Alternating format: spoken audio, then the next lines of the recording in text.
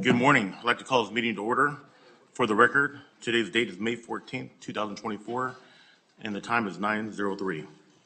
At this moment, we will have a moment of silence, silent reflection, or silent prayer.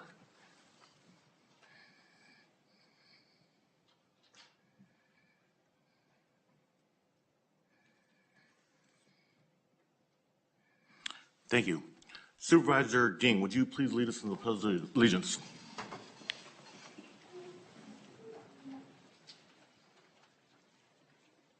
Pledge allegiance to the flag of the United States of America and to the republic for which it stands, one nation, under God, indivisible, with liberty and justice for all.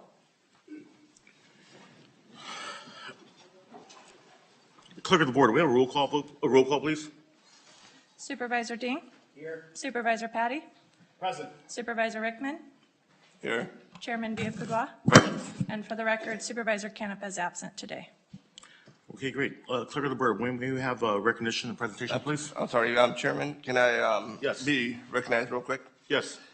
I would like to be able to pull item 2 on the 1:30 p.m. scheduled afternoon item for public hearing, and that's public hearing to consider the Planning Commission recommendation to approve development title text amendment number PA-240074 and adopt the corresponding ordinance amending Title 9 of the Ordinance Code of the County of San Joaquin relative to Section 9-1700.1 M through 9-1700.11 M, the Mountain House Sign Ordinance.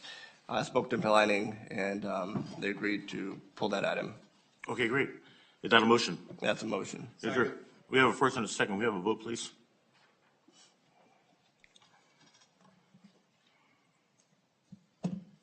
Okay, it passes 4-0. Item number 2 has been pulled. Moving on to recognition and presentations. Clerk of the Board. Thank you, Chairman. Our first recognition this morning is the proclamation of May 1st through May 31st, 2024 as Mental Health Matters Month in San Joaquin County. And I would like to invite the Behavioral Health Director, Genevieve Valentine, to the podium as I read this proclamation, which states, whereas mental health challenges are one of the most common health conditions in California, affecting 1 in 5 adults each year in the U.S., impacting both the person experiencing mental health challenges and their loved ones. And whereas at least 8.4 million people in the U.S. provide care to an adult with a mental or emotional health issue. And whereas every day millions of people face stigma related to mental health and may feel isolated and alone, going years before receiving any help, with the average delay of treatment being 11 years. And whereas the National Alliance on Mental Illness reports 75% of mental health conditions begin before age 24, and the Journal of Applied Psychology found students with higher levels of psychological distress had lower academic achievement. And whereas mental health has a profound impact on physical well-being and may increase the risk of developing chronic physical conditions such as cardiovascular disease, diabetes, and obesity. And whereas recovery can and does happen, so all Californians should know that support and help is available, regardless of any individual situation. And whereas creating a community where everyone feels comfortable reaching out for the support they deserve is crucial to ending the stigma around mental health. Now therefore be it resolved that this San Joaquin County Board of Supervisors does hereby proclaim the month of May 2024 as Mental Health Matters Month in San Joaquin County to enhance public awareness of mental health, dispel the stigma surrounding mental health, and support efforts which will improve the health and well-being of the underserved population living in the county. Presented this 14th day of May 2024. Chairman Villapudua. Thank you, Clerk. Good morning, Genevieve. How are you today? Would you like to say a few words? Please. Good morning, Chair, Supervisors, County Council, and Madam CAO. As your Behavioral Health Director, Genevieve Valentine, I'd like to stand here before you and first thank our Board of Supervisors of making a proclamation of May being Mental Health Awareness Month.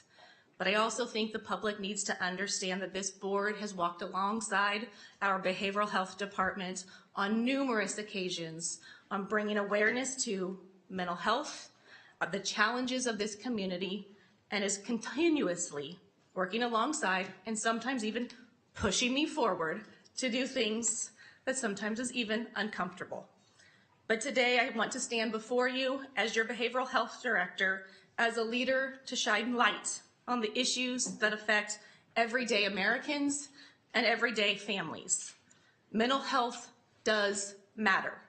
Mental health is just as important as your physical health, as your spiritual health, and does require holistic approaches and thoughts and emotions. I want you today to think about how we think, how we feel, how we act, how we deal with stress, how we relate to each other, and how we make choices. Sometimes medicine is not the answer. Sometimes the most important ways to break stigma is to simply smile at another human being, to reach your hand out to the person you wouldn't normally want to.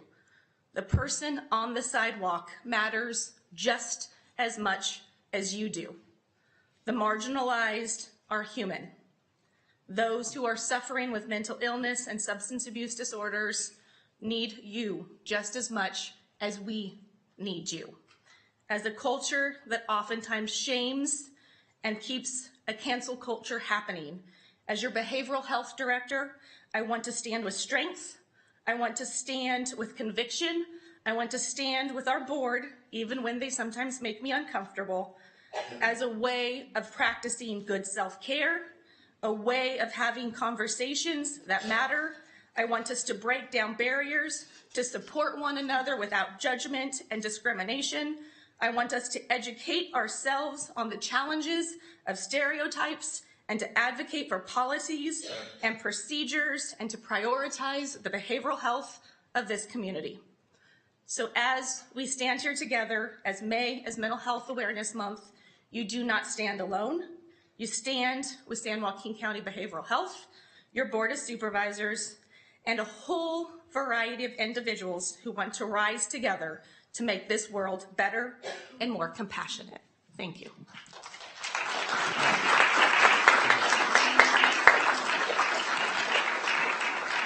Well, Director Valentine, I want to thank you for coming forward and putting a spotlight on mental health. I understand it. A lot of people have challenges, but with you and your staff and our incredible county employees, they do a great job of helping as many people as we can. We're going to hear from other board members at this moment. Supervisor Rickman. Thank you, Chairman. And first of all, I apologize. I have a little cold here. But Genevieve, thank you for the work that you do. I mean, you do an excellent job. And, you know, I think there's no doubt what this board thinks about mental health, because we have prioritized in the last few years. I mean, we have spent tens of millions of dollars on mental health. And I mean, you know, we're looking at a campus here. You know, we already allocated over $50 million to build for mental health treatment. And make no mistake, we are in a mental health crisis. And one of those reasons is, you know, we're still dealing with the effects of the aftermath of COVID, when they shut down our churches and they kept our kids out of school. And, you know, you're seeing the lasting impacts on that. So it's our duties as elected officials to take care of our residents, our public, to make sure their well-being is our top priority, and we continue to do that. And with the help of course, boots on the ground, you and your staff, you guys do an excellent job. So thank you very much. Thank you. Supervisor Ding. Thank you. I'm in awe of you. Thank you. You do an amazing job. You really do. So it is so important for you young people out there. The chances of you breaking an arm or seeing a medical doctor before you just need some compassion and some love. It doesn't even compare. And so think about that. You know, when you're out there, that kid on the playground that's all by themselves, you know, why? You know, just say hello. It doesn't take much, because you don't know what spark that's going to matter. So thank you for everything you do. Keep being strong. Keep making us uncomfortable. Thank you. Supervisor Patty. Thank you, Chairman, and Ms. Valentine, for bringing forward. Everything you said was so poignant and important. And we are very lucky. We've got some youth here in this chamber today for us. And as Supervisor Ding said, you know, we have really a message to you as well. A lot of us here are senior. I qualify. We've gone through life journey. We've gone through areas of challenge and disparity and disappointment and hardships, and your lives are so early on, and you're going to go through this journey, and you read about things about social media and the anxiety it's causing and a lot of things. Pay attention. Pay attention to these words. There is a crisis, and mental health is personal. It's real. It does happen. You see people out on the street. You see people going down the street, pushing a shopping cart, or just yelling and arguing to nobody. And we can all go there. We can all get upset. We all have those moments. But the difference is we're able to regulate and come back, and they can't. They've gone. They're out there. Sometimes it's substance abuse. Sometimes there's many psychological issues. But there is help. There is support. Thank you, Ms. Valentine, for all the efforts, and Director Dietrich's here with the Wellness Campus that's in work. What a vision that we're looking at for bringing into our county. We know we have a homeless crisis. This board has addressed this and put tens of millions of dollars into shelter with support services so that we reach out for this humanitarian crisis. So I really encourage you, the youth here in this room, your journey, it will be difficult. There will be disappointments. There will be challenges. There will be, moments of despair and hardship. Turn to that support network. Have faith that this too shall pass. There's always another day. There's tomorrow. Something better can happen. So we're really thrilled that you're here. This is an important subject, and I'm glad that we are as engaged as we are in this county. Thank you, Chair. Can the board please join me for a photo?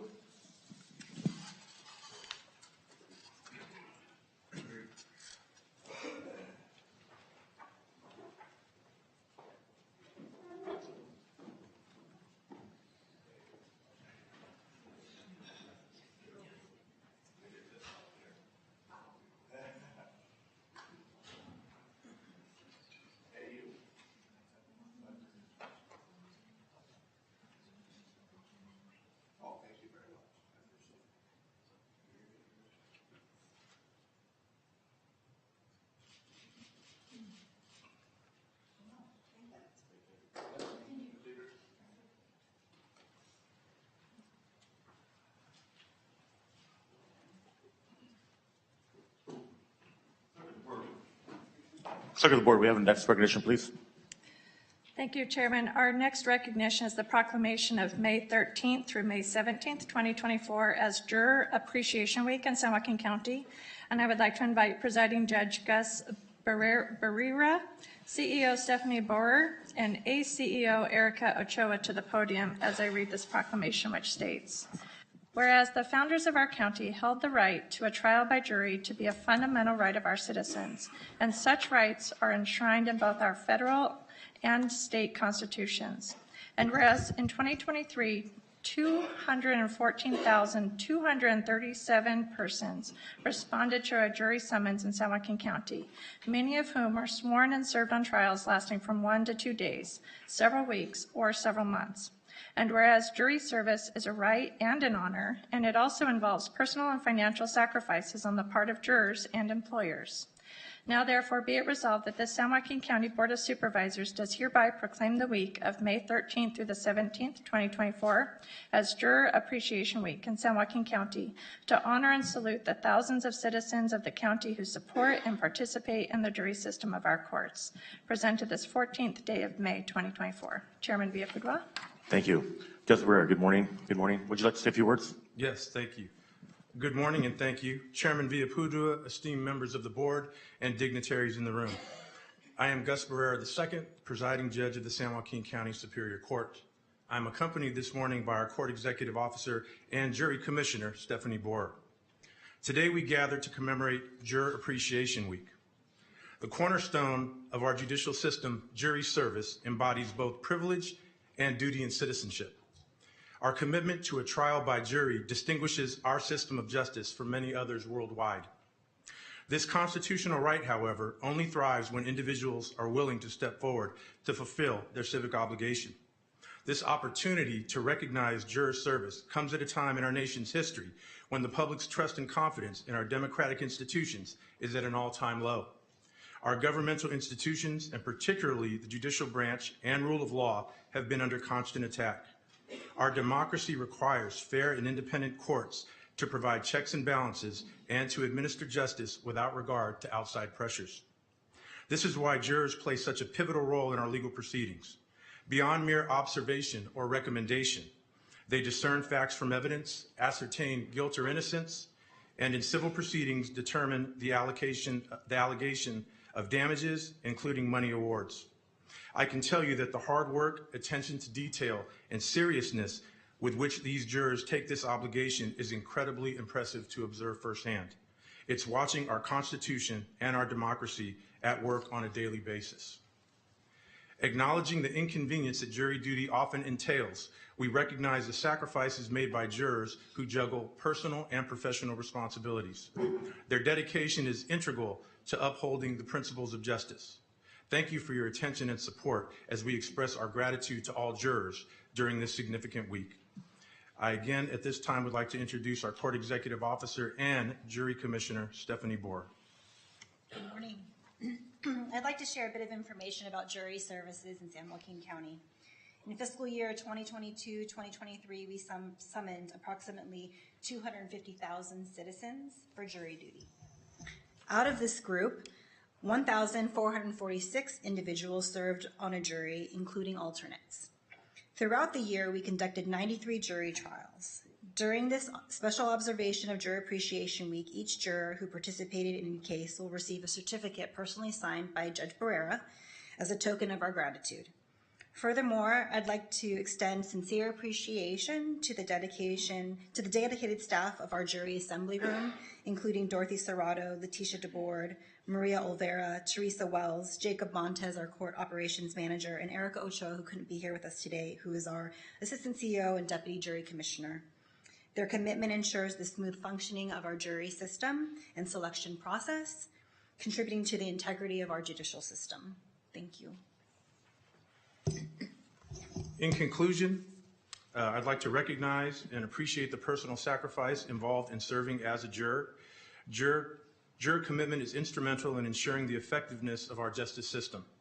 I want to personally thank San Joaquin County jurors for dedicating their time and effort to participate, as their contributions are invaluable to upholding the rule of law and principles of justice.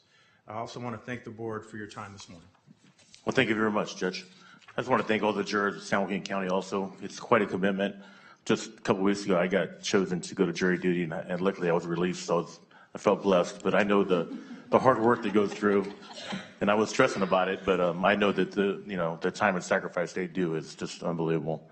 I know that some of our supervisors would like to comment. Supervisor Patty? Chairman, just for clarity, you say luckily you were released? I wouldn't have released you, Chairman. I'm not sure if that message is to be emanating from the dais here, but you could volunteer for another week or two. Would that be correct, Judge? We can arrange that today. All right. I think if you make a notice and send an application to him for your available schedule.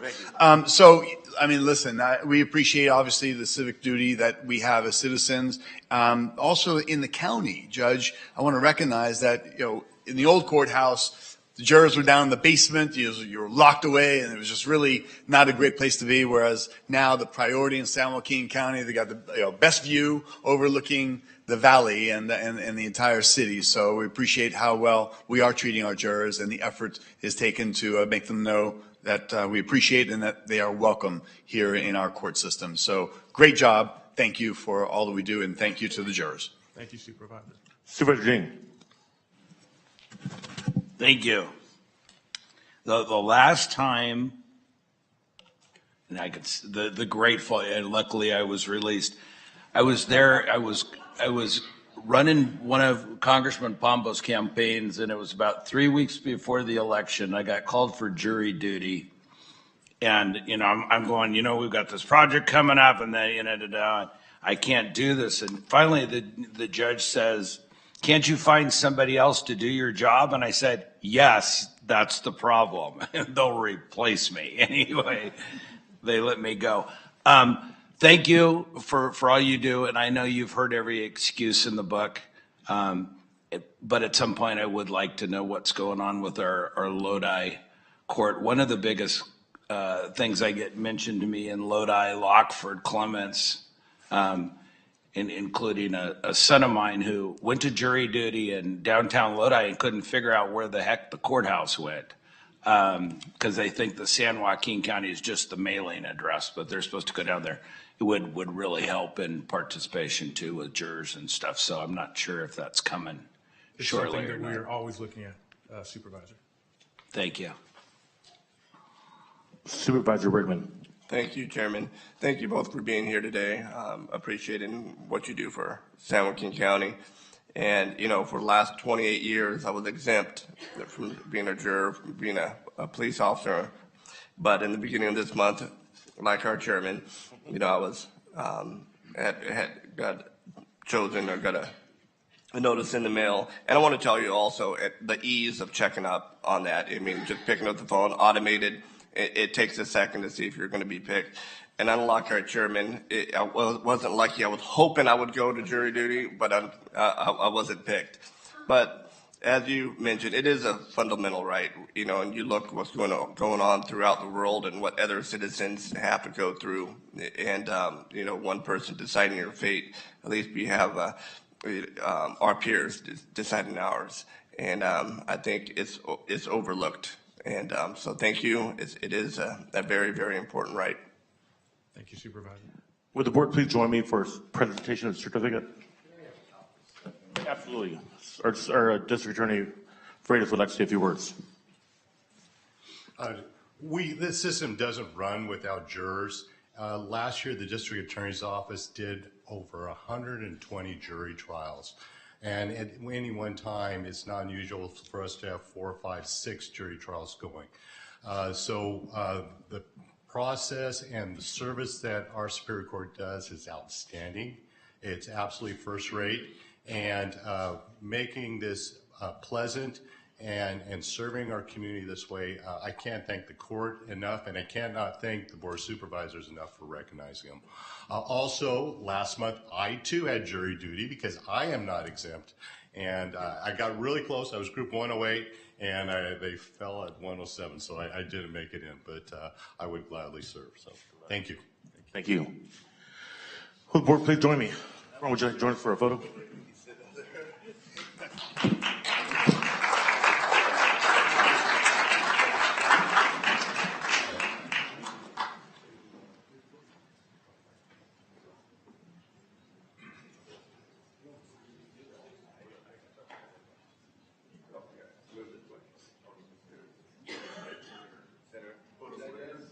Thank you for joining us. Sure.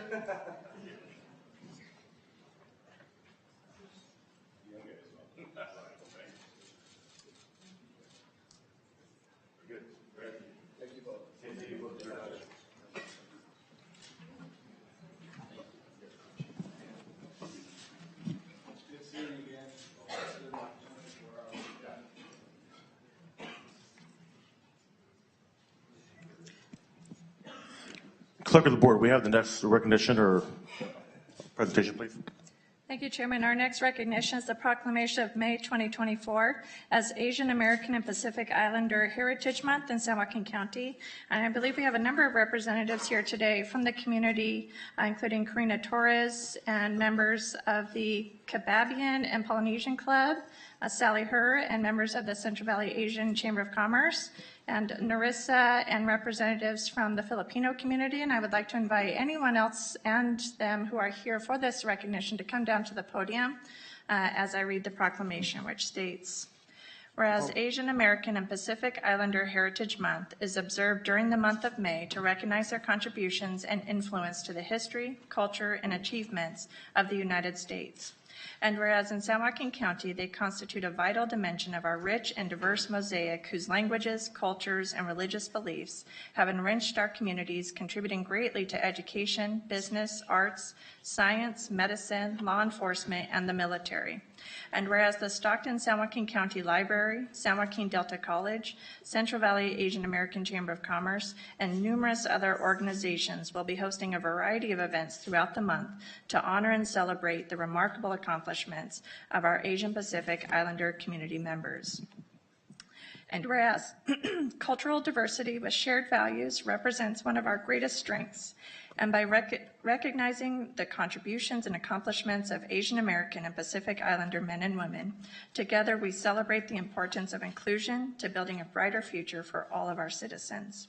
Now therefore be it resolved that the San Joaquin County Board of Supervisors does hereby proclaim the month of May 2024 as Asian American and Pacific Islander Heritage Month in San Joaquin County and encourages our residents to learn more about their heritage, work to combat xenophobia, and celebrate their many essential contributions, sacrifices, and accomplishments throughout San Joaquin County. Presented this 14th day of May 2024. Chairman Villapudua and Supervisor Patty. Thank you, Madam Clerk. We've got multiple groups here, but please come forward and maybe speak out on behalf of the community. Good morning, Chairman Villapudua, esteemed supervisors, and Madam CEO. I'm Leslie Edmond, the Executive Director of the Central Valley Asian Chamber of Commerce, and with me today is Nate Knott. He is our board chair. And behind me, of course, we have many of our chamber members. We want to thank the county for recognizing our chamber and its role in supporting Asian American Pacific Islander Heritage Month in our community. Asian-owned businesses have played an important role in our local history since Gold Rush days and continue to add to the vibrancy of our local community. Asian Americans have been foundational in creating one of the most diverse communities in the entire nation.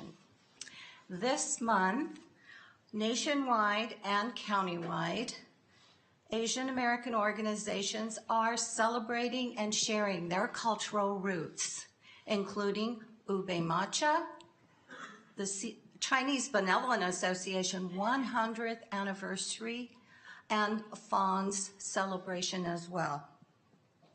We want to thank the county for your support of this event, of this month, and thank you so much. We appreciate the county for this honor. Thank you, Leslie. So now's not a time to be shy, so come forward. Anybody else like to speak?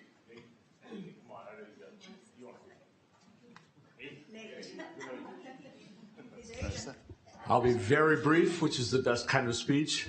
I actually have an unusual background. I was sought to be the board chair, by the way, of the Asian Chamber, and I'm very proud to do so. It's a great sign of diversity, in my opinion.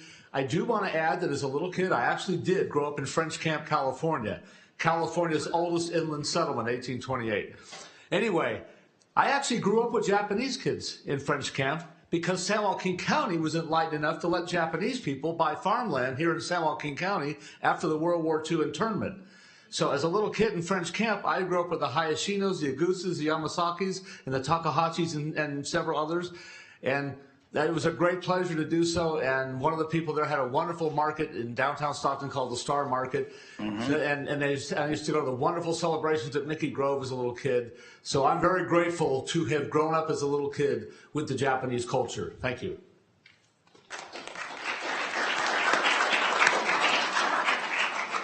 Good morning, board and everyone in attendee. I'm Karina Torres, and I'm the activities director at Bear Creek High School, and I oversee very, very talented kids. Some of them are behind you, and I'll let them introduce themselves, but I just want to say one thing. Can I raise this? Sorry, it was very uncomfortable. I just want to say it's moments like this that matter to our youth, and I appreciate the recognition because these children, along with many that are in here in this moment right now, are seeing the foundation that we're laying, and they were a part of history, and that matters. And we all matter in here, just like that was said earlier for mental health. I'm very proud of my students and everyone that comes into my space, and I take my job very seriously. For those of you that have attended the event in here,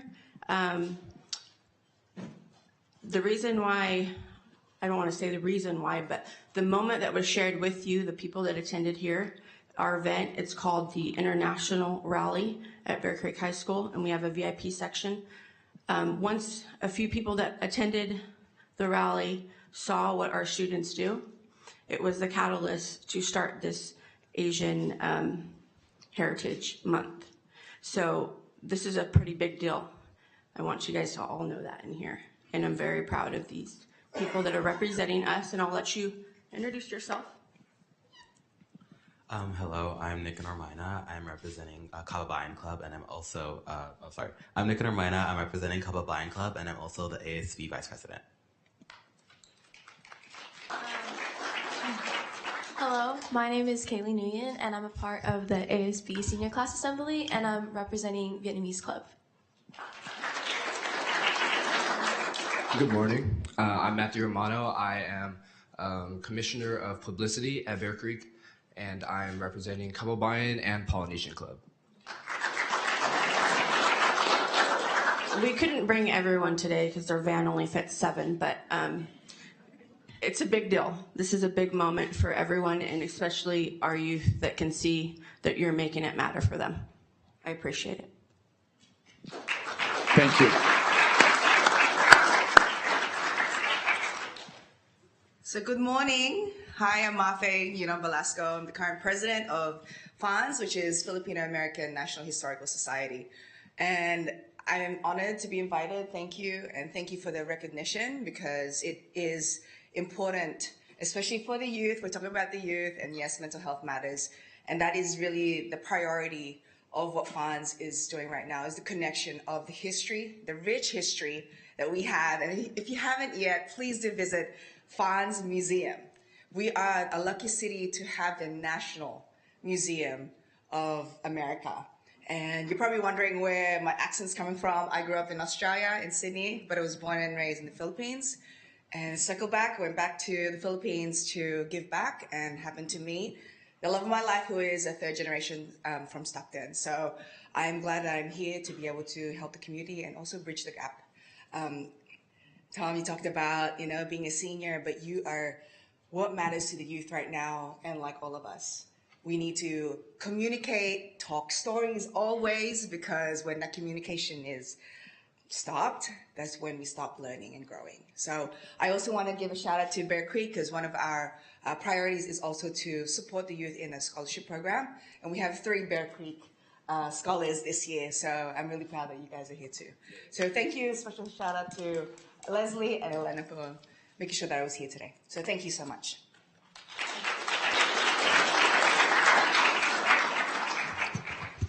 Thank you. This is a gizmo. I'm not going to touch it.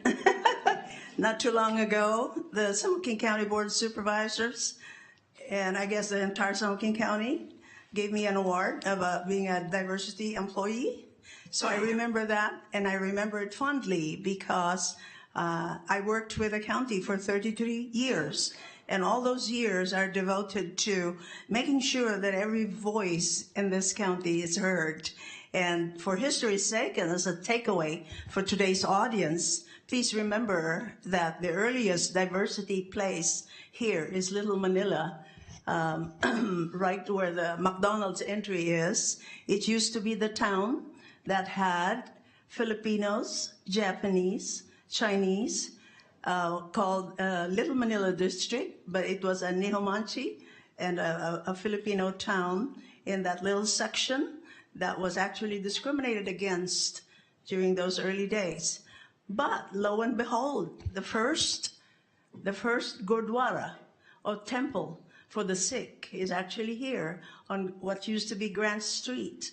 The first Wat, which is a temple for Cambodians and all other Buddhist religions that can come in, is here too on Carpenter Street. Have you explored your town yet and really celebrated within you the diversity that contributes not just for the economy of this town, but really for the well-being of who we are as a piece of humanity in this whole United States of America? Please remember those places I told you about. Thank you, and thank you for recognizing the Asian Pacific Islander and the rest of us in this month of May. Appreciate it.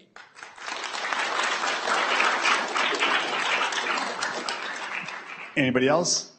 Larissa? That's it? Okay. We're going to wrap this up. Thank you so much. We're going to go to the board, and then we'll take a photo, please. Supervisor Rickman. Thank you, Supervisor Patty. And good morning, everyone. Great to see some familiar faces. And no, you're absolutely right. You know, we are blessed to have such a rich and diverse culture here in San Joaquin County. It makes us even stronger. And, you know, I know in Tracy, you know, where I'm from, you know, we have the Sister City program. And our sister city is Memorial, Japan. And I was very fortunate to have my youngest daughter, Allison, and it's an exchange student program to visit Memorial for a week. And, you know, she just absolutely loves Japan to this day. In fact, she's in college now and wants to, you know, do some, you know, well, she talks about moving to Japan. You know, as a dad, I wanted a little closer to home than Japan. But it just goes to show you that there is so many different cultures and so many different strengths and so many different opportunities, you know, not just for our youth, but for us adults also. So again, thank you for being here today to share your culture. We appreciate it. Supervisor Ding. Thank you. Yeah, with my last name of Ding, I thought I was Asian growing up. I want to thank you for everything you do, and I'm going to butcher a quote. Don't forget the past.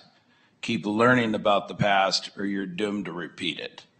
You have a great resource, a lot of great resources. Don't forget about Phil Merlot out at the Historical Museum in San Joaquin County.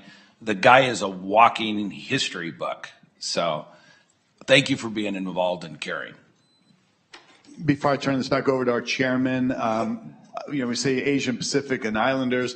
There's so much diversity. There's so many different cultures that it encompasses. But for us in San Joaquin County to recognize, as Nate pointed out, it really has been a diverse journey for so many in our county and our cultures that we have really the pleasure, the mixture. Even though we may have different islands and different traditions, we really are fantastic to be this great melting pot. We share the same values here, you know, family, opportunity, living the American dream, and prospering and raising a family right here in this great county of San Joaquin that we are all part of. So glad that we're here to give it a little recognition.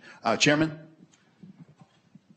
Well, Supervisor Patty, I want to thank you for recognizing the Asian community. You guys do an amazing job. I married a Japanese woman because I love her culture, and she's just an incredible person, as many as you are. And I want to thank the Asian Chamber for everything they do for our community. You guys do it, Leslie, and you guys just do incredible work. So these kids right here are blessed to be here. I didn't know what a chamber was, the Board of Supervisors, when I was in high school. I really didn't. So you have incredible teachers to bring you here today. And thank you all. And if you'll join me for a photo, please. Board, please come forward.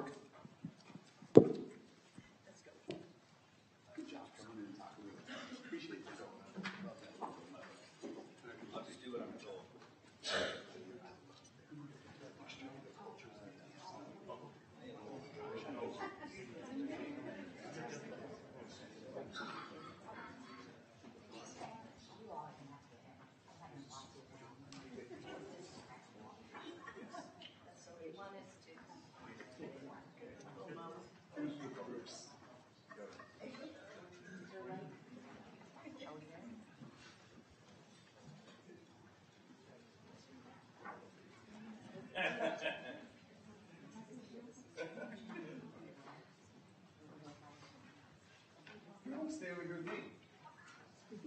I wouldn't be able to if I could.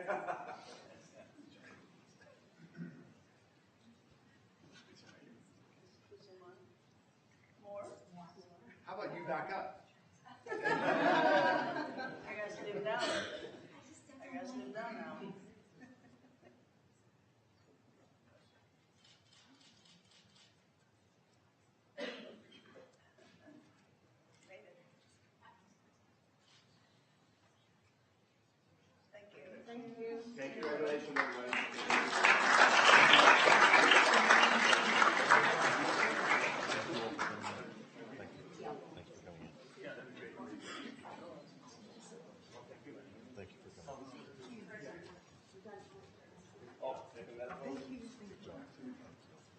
It's okay, we got it. quick before he gets back.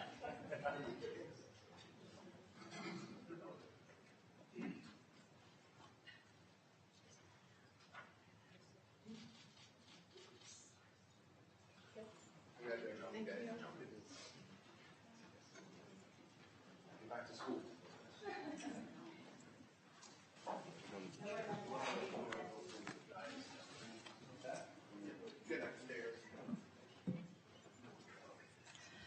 So our next recognition is actually going to start with an oral report from the City of Lodi regarding the Lodi Storm Drain Detective Team, and then will be followed by a presentation of a commendation. So I'd like to invite Kathy Grant, the City of Lodi Watershed Program Coordinator, to the staff table to give the presentation to the board, and then I will invite Chairman Villapadua and Supervisor Ding to present a commendation.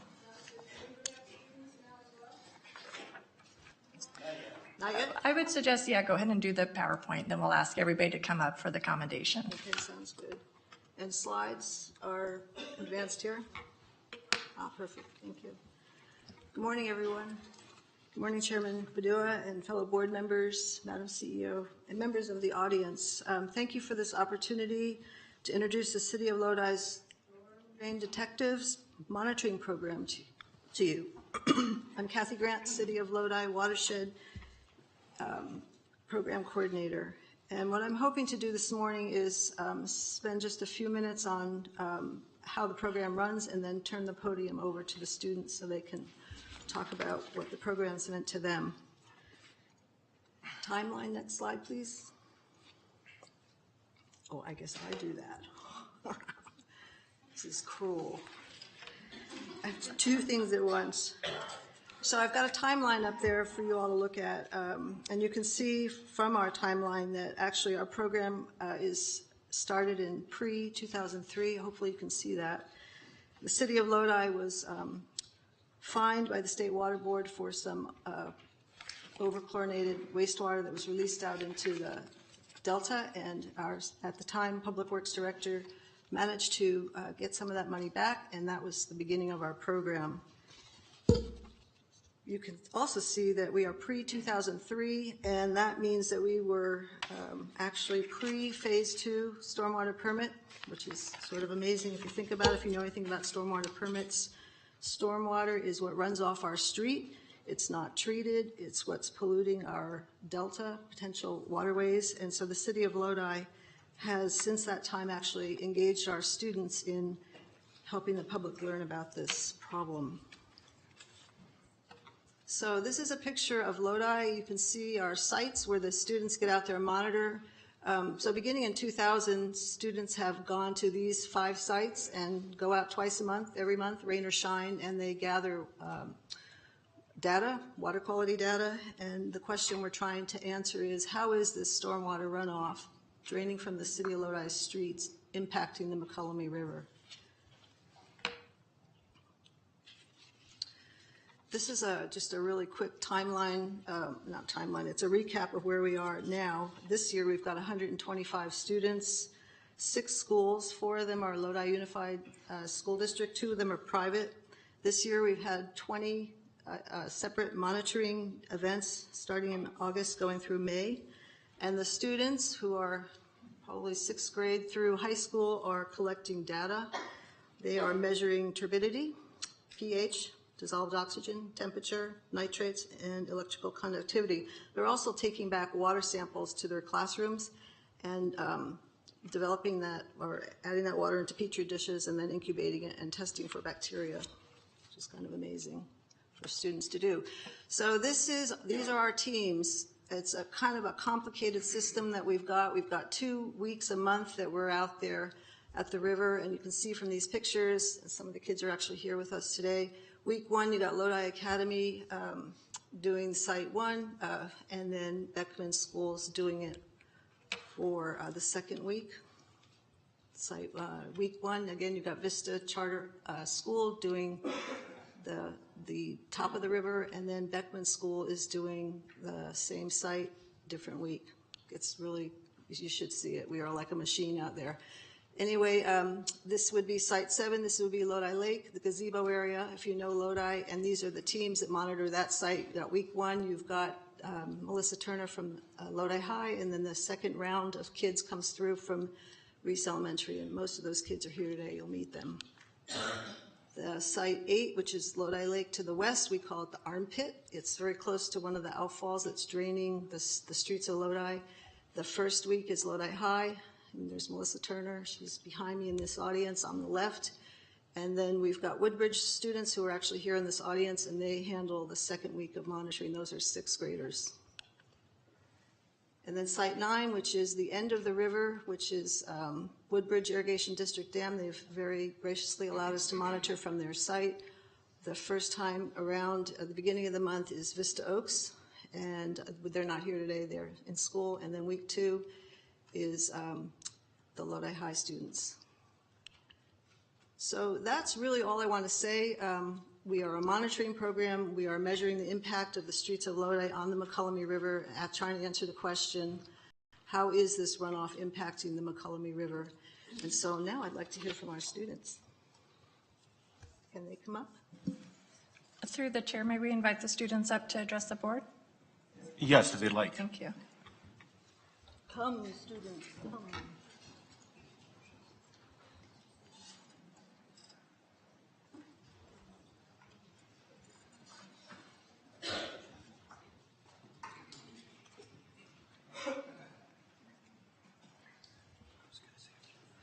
Okay. What's also kind of fun about this program is we've got almost 25 years of monitoring now. And within this group, there are 3 generations of citizens. You got grandma, daughter, teacher, and now son, student, grandson, student, which is kind of amazing. Good morning, Chairman Bill Padua and fellow board members. My name is Mia Lundgren, and I attend Reese School. I think Storm Drain Detectives is a great opportunity for kids to learn about their watershed. Hello, my name is Liam Stevens from Reese Elementary School. I think that Storm Drain Detectives is a good opportunity for students to learn about the quality of our water. Hi, my name is Luca Martinez, and I've been doing Storm Drain Detectives my whole entire life, and it's helped me learn how to collect data. Hello, I'm Lillian Berry from Reese Elementary School, and something I learned by doing Storm Drain Detectives is that not all water is drinkable. Hello, my name is Nicole Corey, and I'm from Reese Elementary School, and I really enjoy being a storm drain detective as I get to learn about the watershed. My favorite part is comparing and collecting data. Hello, I'm Vicki Pelaez from Reese Elementary School, and I learned that nitrogen is in our water we collect. My name is Carly Stroud, and I'm from Reese School, and my favorite thing we do every time is the Chemit, because we get to test the dissolved oxygen in the water by breaking a glass tube. My name is Raymond Manriquez, and I come from Beckman Elementary School. One thing I learned while being a storm drain detective was plating and incubating the water samples to check for signs of bacteria in the river. Good morning, Chairman Villa Padua and fellow board members. My name is Kaiden, and I attend Beckman Elementary School. One thing that surprised me about storm drain detectives was how much equipment we use to examine the water. I think the Storm Drain Detectives program is an excellent program for kids like me who love the outdoors and love science. Good morning, Chairman Villa Padua and fellow board members. My name is Alex, and I attend Beckman Elementary School. The reason I wanted to be in Storm Drain Detectives is because I had a dream of being a scientist, and I thought this was a way to test that dream out.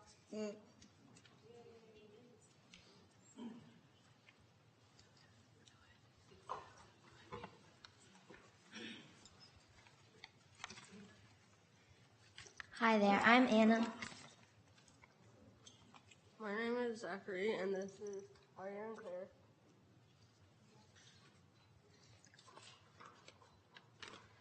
We are here representing Storm Drain Detectives, and we are from Woodbridge Elementary School. The Storm Drain Detectives is a group where we monitor water at Lodi Lake to ensure it's safe for our fishy friends. We have lots of great memories getting to test the turbidity and grade the water with all of the high-tech tools. My personal favorite is the Comet set and the dissolved oxygen meter. Walking to Lodi Lake and spending time testing water quality is so much fun. I hope to get to do it in the well future.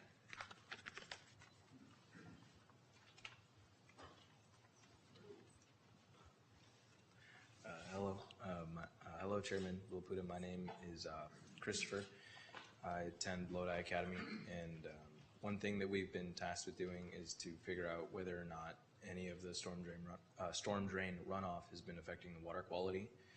And from what my group has seen, at least in Site 1 and at Site 9, there is a correlation between the amount of storm drain water running off into the lake and river, which does affect the amount of bacteria in the water. We noticed that as levels are higher, there tends to be more bacteria than as compared to when the levels are lower. Now, this is also in line with some of our data, which shows that when rainy seasons come by, the water's a lot higher, obviously, because it's been raining. But when it's not been raining that much in that month or nearly as much that day, there's less bacteria in the water. We've also noticed that activity around these sites also determines how much bacteria will be in the water that day during testing. And overall, the water is in decent quality. It's maintained an A grade the entire time we've been there. We've just noticed that there's been some bacteria in the water, but it's still decent quality water. So,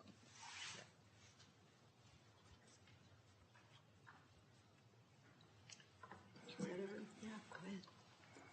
Got a special visitor with us. Good morning, Chairman Viapudwa and the County Board of Supervisors. I mean, I'm a voter. You better watch out. I'm a constituent. I would actually like to know, I'm the Vice Mayor of Lodi, but I'm also a student of this program. I believe it was in 2017. Yes, that's only 7 years ago. Don't ask me what year I graduated. But what I would like to point out is that what we put in our water does matter. And to say the least, it's for our generation, but it's also for the next generation. There's an old coffee group that I actually go to grab breakfast with once a morning or once a week roughly. And a lot of them are about 80 plus years old. So they grew up in roughly the 60s, right, when they were 10 years old. And one of my friends, John Bender, told me a story about how they grew up, which was you used old oil for weed spray under your mailbox, right? You used to take your trash to the county river or the river in general, and that was your disposal. So number one is we've come a long way, okay? And I thank the county for your support in creating a cleaner environment, again, for this generation and the next generation. Again, thank you to the students who are here today. You will never forget this program in general. I'd also like to point out, this is the age when you develop good habits and bad habits, age 13 to 17. And again, they will carry these attributes through life in general. And so if we can teach our youth to, again, care about what you put in the trash, care about what you put in your water, where you put your lawn clippings, et cetera, it all comes together. And so education is a huge factor. So thank you again to the County Board of Supervisors for your support. Thank you. Well, Vice Mayor Bregman, I just want to thank you for coming down and saying a few words. Amazing students you have here, and thank you for all the hard work you're putting in. This is just truly remarkable. Would you like to say a comment? Sure. My name is Melissa Turner, and I'm probably the second longest person in this program. I've been in the program for 20 years and am a teacher at Lodi High School and have had over 1,000 students in this program. It's a pivotal program in their education, and it's helped several of my students get full ride scholarships to colleges, also partial ride scholarships to colleges, not to mention the education about the environment and how to keep statistical data and collect data and that kind of things. So I appreciate Kathy Grant for allowing us to be part of the program, and it's been great to see. It used to be all high school students, and she's opened it up to much, junior high and 6th grade students. It's great to see that progress. Thank you very much. Any comments from the board? Supervisor Rickman? Thank you, Chairman. First of all, great job. I want to say thank you for being here today to, educate us and being such great stewards of the environment, having pride in your city and having pride here in San Joaquin County. As you mentioned, water quality is huge for us in San Joaquin County because we are surrounded by water. People swim here, boat here. I'm a big, fisherman. I fish here all the time. And we have to make sure our water is clean, not just for ourselves, but like our Vice Mayor was talking about, for future generations. So kudos to you. You guys are very, very impressive, and thank you very much for being here today to educate this board. Thank you, Chairman. Thank you, Supervisor Ding, for bringing this forward. And it's great to see this young man for all of his life's been doing this. So that's got to be, for a couple decades now of just being dedicated. It's awesome. But it's all, it's science. It's learning about our environment. And I know that I'm hiking sometimes up in the Sierra, and it's hard to find water that's drinkable there as well. We have a water basin, a lake. And I watched on YouTube a while back, and I just Googled it real quick, but there's different products that have beneficial bacteria and enzymes for it. That's a clarifier for lakes to make that water much cleaner. So I'm wondering if there's something actionable that you might bring to this board through Supervisor Ding that, guys, we have some money. On occasion, we can allocate out to help a project. So if you've got a conclusion and maybe a solution, I think that's something to bring back to the board in the future. So great job, everybody. Thanks for coming in to share. Supervisor Ding, would you like to say a few words? I'm still stuck with Supervisor Patty saying, Supervisor Ding's got money, go get it. That's all I heard. I want to thank the students and the volunteers. I didn't know anything about this program until Nicole Gehring brought it to my attention, and it is amazing. And where is he? Who said I dreamed of being a scientist? Yeah, it really is important when you, having these experiences. There's one thing to read about it and see it. When you go out and do it, and then you start thinking, what could I do with this? Down the road. So I look forward to you coming in here with your doctorate and your lab coat and telling us you made it down the years. Good. Thank you. And I'm going to steal an opportunity. The students from Woodbridge, remind your parents, and this way they won't dirty the rivers and so forth. There's a Public Works trash cleanup day at Woodbridge Elementary this weekend. Clean out the garage, your old Pokemon cards or what have you. And they will take everything. So it's one of the best ways to make sure things don't wind up in the river is when we have these cleanup days. So that's this Saturday at Woodbridge Elementary. Can you please join us for a photo? See how good I am at taking instruction?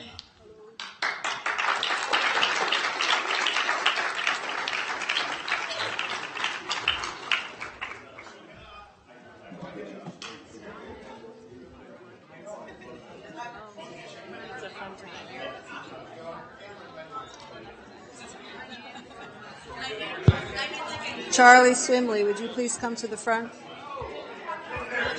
Charlie Swimley, come to the front.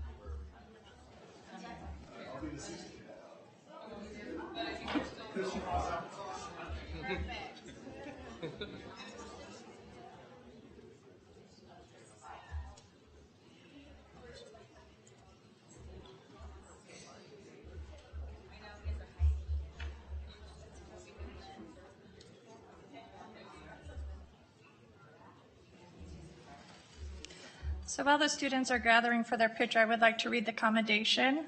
that states, whereas the city of Lodi, after a significant fine in 1988 for overchlorinated wastewater effluent, transformed adversity into opportunity, negotiating with SCRCB to allocate part of the fine toward establishing the Storm Drain Detective Program.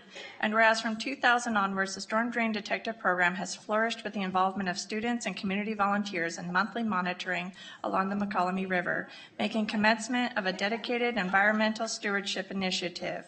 And whereas since 2003, the City of Lodi has demonstrated steadfast commitment, obtaining its first small municipal separate storm sewer system stormwater permit, thereby mandating public outreach and participation, signifying a pivotal milestone in environmental engagement. And whereas from 2000 to 2024, the Storm Drain Detective Program has maintained continuous monitoring across 5 sites with participation from over 2,500 students to date. Now therefore be it resolved that the San Joaquin County Board of Supervisors does hereby commend all of the cooperating members of the City of Lodi Storm Drain Detective Team over these many years, expressing their sincere appreciation for the leadership demonstrating to us all. Presented this 14th day of May 2024. Thank you.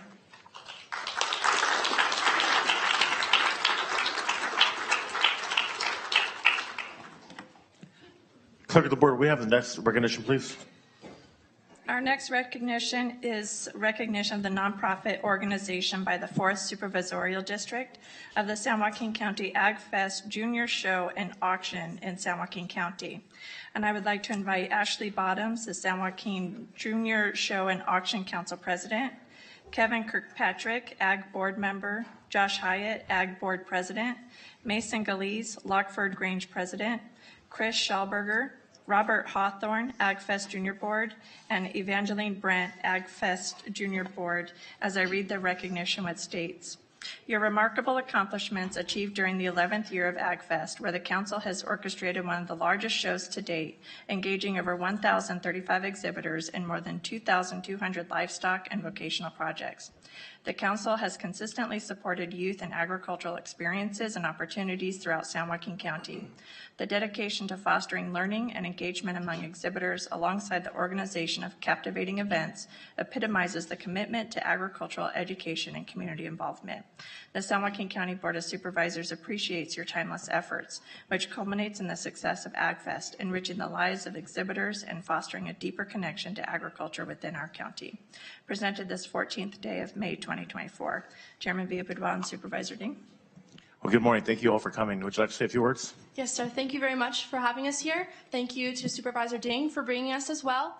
The San Joaquin County Junior Ag Fest and Show and Auction is a great opportunity for young students to learn more about their agricultural surroundings, as well as gain experience in leadership skills such as public speaking, opportunity, and responsibility. My name is Ashley Bottoms. I'm the president of the Junior Agfest Board, and here with me I have 3 organizations, the Junior Agfest Board, FFA, and Lockford Grange. Opportunities such as this exist for our students in order to continue the legacy of agriculture. Our California state is #1 for agriculture with over $50 billion industry. If we are to continue this legacy, we must ensure that there are opportunities such as this to continue existing for our youth. Junior Agfest Board is in charge of over 16 events during our Agfest week, and we have roughly 20 members. I'd like to invite those members up now to say what they are in charge of during that week. Good morning. My name is Robert Hawthorne. My name is Samantha Munoz. We are co-chairs for the hay bucking contest and Agfest Junior Board. The hay bucking contest consists of a partnership between 2 kids. There are 6 bales on one side of the arena, and both of them have to move all 6 bales from one side of the arena to the other side, and the fastest time wins. This is my 3rd year raising market swine for the Agfest Fair. This is my 1st year, and I'm showing market poultry for the Agfest Fair. Good morning. My name is Audrey Bianchi. I am chairman of the Knowledge Bowl. So some kids will compete, and they'll give them like trivia questions, and the first group to answer gets a point. One with the most points wins. This is my 3rd year showing sheep, and my 1st year raising poultry.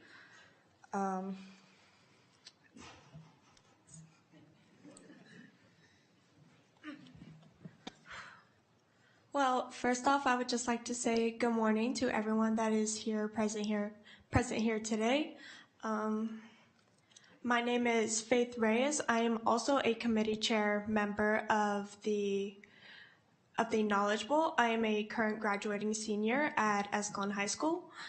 And the Knowledge Bowl is a yearly activity which we as a junior Agfest board host on our local fairgrounds, where multiple members and guests present are invited to attend to be questioned and answered multiple ag-related questions that coordinate to our local fairgrounds.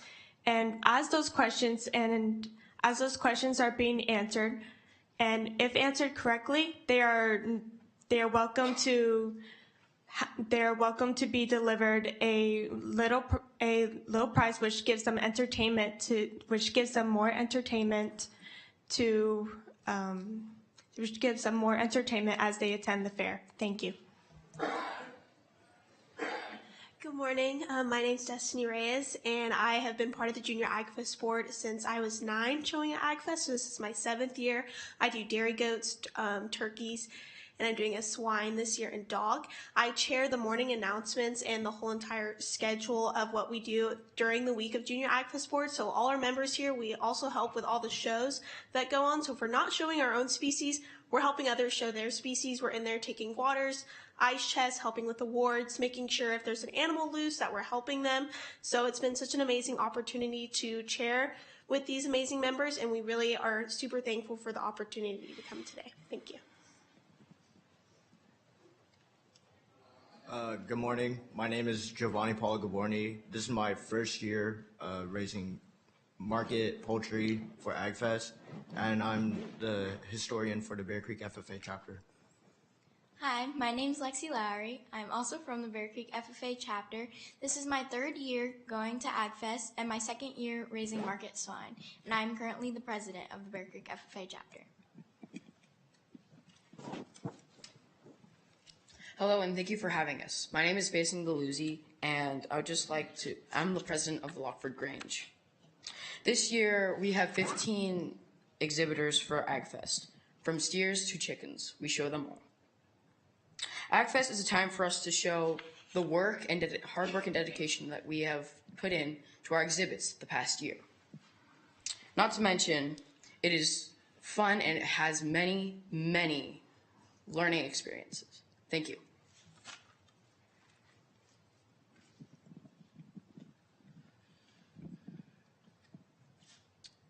Good morning. I am Caden Scaluzzi, his brother. This is my 6th year doing Agfest, and every year I have done market swine. I think it's a very fun opportunity for all of us. We spend the week working, sweating all day, and having fun, getting ourselves some delicious foods, but also showing our work ethic to the entirety of those who participate in buying, selling, and or just visiting the fair. Honestly, I think fair is probably the funnest thing about being part of the organizations that we're in. It's amazing, and honestly, it's a very, very fun way to get to know people and experience what it's like in the agricultural world. Hi, my name is Joaquin. I am 12 years old, and I've been doing market swine for 3 years. Fair is just super fun, and I think most kids should be in it. It has a lot of hard work and dedication, and it teaches a lot. Thank you. Good morning, I'm Colette Hansen, and I was the past president last year. I raise steers. This is my 3rd year now, and I believe Agfest teaches kids about animal responsibility and just what it means to be in agriculture, and it's a good way to introduce kids to agriculture. I'm Curtis Hansen, and I am the Grange VP, and I've been doing steers for 3 years.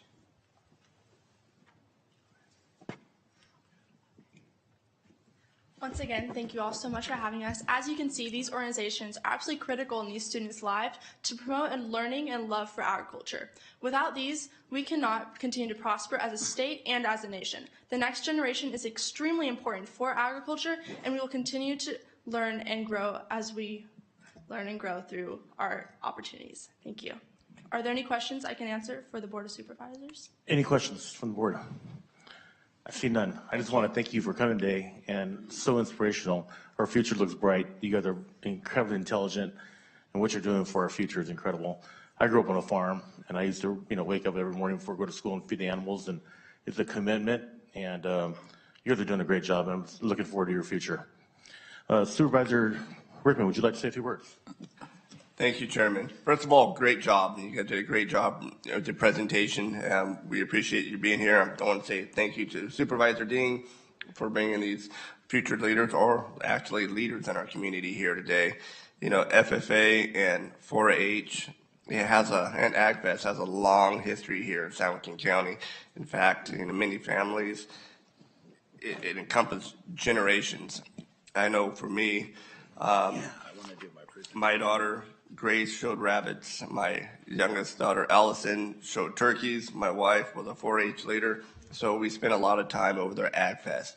And I always give kudos to you guys because for some reason, Agfest is always the hottest time of the year. And the way you guys take care of your animals and making sure they're taken care of is just shows the amount of dedication. So again, thank you guys for being here. And I can't say enough about this program. I can't say enough about FFA and 4-H. You guys are the next generation of leaders that's going to change this world. So again, congratulations. Thank you. Supervisor Patty. Thank you, Chairman. As we all know, food doesn't come from grocery stores. It's where people buy it. And you guys have all learned about raising something and bringing it to market, the cost, sometimes razor-thin margins, sometimes you lose money. These are all risks that farmers, people in ag and food production realize, and your parents, and just that lesson you're learning. So thank you for doing what you're doing. It's what a great education, and we really do appreciate that you're engaged, that you are taking this challenge for yourselves and this education, and the future is dependent on food production and people like me that buy food in the grocery store, so we need you. Thank you all. Supervisor Ding, I want to thank you for bringing this item forward. Would you like to say a few words? I would. Thank you, Mr. Chairman. You're welcome. I want to thank you. Just a little background. It's great working with 4 supervisors. We were all born and raised here. And so we have, the history of going to the county fair. And part of that was, the livestock, and you had the auctions, and that disappeared for a number of reasons a few years ago.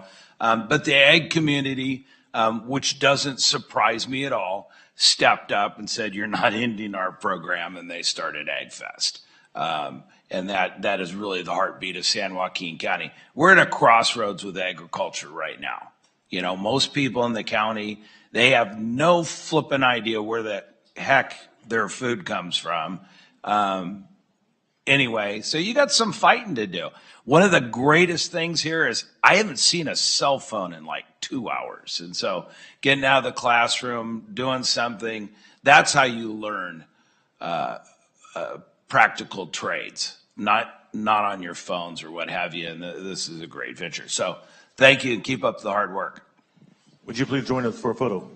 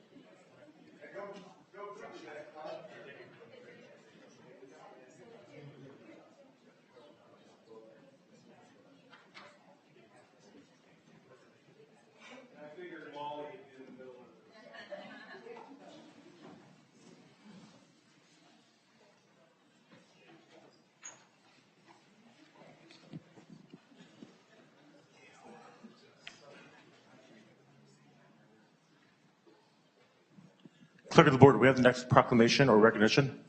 Thank you, Chairman. Our next recognition is the proclamation of the month of May 2024 as Older Americans Month in San Joaquin County. And I would like to invite Bishop Dwight Williams, the Chair of the Commission on Aging, to the podium as I read this recognition. Whereas since 1963, May has been recognized as Older Americans Month, and whereas more than 155,394 adults aged 60 and older reside in San Joaquin County, and whereas older adults are a key source of strength, vitality, and support in our community and play an important role in fostering the connection and engagement that builds strong and resilient communities. And whereas all citizens of San Joaquin County are encouraged to demonstrate their appreciation of San Joaquin County older adults' contributions and leadership in our community by helping to ensure a high quality of life for older adults.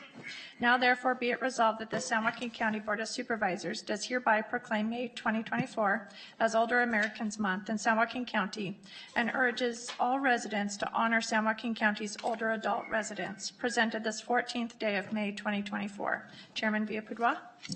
Thank you very much. Good morning. Kevin, would you like to say a few words? Thank you, Mr. Chairman, members of the Board of Supervisors, county staff. On behalf of the San Joaquin County Commission on Aging, which I'm humbled to serve as chairman of, I want to take this opportunity to say thank you for recognizing and selecting this time of the year as Older Americans and Seniors Month. As all of you know, seniors and older Americans do many things all throughout the strata of our society that help make it be a better place, from being grandparents to being caretakers, caregivers, county supervisors, you name it, and all aspects of what we do often in our life. And so I want to take this opportunity again on behalf of the San Joaquin County Commission on Aging for you taking this opportunity to recognize this time of the year. Thank you very much. Well, thank you. Stewart Dean, would you have anything to say? Any comment? Yes, please. Thank you. Reverend, we're just old. I've known you since you were those kids' ages, you know, out there. And when I first read this proclamation, I'm going, yeah, this is great. Let's recognize the elderly. And I'm thinking, wait a minute, they're talking about us. Thank you for your service on the board, and I appreciate it. And that is the wealth of it. You know, again, it goes back to, you know, don't forget your history. And before that next generation moves on, we got to be asking a lot of questions. That's right. Thank you. Thank you. Supervisor Rickman. Thank you, Chairman. Reverend, great to see you. Like always, thank you for being here, and thank you and the commission for what you do for Commission of Aging, bringing forward trends, and so this board and the community can better prepare for whatever that may be. And just like what Supervisor Ding mentioned, recognizing the contributions of the generation before us is essential. So again, thank you, Reverend, for all you do, and not just in the Stockton community, but San Joaquin County as a whole.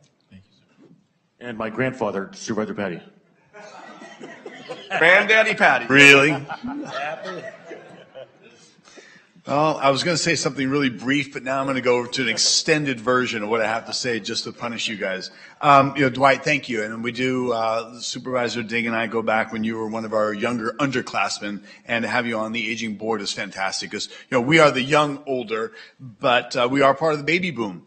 And so to have a voice, make sure that, needs and make sure that they're, they're recognized and appreciated and services are to the standard that they should be here in our county. We appreciate all the efforts and all the voices on that behalf. And I'm here, in our 60 years old now. I'm here to support one of our elder supervisors as well, and appreciate that my mother's younger brother is here as well. So thank you. Well, Reverend, I want to thank you for everything you do for our community, and I want to thank HSA, our director, Chris Woods, and everybody who does an incredible job of taking care of our seniors. So would you please join us for a photo?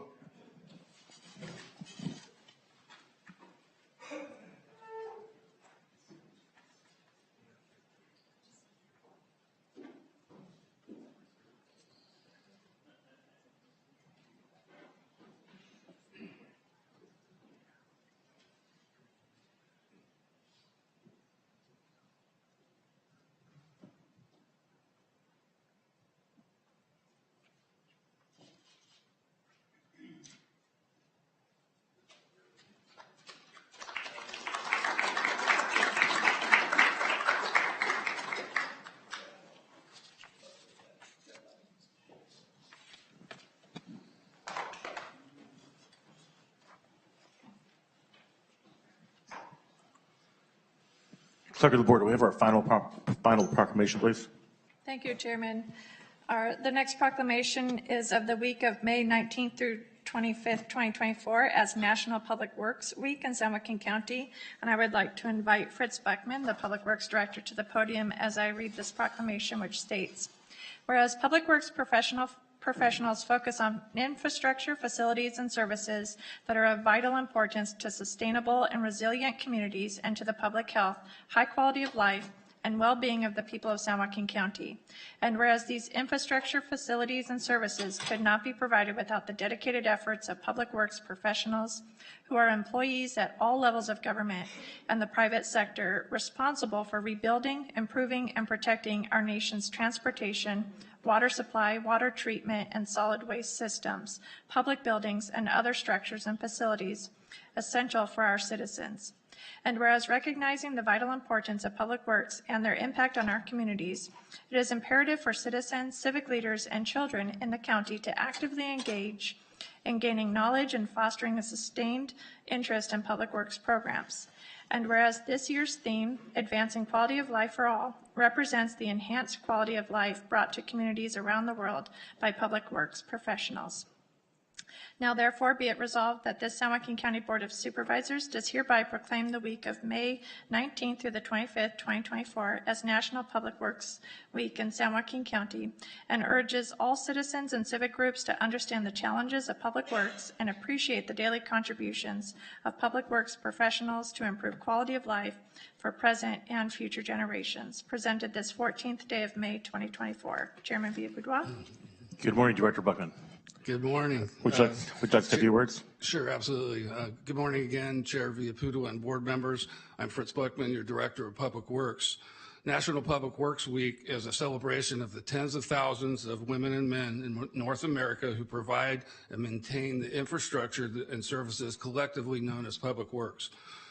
Instituted as a public education campaign by the American Public Works Association in 1960, National Public Works Week calls attention to the importance of public works in community life.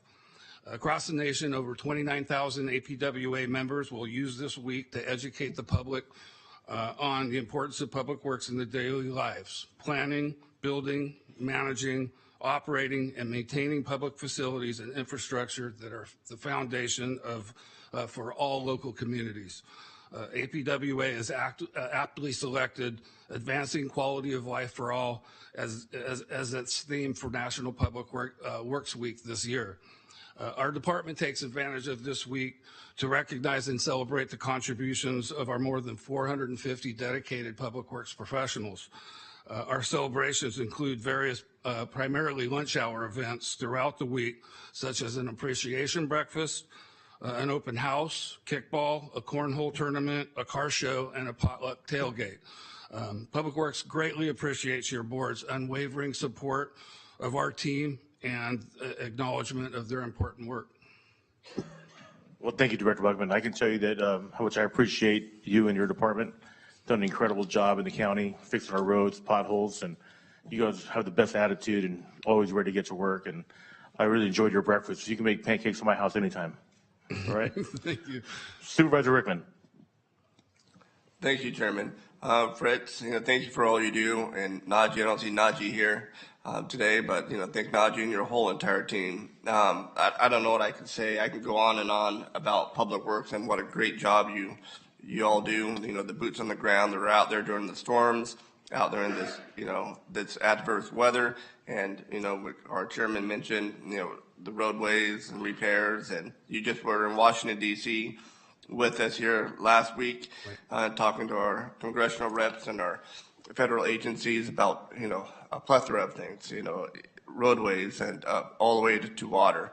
So thank you for all you do. Please thank your team for me, or from us, and that we appreciate all that you guys do. Thank you. And you'll see Najee in a few minutes. All right, good.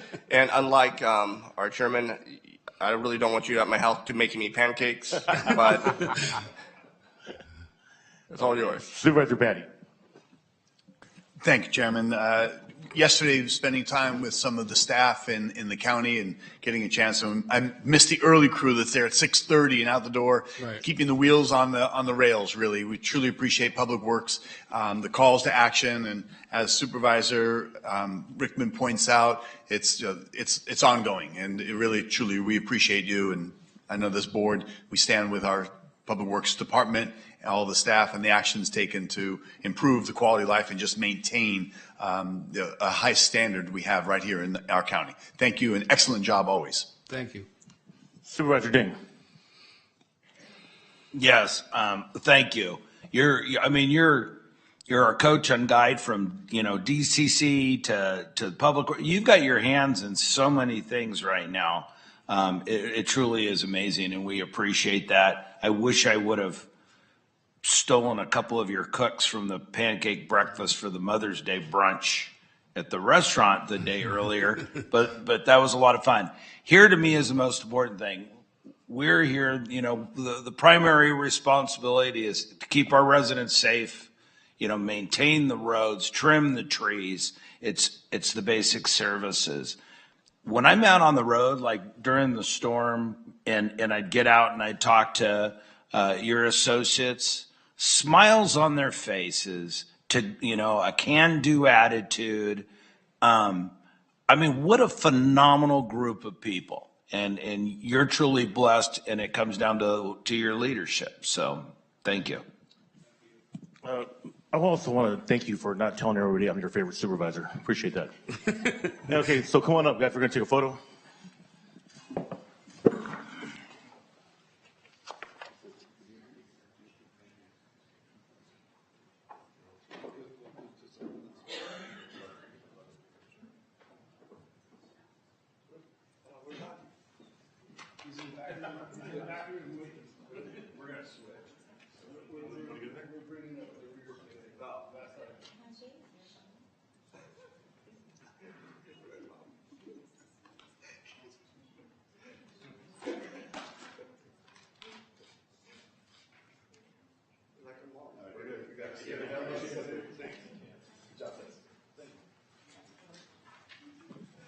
Okay, we have 5 more presentations. Just joking.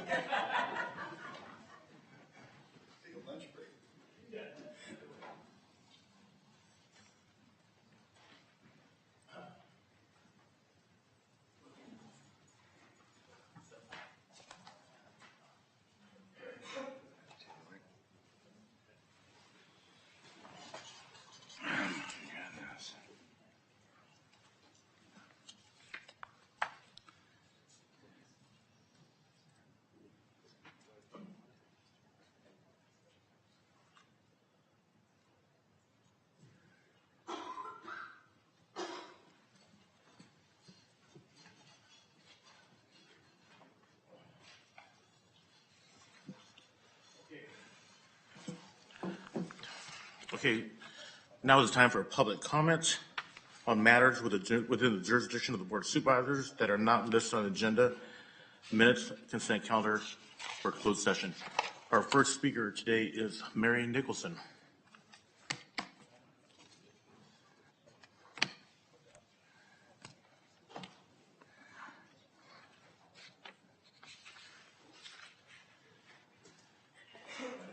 Thank you, Board Board of Supervisors for allowing me to speak. I know I don't have much time, so I'm going to rush through this.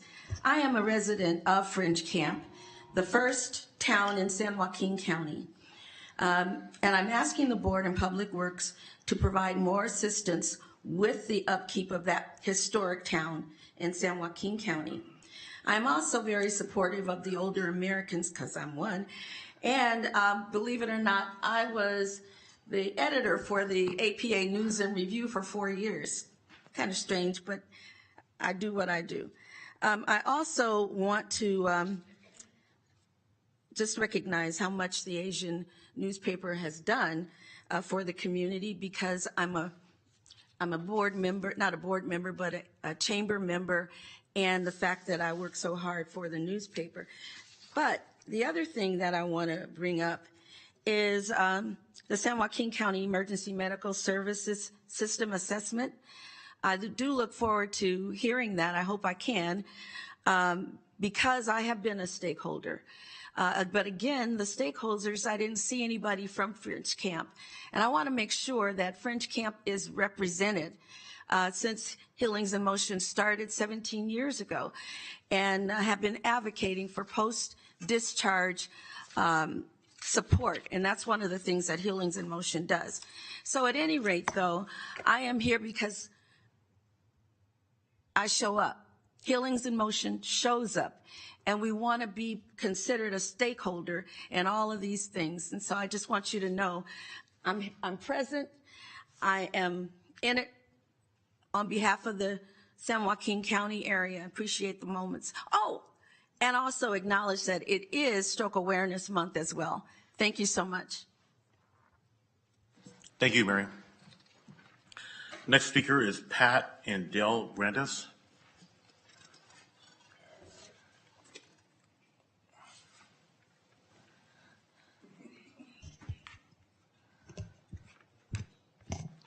Good morning, Supervisor Rickman and Chairman Villaputa and other board members. My name is Pat Brandis. This is my husband, Dale Brandis. We are volunteers with the Tracy Historical Museum and board members of the West Side Pioneer Association of Tracy. The West Side Pioneers manage the Tracy Museum and the historic Lammersville Schoolhouse. On behalf of the West Side Pioneers, we would like to thank Supervisor Rickman and the San Joaquin County Board of Supervisors for supporting our organization's mission by sponsoring the purchase of needed supplies at the Tracy Museum. We will purchase a storage container and bookshelves. The Tracy Historical Museum has limited space, and a container will be used to store materials at our museum site in downtown Tracy. In addition, the bookshelves will be added to our library to accommodate the many reference and historical materials associated with the city of Tracy, San Joaquin County, and other notable historical locations. Thank you for your support.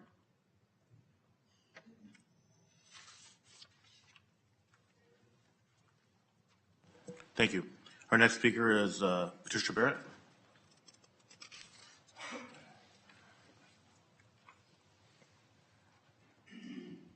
Good morning. I've come out of hibernation. I have been asked to represent the Coalition for Environmental Equity and Economics in opposing the big utility tax passed by the CPUC last week. It is my understanding that the board has considered a resolution supporting a legislative solution, AB 1999, authored by Assemblywoman Irwin and co-authored by 11 other members of the legislature. AB 1999 would cap any fixed rate so that the utilities cannot turn a $25 into a $200 fixed charge, which the monopoly utilities like PG&E has proposed. PG&E had reported 28% in profit the first 3 months of 2024. They'll be okay. Who won't be okay are San Joaquin County ratepayers who are getting ramshackled by PG&E's rate hikes. I am asking this board stand with ratepayers and please make a strong statement to Sacramento ratepayers and bring forward the resolution of the vote for the support of AB 1999. Also, I stand before you to request that the matter of raising the LGBTQ pride flag at our county building in June be placed on our upcoming agenda.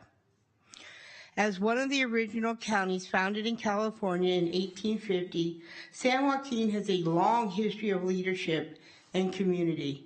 A few years ago, the board made a historic decision to proclaim June as Pride Month and raise the pride flag, affirming our commitment to diversity and inclusive. Placing this on our agenda will allow us to discuss and potentially reaffirm our support for the LGBTQ community, demonstrating that in San Joaquin County, every resident is valued and recognized. Thank you for considering this request to show our community and the wider world that we are committed to inclusivity and respect for all. Okay, I only have 49 seconds, but I just wanted to say something. I wanted to hit the Mental Health Awareness Month. I wear this color because this was my granddaughter's favorite color, seafoam. 3 years ago, my last conversation with her was, Grandma, I want to get back on my medication. And I said, honey, call your therapist up and make an appointment. She called me up a half hour later and said, Grandma, I got an appointment for next week. My granddaughter never made it to that appointment. She took her life, leaving a 3-year-old daughter. And I just say this because the things that we do with involving our mental health residents is so important because our community has such a long-standing reputation with mental health challenged people. 3 months later, my oldest grandson took his life. So it's really important to me with the mental health awareness and the things that our county does do to help support them. Thank you. Thank you. Our next speaker is Molly Watkins.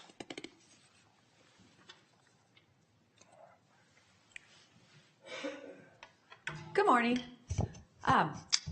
First off, you'll be working on the budget. So when you work on the budget, don't forget that we need to be frugal. And in election office, we need to be frugal and do things that are logical, not just because we need to purchase them. On another note, with agriculture being #1 in our county, and I don't know if you realize this, but San Joaquin County was ranked 7th in the nation out of 3,000 plus counties. 9 of the top 10 are in California, of course. Fresno was #1. We go back and forth with Stanislaus County. So some years we're 8, some years we're 7. This year we're 7. And that's dollar value of crop is how they come to that conclusion.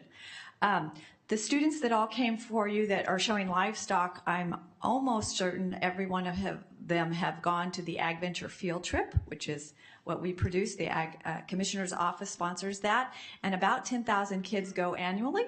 So far, it has been kind of self-funded, sort of, through grants and stuff. So when you're doing the budget process, please don't forget the Ag Department or the Ag Commissioner's Office and how important that is, because these youngsters need to know where their food comes from, not the refrigerator and not the grocery store, and this program helps that. So thank you, gentlemen. Thank you. Our next speaker is Carla Henney.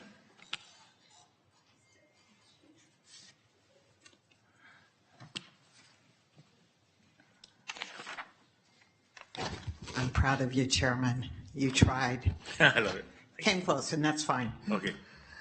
Good morning, Chairman and the board. It's been about a month since I've been here. My name is Carla Huney, and I am a citizen of San Joaquin County. So I've received an update on the Stockton East Water Board special ballot election. I actually FOIA'd to find out how much that costs, because you all need to know. So,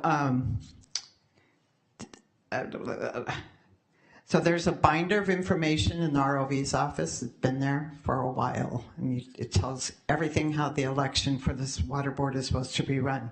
So the Stockton East consists of one district. It has 7 divisions. And each division has one person that represents themselves at the water board. The elections to the board are not all at the same time. They kind of go through cycles. And in the general election of 2022, Division 5 and Division 7 were having the elections. The ROV's office sent the ballots with Division 5 candidates to Division 5 and Division 7 only. So the way that the water board works, all the ballots go out to all the districts. So a special ballot needed to be done.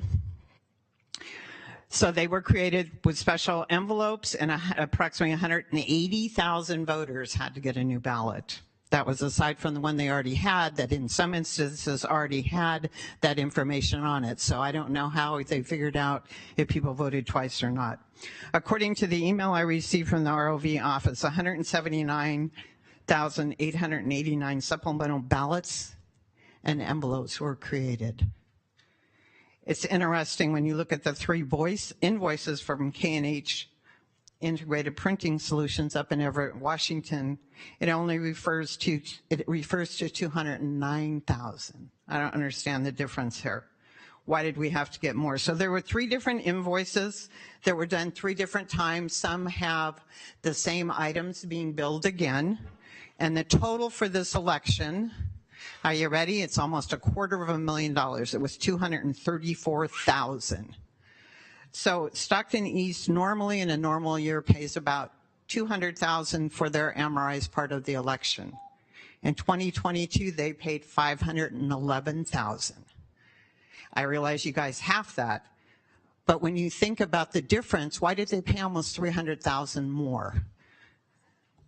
So what my whole point is here, I'm tired of things being wrong, because ultimately, us as taxpayers, and including you, we pay for this, and this needs to stop. Thank you. Thank you. Our next speaker is Lauren Danielle.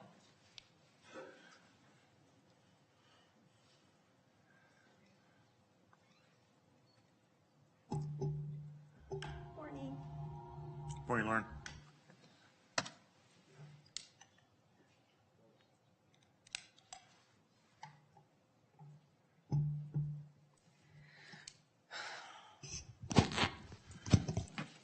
In the name of the Father, and the Son, and the Holy Spirit, amen. Yet they obeyed not, nor inclined their ear, but walked ever on in the imaginations of their evil heart. Therefore I bring upon them all the words of this covenant, which I commanded them to do, but they did not. And the Lord sent unto me a conspiracy I found amongst the men. Last meeting I confirmed to the board's record that a 7-year-old had been murdered by a countermeasure via lethal injection. Instead of saving his life, the barbaric IRH guidelines unjustifiably stripped his parents' ability to attain life-saving treatment.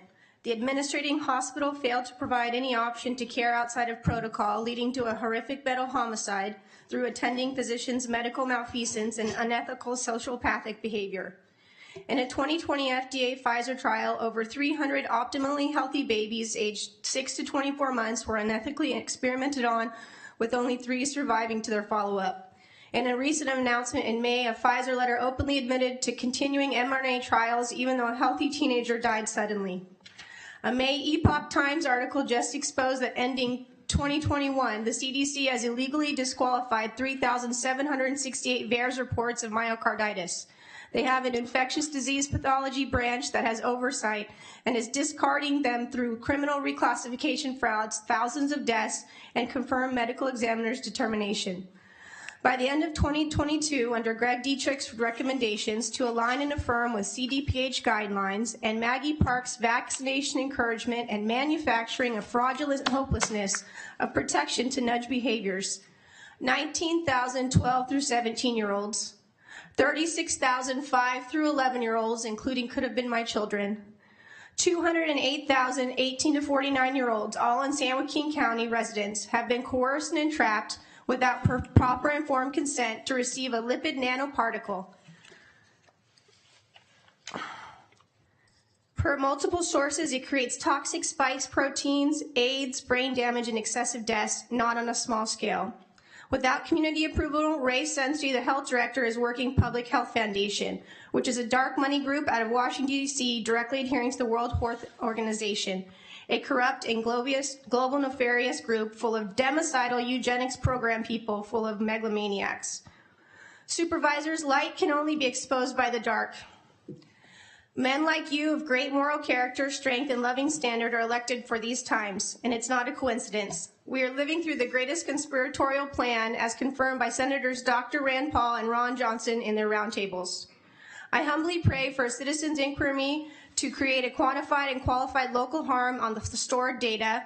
I pray for ARPA funds to finance a pandemic memorial plaza to heal the hearts of the local families that have lost loved ones, injured, stolen, and to memorize in stone these crimes against humanity. Always remember, safe and effective. Thank you very much. Is there anyone else who'd like to address the board? Please come forward.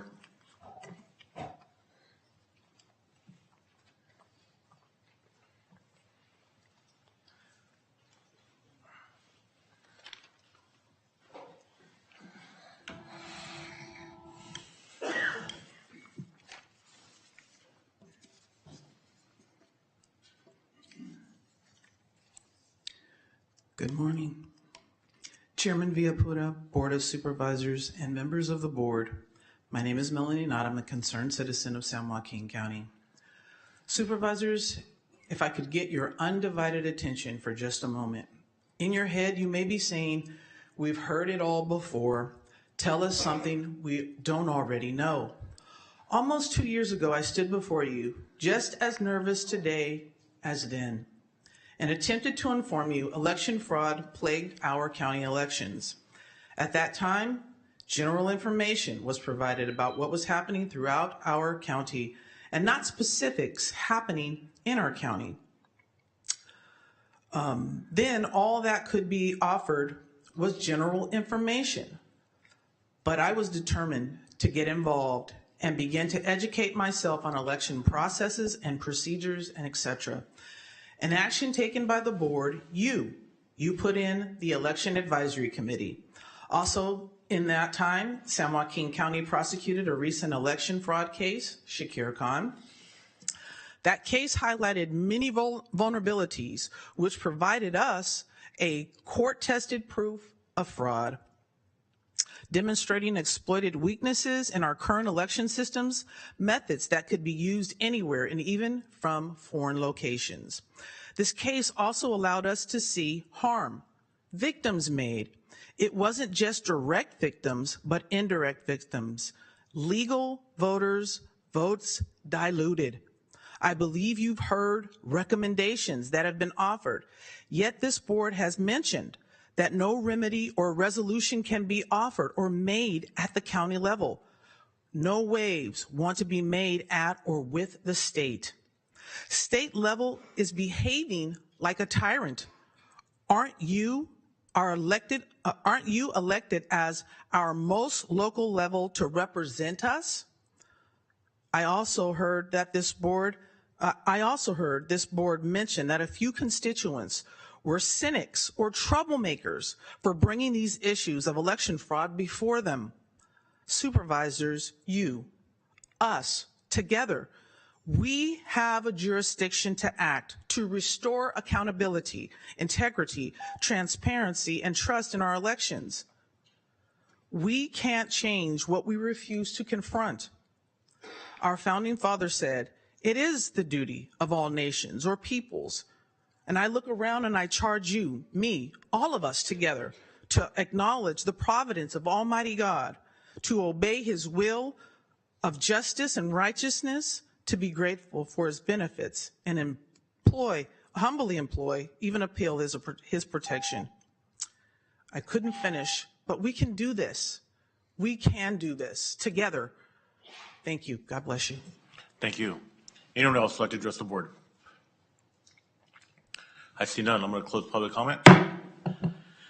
And moving on to the minutes, April 9th, 2024. Chairman, barring any changes, motion to approve. Second. We have a first and a second. We have a vote, please.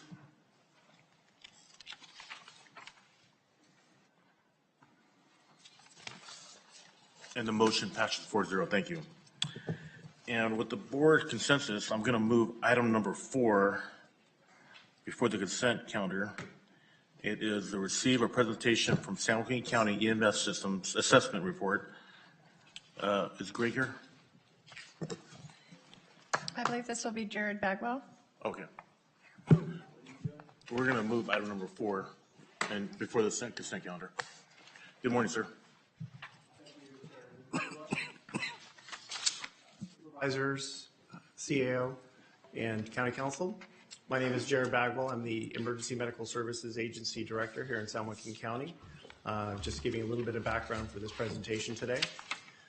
One of the responsibilities of the EMS agency is to designate and establish emergency operating areas and emergency ambulance providers for the county. These agreements last anywhere from 5 to 10 plus years. Our current agreement is set to term out in May of 2026.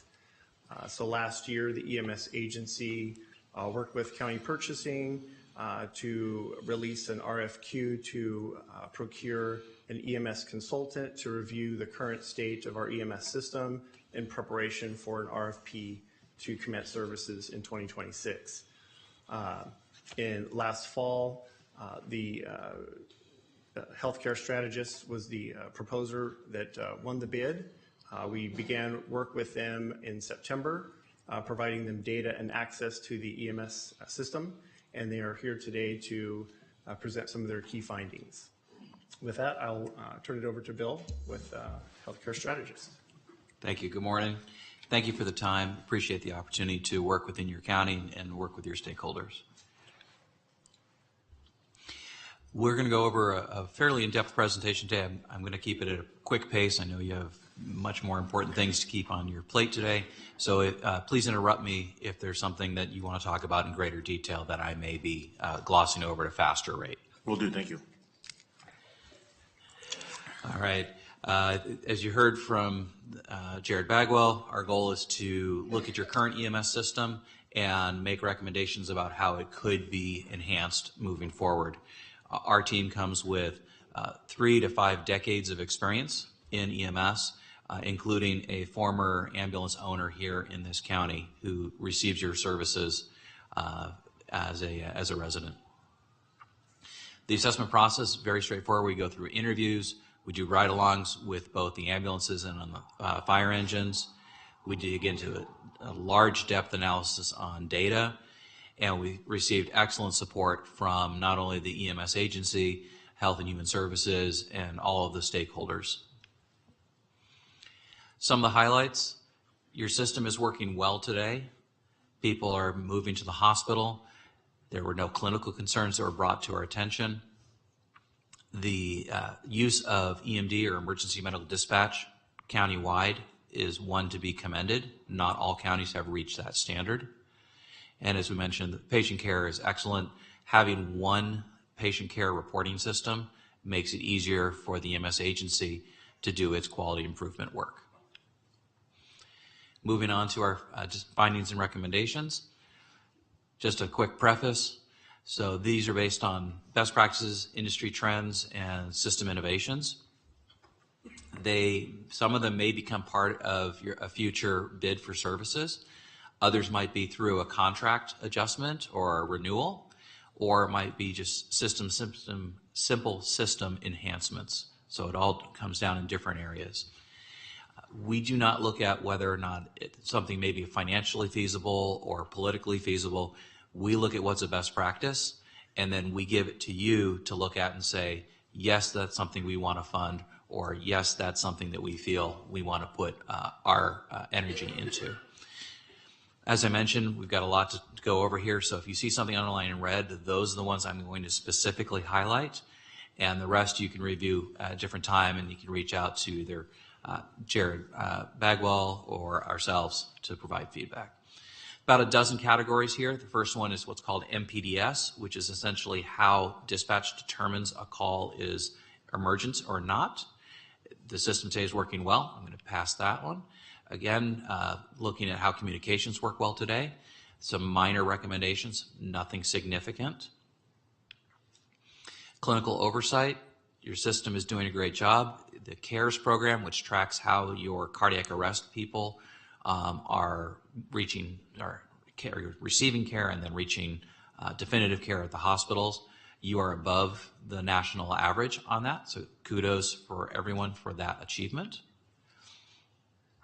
Integration of and use of first responders. From what we saw in the field, we saw excellent communication and excellent cooperation between both teams. The deployment of resources, this is our first area of a finding that had a key recommendation, and that is the Zone 26, which is the southern section of the county, does not receive the as greatest level of service we think it could, because all ambulances start and end their day in the north. And so by prioritizing units starting and ending their days in the south, we cut out a significant amount of downtime that doesn't serve the residents of the community. The recommendation for that also is to consider the better way to serve that area might be its own exclusive operating area just to serve that community. Deployment resources, this is where we look at how exemptions are being used. So that's when there's a challenge, say, due to hospitals being overwhelmed or other opportunities. It's currently, we're seeing it is the number of exemptions seems quite a lot.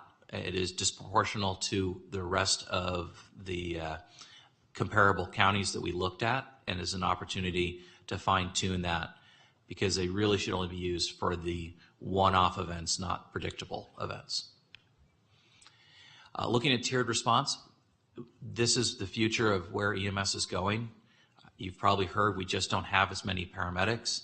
When COVID came along, it closed our EMT schools, it closed our paramedic schools, and it exponentially increased the challenges experienced for both ambulance and fire service to hire people. Never in my history have I seen a fire service offer bonuses, hiring credits to get new applicants. Usually it was 100, 1,000 candidates deep. Supervisor Rickman can attest, probably on the same thing on the law enforcement side. 20 years ago, you had a huge pool, and today you're struggling and competing with your peers. The tiered response offers an opportunity to send EMTs to lower level emergencies or non-emergencies, and using your paramedics for your higher level emergencies. And it's definitely something we want to see moving forward. Just continuing along the tiered response, we want to make sure that when that happens, it is appropriate, that the firefighter paramedics on the fire engines are not having to go in with the EMTs on the BLS ambulances. And so we're suggesting that become part of the continued quality improvement process to ensure when those happen, we understand why, and then we address that, looking at typically the dispatch level and the code that was used to determine the right dispatch to send, the right resources to send. That leads into the auditing of those on a retrospective basis as well. Field management supervision. We've noticed there's some challenges in the zones covered by AMR, and that the need for supervisors isn't always being fulfilled at the level it should be, and also that there's not a current requirement that that supervisor be a paramedic. And so part of what we're saying is in the next agreement, next bid, there should be an opportunity to say a paramedic is the minimum qualification. EMS data performing reports, couple recommendations, nothing key here. Same for ambulance dispatch staffing, nothing significant there. You probably will hear about health information exchange during your time serving as a supervisor. Definitely something we support, and just if you see it, please consider supporting it. The community paramedicine alternate destinations, we just heard somebody talk about that. Absolutely a great thing. There's currently a state bill to try and get insurance carriers to pay for it. And so if that happens, then that will really expand the scope of pre-hospital care to treat people and not require everybody go to a hospital. So please keep an eye on that, and we hopefully will see some good news soon. If you're looking for more detail, there's quite a lot in the report. Behavioral health, this is an excellent example of where we would love to see an opportunity for patients to not go to the emergency department and then spend hours or possibly days before they can get moved to the appropriate psychiatric care facility. And while today you may not have that, tomorrow you could.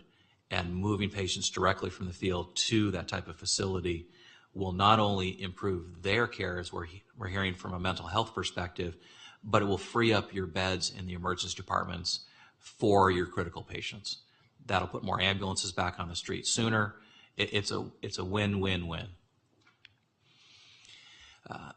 We were asked to look at cost containment strategies. Probably the lowest hanging fruit is the hospital offload times. Through that behavioral health centers, through the ability to get patients to the right place the first time, we can free up those beds so the emergency rooms can take the patients and turn the ambulances back out to the street sooner. Just a quick analysis, it's about $1 million a year looking at the AMR service area, or the equivalent of 12 more ambulance hours a day back on the street if they were not having those discharges challenges. And to be absolutely clear to any of the hospital people in the room, this is not the emergency department's fault. It backs up from the hospital trying to discharge patients, from having available beds at the skilled nursing facilities, to getting everybody's insurance paying for everything. It is a systemic problem. It is not specific to one department or one stakeholder in this process.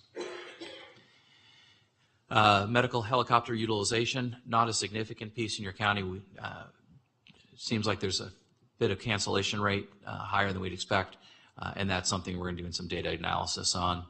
Finishing up, we have other areas that we found of interest. I talked about the patient offload delays as an area for cost savings, and we'll highlight that again. And we want to see that the offload delays we should also be looking at making sure the hospitals, the crews are getting back into service once they've turned the patient over. There was a couple of questions on a transfer of care policy that we recommend be looked at by County Council to ensure that they are compliant with other competing laws like EMTALA, to make sure that there's no contradiction in that area. Currently right now, the use of non-emergency ambulances for moving patients to and from hospitals is one that is regulated within the exclusive operating area. And there are providers in this area that would like to provide that and are not. And we're recommending that you consider allowing the ALS interfacility, or IFT and CCT, to be any permitted provider in the county, not just exclusive to one provider. And that will give the hospitals more opportunity when they need to move a patient.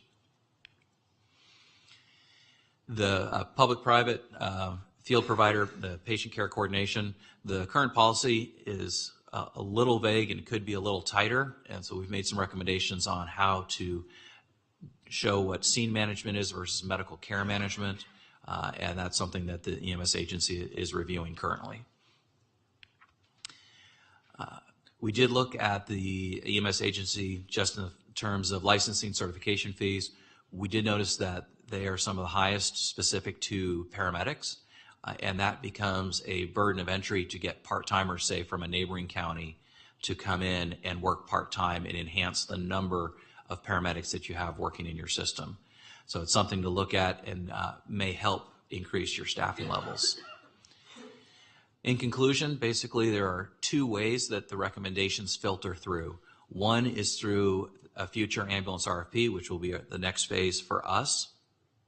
The second will be Jared and his team working with Health and Human Services to determine improvements in the overall system that really have no bearing on who the provider is, but are just good for the citizens and the residents and the visitors to your community. And with that, I will turn it back over to the supervisor for questions. Thank you very much. Any questions from the board? Supervisor Rickman. Thank you, Chairman. And thank you both for coming over here today or this morning. Appreciate it. Very informative. Now, you're talking about deployment of ambulance to South County, or that X26. Can you tell me a little bit about that? A little bit more? And you have any more detail? Response times and so on? Sure. So the current system, when an ambulance comes on duty with that provider, is it happens in this area, and then the ambulance drives to the South County to serve the community. Then when the ambulance is done, usually half an hour to 45 minutes prior to the end of shift, they are then out of service, driving back up to here. By having that ambulance start its stay and end its stay in the Tracy area, you add an hour or more per day of available time for that unit. So at a simplistic level, and I'll turn over to Jared for. Well, before we get to Yeah, our sure. county employees, how many do you look into how many ambulances are available in this South County from Tracy to Mountain House at any given time? As you probably know, it fluctuates throughout the day. It can be 2 or 3. It can drop down to as low as 1 or even 0 if there's extremely significant demand on the community. So it is a variable target throughout a service area. Jared? The response times, if you look at our compliance charts that we post on our website, the 90th percentile, et cetera, are broken down by zone, so you can see some. If you look at all of the other zones, some of the 90th percentile response times in Tracy were a bit longer than all the other zones. So that was indicative of longer response times in that area overall. And to the posting side of it, that is a county system. So the less ambulances, the further dispersed they are. So changes in system status management policy can be done on the fly by the provider. They have recently made some changes and prioritized South County with some positive results. We've seen in this early spring, those X26 90th percentile response times actually come down. But it is kind of a rob Peter to pay Paul because just the wide geography to cover. So that's what we see in the data now. How do you fix that? Well, one of the recommendations was to carve out maybe smaller areas rather than have a larger area. There's more analysis on where you put the ambulances, having more ambulances in the system because of better efficiency in the APOD, turning them over in the ED. Those are all things that can help. I can just feel my blood pressure just rising. The reason being, and Mr. Diedrich knows this very well, when I was mayor, we had this fight back then in, the mayor or the city against the county, and we ended up, coming on top. And then we had to end up going, the county still wouldn't work with us. We had to end up going to the state and changing state law to get things accomplished. But, I've been talking about it since, 2017, so, and what is it, almost 7 years now, about South County not having adequate response. And it even today, during this report, it's the same exact thing, and all I hear is excuses. And, you can give me excuses all you want, and again, this isn't directed toward you by any means, but, we have a city of Tracy, for example, we have an approximate population, I'm just going to round it up to 100,000. Then we have Mountain House with a population of approximately 30,000, and they're going to be their own cities. So we have two cities that with approximately 130,000 people, and there are times when there is an ambulance in the area or the response time is delayed because of what you were saying. Now, do you think that's okay? So if I call 911 or, any of my residents, my constituents call 911, shouldn't they have a resource there in an adequate amount of time compared to like other cities? Of course, that's our whole mission here. And objectively, all objective data still suggests that even despite some of these, issues we have in our EMS system, all EMS systems suffer from similar issues. And all objective measures, we're still providing a very good service. There's a response immediately sent to every call. So it's, the perception of delays, there's a lot of people, like we had mentioned before, when somebody calls an ambulance, they want it now. And even 5, 6, 7 minutes seems like an eternity. Well, it is if you're having a heart attack or, if you're having some kind of life-saving, hey, I've been there, I've seen it. And what's the deal now is the city of Tracy, or I shouldn't say city of Tracy, South County Fire, are they providing an ambulance or something like that? They are not currently, but they are in discussions with the current provider for a surge ambulance. It's basically a subcontract. So if they can work out an agreement and it's approved, Tracy would staff an ambulance and dispatch as closest ambulance if the current provider was unable to, their ETA was longer. And then I just want to, I'm Dr. Schaefer, so I know a few of you, but I haven't always been seeing him. Often actually work in the hospitals. I work locally actually at St. Joseph's and Tracy now. So I do know how bad or how much the population's grown in that area. So we've been trying to work towards creative solutions for it within the current contract, including with South County Fire Authority. And AMR has increased the staffing to that area, and we have started to see improvement. But part of the discussion, even before our RFP, has been that, when the original RFP came out, the old RFP, the current one we're in, came out, there was a lot different population, and now that whole area has really exploded and continues to explode. You've got all the developments, Mount House, Lathrop, and in Tracy. So one of the goals that I have is making sure that we identify the population differences that we now have, and whether it's carving out an exclusive EOA or acknowledging that's a different area that has to meet specific time criterias within one provider is something that is important to me, and that we're going to make sure is happening. We are actively trying in order to make changes until we can get the next RFP in place. But that is something that we as an office recognize is the difference in population. I mean, again, and I work at Sutter Tracy now, I know the difference is a 14-bed ED, and our volumes are skyrocketing because it was really built for a smaller population that has now increased. So we understand that, and that is one of the goals, to make sure that we reflect those populations within the next RFP. Yeah, I don't care, how it's done, or, I just want service. I want reliable service. I want to be able to use 911 or somebody use 911 to have an ambulance there. You hear, like in the report, unloading at the hospital, whatever. Well, that's fine. It should, backfill it. That's what fire does. That's what law enforcement does, right? You backfill when you have an availability, or you call somebody in if there's no ambulances out there. To me, it's kind of common sense. And I think this board is, if you watch in the last couple of years, public safety is our top priority.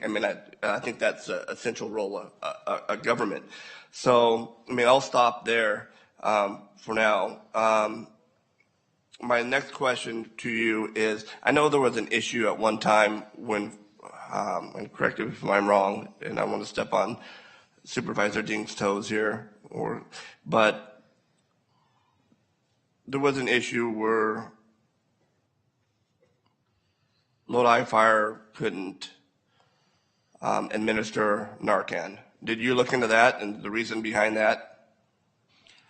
That's new to us. We did not hear that during the talking with the stakeholders. And I will say that as a fire chief, I experienced that delay. I watched the sheriff's office for my service area provide Narcan before I could provide it, which I thought was ludicrous. Right. And as far as I knew, that has been completely rectified to the level that CDPH now actually sends it to us for free whenever we want it. But it's just, how do we get to that point? I can provide background on that. So this issue has been discussed already. Right, it has. So, and it still bugs me. Well, let me explain. There was never a prevention of allowing a provider to administer Narcan. We've seen over the last decade, the use of Narcan has changed. It used to require a prescription, or you used to have special training or certifications. That's completely different now. Years ago, there was an opt-in for optional skills. At the time, Narcan was an optional skill. So rather than mandate everyone to use it, it was an optional skill that each district was able to choose whether or not they wanted that option or not. So it was the district's choice. So them not having it was a choice to not sign up for those enhanced skills. It was more of an opt-in that has also since been rectified and been mandated. But in order to opt in, they would have to. They had to sign an agreement right. that they were following the protocols and policies of that expanded scope. So at the time, that was standard. At the time, but now it's right now it is. But so I'm just saying, back to, I guess, just because they wouldn't sign an agreement, you wouldn't give them Narcan, even though like the PD and stuff could do it. I mean, do you think? I mean, hopefully those issues aren't.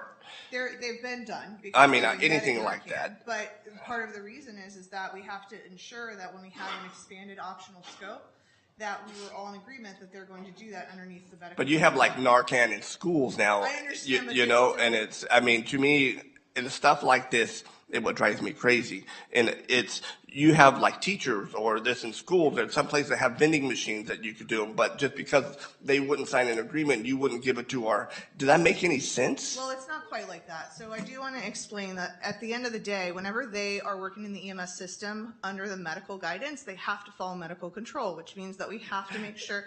I understand what you're saying, but this is the regs and this is the law. Yeah, well, it's. And so I understand. I mean, we've been to the court through all this stuff, and this is where the bureaucracy drives me crazy, and it's because of protocol or because of EMS, whatever it may be. But people can die because of the bureaucracy. I don't know if it happened or not, but I'll end it at that. And if there's, hopefully those issues have been resolved. If not, then this board needs to know. And I mean, I think I might have talked to you about when this whole thing. They have already been resolved for over a Right. year. But I do want to add one other thing just to understand to let everyone have some ease.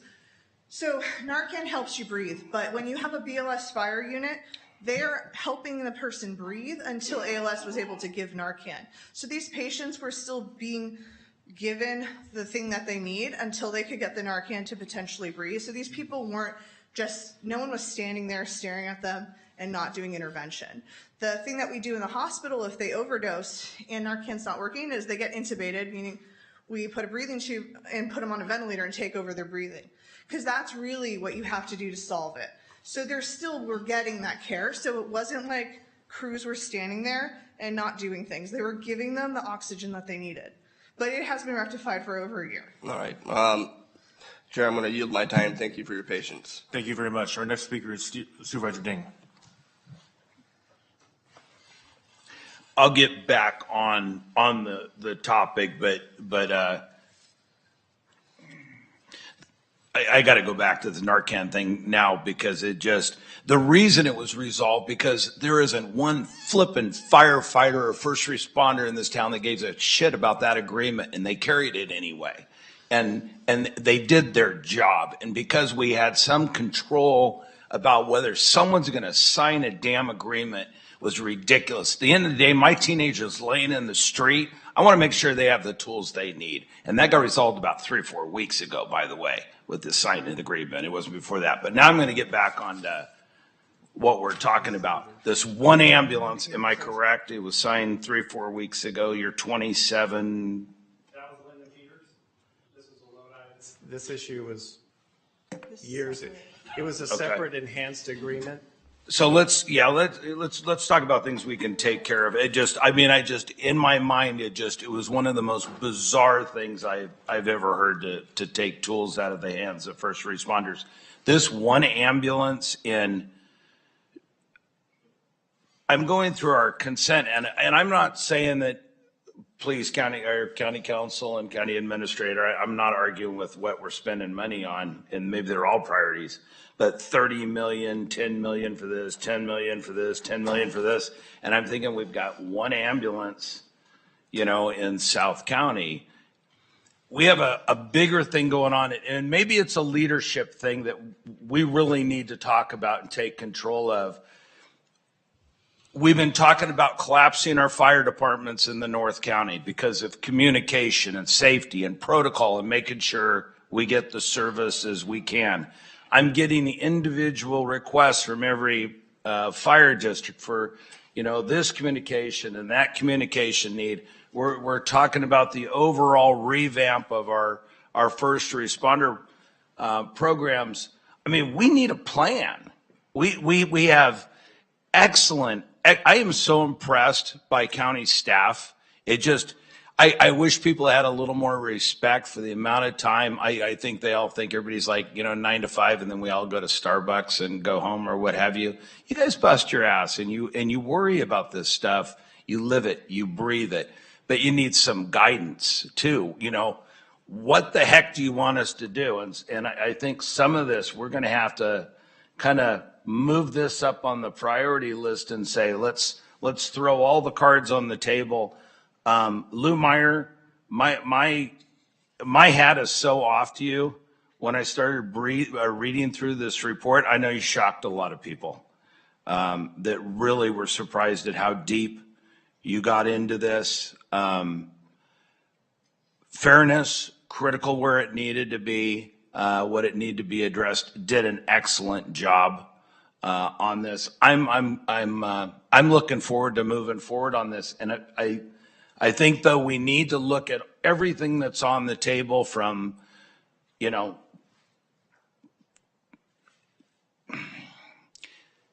I don't want to bring up problems that don't exist yet. You know, fire personnel in ambulances, paramedics in fire departments, collapsing the fire districts, communications, ambulances in South County. We need an overall plan.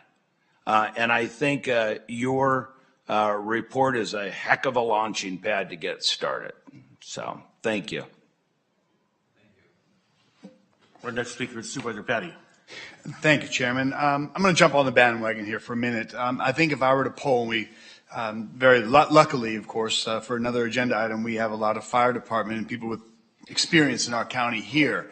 And if I were to ask them, and I'm not going to, if I were to ask them, raise your hand if you think that San Joaquin County has been a good partner, and raise your hand if you like the partnership. I would really bet that we're not going to get any hands to be raised. And we said, do you think San Joaquin County could have been a better partner with the fire departments? I would guarantee every single one of them raise their hand right here and now.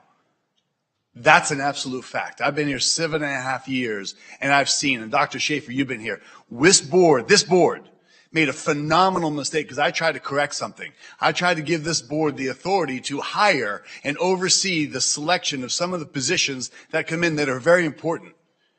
And we've had a dramatic failure. It was bizarre to me that we had the fire department that were requesting automated CPR, I guess CPR, whatever it's called, where you're doing CPR machines, and we were holding back.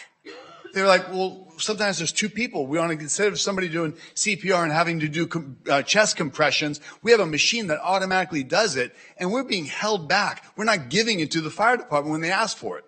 Same thing with Norcan. Same thing with a multitude of things. So as we proceed going forward, and this is a phenomenal report, and I believe it has been inclusive to look at and review, but I would just have to say, we have dramatically failed to be good partners with our fire department. Straight to kind of make it clear. So Ribbon Fire has had a CPR device for years and years and years for compressions. And actually we put the funding in to get every single engine to have the CPR Lucas device. And I've been pro CPR Lucas device for years and years and years since before I even became an attending physician when I was still in residency. But we actually have that on every single engine. We made sure that through COVID, we were able to get the funds for it so that we didn't have to put that onus on the fire department.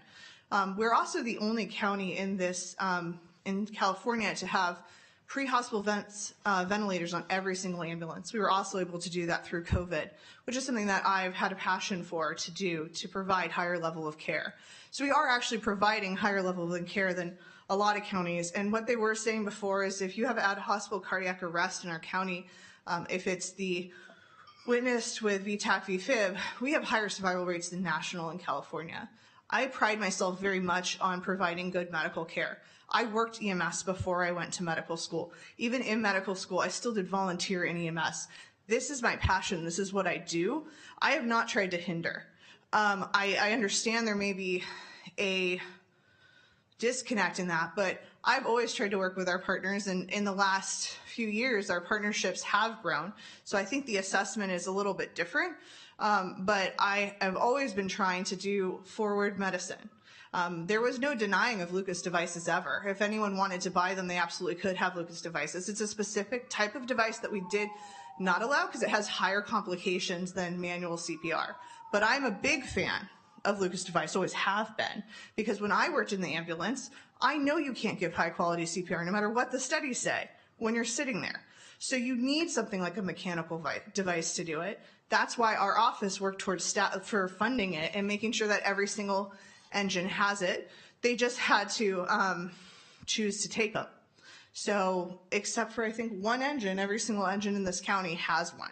Okay. So I just Thank you, want Dr. to set the Shaver. So record we for can move forward. We have a report coming in. Not to cut you off, but I do appreciate you setting the record straight from your perspective. If I were to talk to the fire departments, I don't think they share the same perspective equally. So for some particular reason, it was brought to my attention on several things. And you've heard from supervisors talk about the NORCAN. So there is a level of disconnect. There is a level of where I feel as though we need to perform better to be responsive to the first responders that are there, that have a legacy of experience, much more so serving the community than I ever will.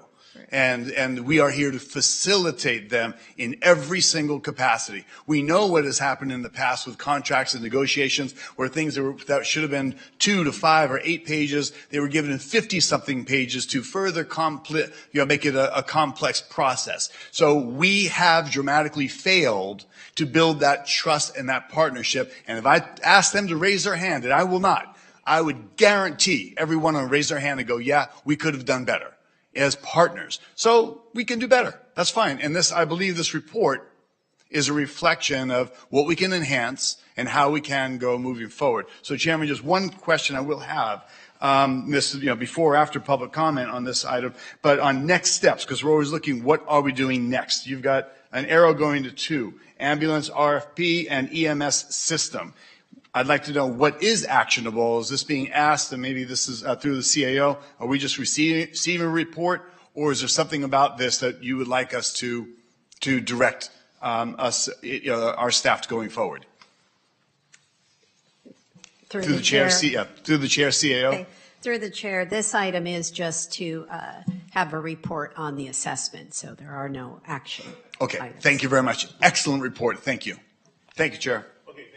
Thank you. I just have one question. Has the EMS agency evaluated community paramedicine or triage to alternate destinations? Good question. It's something that It's something that we definitely recommend, and it cannot be part of an ambulance RFP process. So it cannot be a required element per the state. That's a whole nother question about whether state has the ability to say that can or can't be in there. For the moment, they won't approve an RFP and the exclusive status with that component. So the state, the counties 10 years ago had an opportunity to do pilot projects, and actually Lou Meyer ran that for the state of California for 10 years. So I'm going to defer to Lou on this question because he can explain it better. Yeah, and Bill's correct that he used the word state, but there's a state law that specifically states, and it's Assembly Bill 1544, specifically states that the community paramedicine program cannot be used in the scoring of a ambulance RFP, and that was put in by the first responders at the time. So that's still there. But there are other ways to look at getting community paramedicine programs in your community rather than just putting them into the RFP and stating community paramedicine. There's innovations that you can use to get to where you need to go. And I think this county, needs to seriously look at that. Okay. Go ahead. I'm sorry, Chair. To Supervisor Ding's point, if you want to look at an area to improve the care of your community, it's going to be, as we talked about, the behavioral health piece, as we very eloquently heard today, and community paramedicine pushes the care to the people, and that is going to make the most fundamental changes. The most expensive thing we can do is ignore an illness until it becomes an acute issue, and then it goes to Dr. Schaefer's emergency department. If we can deal with it 3, 4, 5 days in advance and the ear infection doesn't become something that requires a hospital stay, we save millions of dollars and the community gets the care they need right up front. So if you're looking for an area, it's going to be that in the behavioral health and in that community paramedicine, and hopefully this new Senate bill will require the insurance carriers start reimbursing for it, because that's the issue right now. There's no money in it, so that there's no incentive to not transport the person to a hospital. Chair. Thank you so much. Supervisor, did you I have you on my. Just a follow-up. And thank you. You know, you're absolutely 100% correct. But now we got to put the team together to put all these pieces together so we're not just talking about it, we actually do something about it. And one of the frustrations that I relayed to the county administrator here a couple of weeks ago, because I was yelling at her about something that evidently isn't under her control. We still have departments, sub-departments, whatever, that report to us. Some report to the county administrator, what have you. I really need, I need a chart on all of this. And it's kind of like the agreement I was talking about on the Narcan, I believe was yourself and Greg Dietrich. What's it called? The 527 or what was the thing you guys were arguing about a month ago? You mean? One of the firemen want to help me out here? The 201 agreement. You know, to me, and you guys might all be right, but sitting up here and all I give a cushy darn about is making sure there's service, and I've got bureaucrats arguing with people about a piece of paper. It doesn't pass. At the end of the day, though, I need to know on our county team, who's in charge and who's responsible for what? What are Greg Dietrich's priority? I mean, what exactly does he do, you know, in making a decision? What exactly do you do? Who reports to you? That would really help so that when we start talking about first responders and fire departments and everything else, we need to know who our team is on the field so we can start doing some reorganizing, in my opinion. I want to tail off your question about the community paramedics. We have looked into it a little bit. It is quite expensive and funding becomes an issue. But to tail on the mental health, I will tell you that the best reduction is if we could, I know we can't make beds out of nowhere, but if we put effort, I know that they're building a pediatric mental health facility, but if we could have more beds for mental health, that would offload the emergency department, which would get people free to like take care of other patients. The most out of all the different types of community paramedicine would be getting beds. So I just want to tail on the mental health month.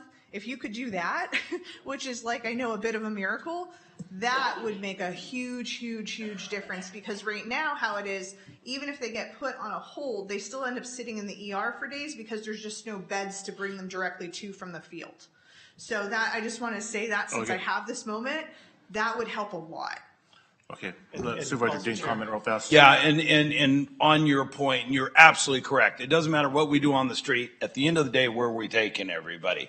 So federally, there's a cap on the amount of beds for reimbursement at 16 beds in a mental health facility. We were all back in D.C. last week. I had put a bill together to drop in Congress to raise that cap or eliminate the cap. I really wasn't getting much traction there until I got Grace Napolitano from Southern California introduced the bill. It's just amazing to me how many people are afraid to sign on to that bill for ramifications.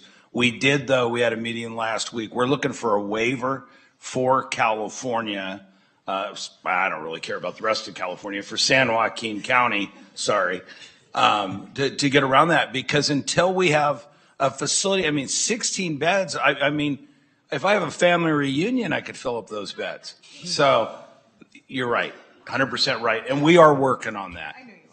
And Chair, to your point about community paramedicine, we lack the infrastructure right now. We are entertaining alternative destinations, but there's just nowhere to take them right now. And the funding, that legislation is just now catching up with that. So in the next year or two, with the Be Well campus and other facilities, we'll have the opportunity to be able to establish a community paramedic program. But we're a little bit behind with the infrastructure. No problem. Thank you for answering it, though. CAO Regallo? Yes, thank you. Through the chair, Supervisor Ding, I just wanted to reply to your comment or question. I understand and I hear what you would like to see, and I believe you just like to see, especially with our bigger agencies that have multiple divisions underneath, what does that look like? Who's in charge of that? And I will provide you that and all the board if they like for all of the departments. In your spare time. Through the chair, the Yes. Health and Safety Code defines the agency's responsibility, the stand-up of the agency back in the 80s. So it's a little bit different where some of that state delegated authorities versus the county. I think that's what you're getting at is, what is the county, what is the EMS agency? Common question. But a lot of the agreements are done through the agency versus through the board. If there's no financial impact or because the regulations come from the state to the agency and to the provider. That's how it currently works. So that is seen as bureaucratic, but that's the law. Okay, I just had one more question. Has the EMS agency engaged AMR to address ALS interfacility transports and their impact on 911 system as it relates to response times? I don't think we put it in those terms, but we certainly were looking at whether the 90 percentile was being met or not met for the 911 response times. And if there was a decision by any provider to pull units out of the 911 availability to service the ALS interfacility to the detriment of 911, that's certainly a concern. One of the ways that ALS IFT is used is when a patient arrives at a hospital that doesn't have that level of service. So let's say it's somebody that's having a stroke or having a heart attack and that facility cannot accommodate them. That actually is, we consider that one of the most life-threatening emergencies, and we actually recommend that 911 units take a patient from that lower level of care to the place where they can have the stent put in, where they can have the craniotomy to relieve that tension in the brain or other type of intervention. So ALS interfacility is typically not a routine practice for moving patients requiring repatriation to a Kaiser or to a Sutter facility. It is more likely to be used in somebody that has a medical professional who said, this patient will die if I don't get them to the higher level of care they need. And so it would not be a surprise to me to see ALS IFT for those type of cases being prioritized within the 911 system. Great, thank you very much. Sure. At this time, I'm going to open public. Are there no other questions from the board? Okay, I'm going to do public comment. Anyone else like to come forward and ask a question to the board or someone? Please state your name. Good morning. My name is Dr. Sherry Coburn. I'm the board chair for Ripon Consolidated Fire District, and it's difficult.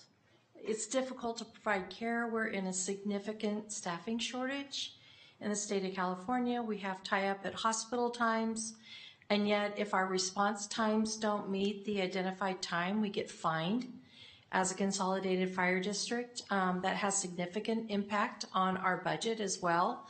I appreciate the collaboration with Jared and the EMS agency, but I just wonder why we, as a first response entity, is getting fined when we know that there are significant shortages, hospital tie-ups, the complexity of patients.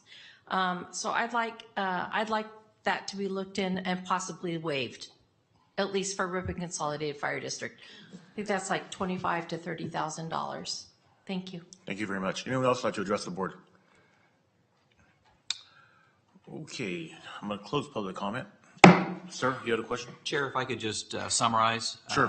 I just wanted to share a couple things that weren't highlighted in the proposal, but were mentioned briefly, was that the collaboration between the first responders, the ambulance providers, and the EMS agency was markedly better than with its prior leadership. So to Supervisor Patty's point, it may not be perfect, but we got a lot of positive comments from the stakeholders about the direction that it's headed.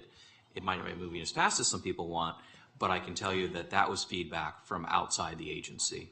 I wanted to share that as well. And then to Supervisor Ding's point, the 201 question is probably one of the most contentious going on in the state, and the county EMS agencies are stuck in a bind because they don't get to say what's a 201 or not. The state says it, and they have to live with that. And the county EMS agencies, they still can treat it like a 201 until somebody chooses to challenge it. So unfortunately, the EMS agencies have multiple bosses, you and the state, each telling them what they think is the correct thing to do.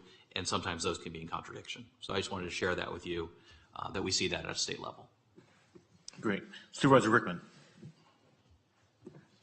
Thank you, Chairman. And again, thank you very much for a very thorough report. I've been looking forward to reading it, and it didn't disappoint. So, thank you. But the bottom line is, there needs to be, or there has to be, accountability. Period. We can talk about, some folks can argumentative, some can defensive, but at the end of the day, it needs to be fixed. My issue that I've been having in my district, it's been going on for, almost 7 years now, and there's still an issue. And I don't want to hear excuses. Get it done. If you can't get it fixed, we'll find somebody who will get it fixed. It's that simple. People's lives are on the line. And, you can come up here and give me stats and tell me why, there isn't an ambulance, or, why there is or the response time is, higher than the rest portion of the county. Don't care. I want it fixed. And there has to be a solution. And, this board, and I think you heard us all, and we're going to start holding people, or we have been holding people accountable. There will be accountability, period. And if there is an issue, and, especially, and I can only speak on my district, but if there is issues that are coming up, it better be brought to my attention ASAP. So I can get involved to resolve it. I don't think you want this board to micromanage your day-to-day operations. That simple.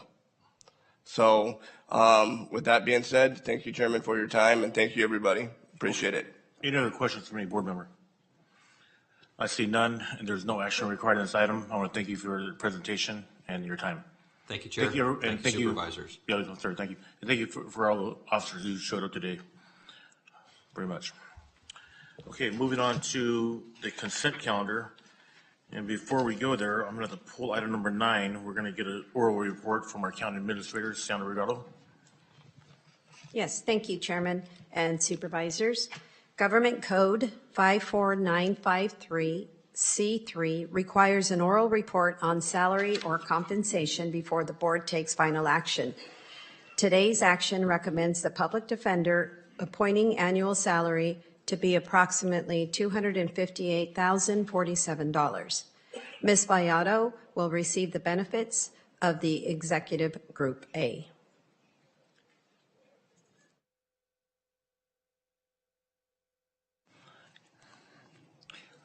Please. Thank you. Thank you, Chairman and members of the Board of Supervisors. I don't want to take up a lot of your time. I know we're getting close to the lunch hour. I just wanted to say thank you very much for this appointment. Thank you for giving me the opportunity to represent all of those in this county who need legal representation and cannot afford it. Thank you for allowing me to be the voice of those who have been hurt for so long. And thank you for allowing me to represent the wonderful staff, colleagues, and friends at the Public Defender's Office. I am grateful, and I will work every day to make you proud and make you happy to come to work every day. Thank you all. Well, we just want to say thank you. Congratulations. You're going to do a wonderful job. I'm sure other supervisors would like to comment. Supervisor Petty? We're looking forward to your leadership in the Public Defender's Office, and the community and many citizens depend on you all. So thank you and congratulations. Supervisor Ding? Thank you. So my sons, Stephen and Connor, asked me, how did you choose who you wanted to be for your position? And I said, if I was the victim, who did I not want to see on the other side? And it would be you, because it has to be a balanced system. And if it was me that was being defended, it'd be you. So you're passionate about your position. I might not always like what you're going to do, but I think you're the right person for the job. So thank you for your service. Thank you, Supervisor. Supervisor Rickman? Thank you, Chairman. Congratulations. Hey, we interviewed you, excuse me. You are the best person for the job. You're very high qualified. And looking forward to seeing what you bring to the Public Defender's Office. And, it is such an important role that, you stepped into. And, nothing more important than protecting people's, constitutional rights and rights. So, good luck, and please, let this board know what you need. Thank you. I look forward to working with you all. All right, thank you. Thank you.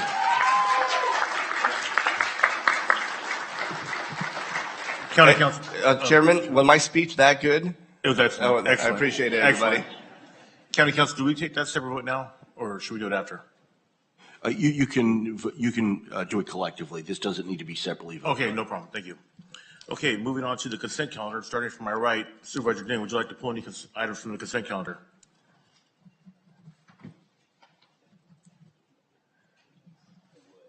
Great.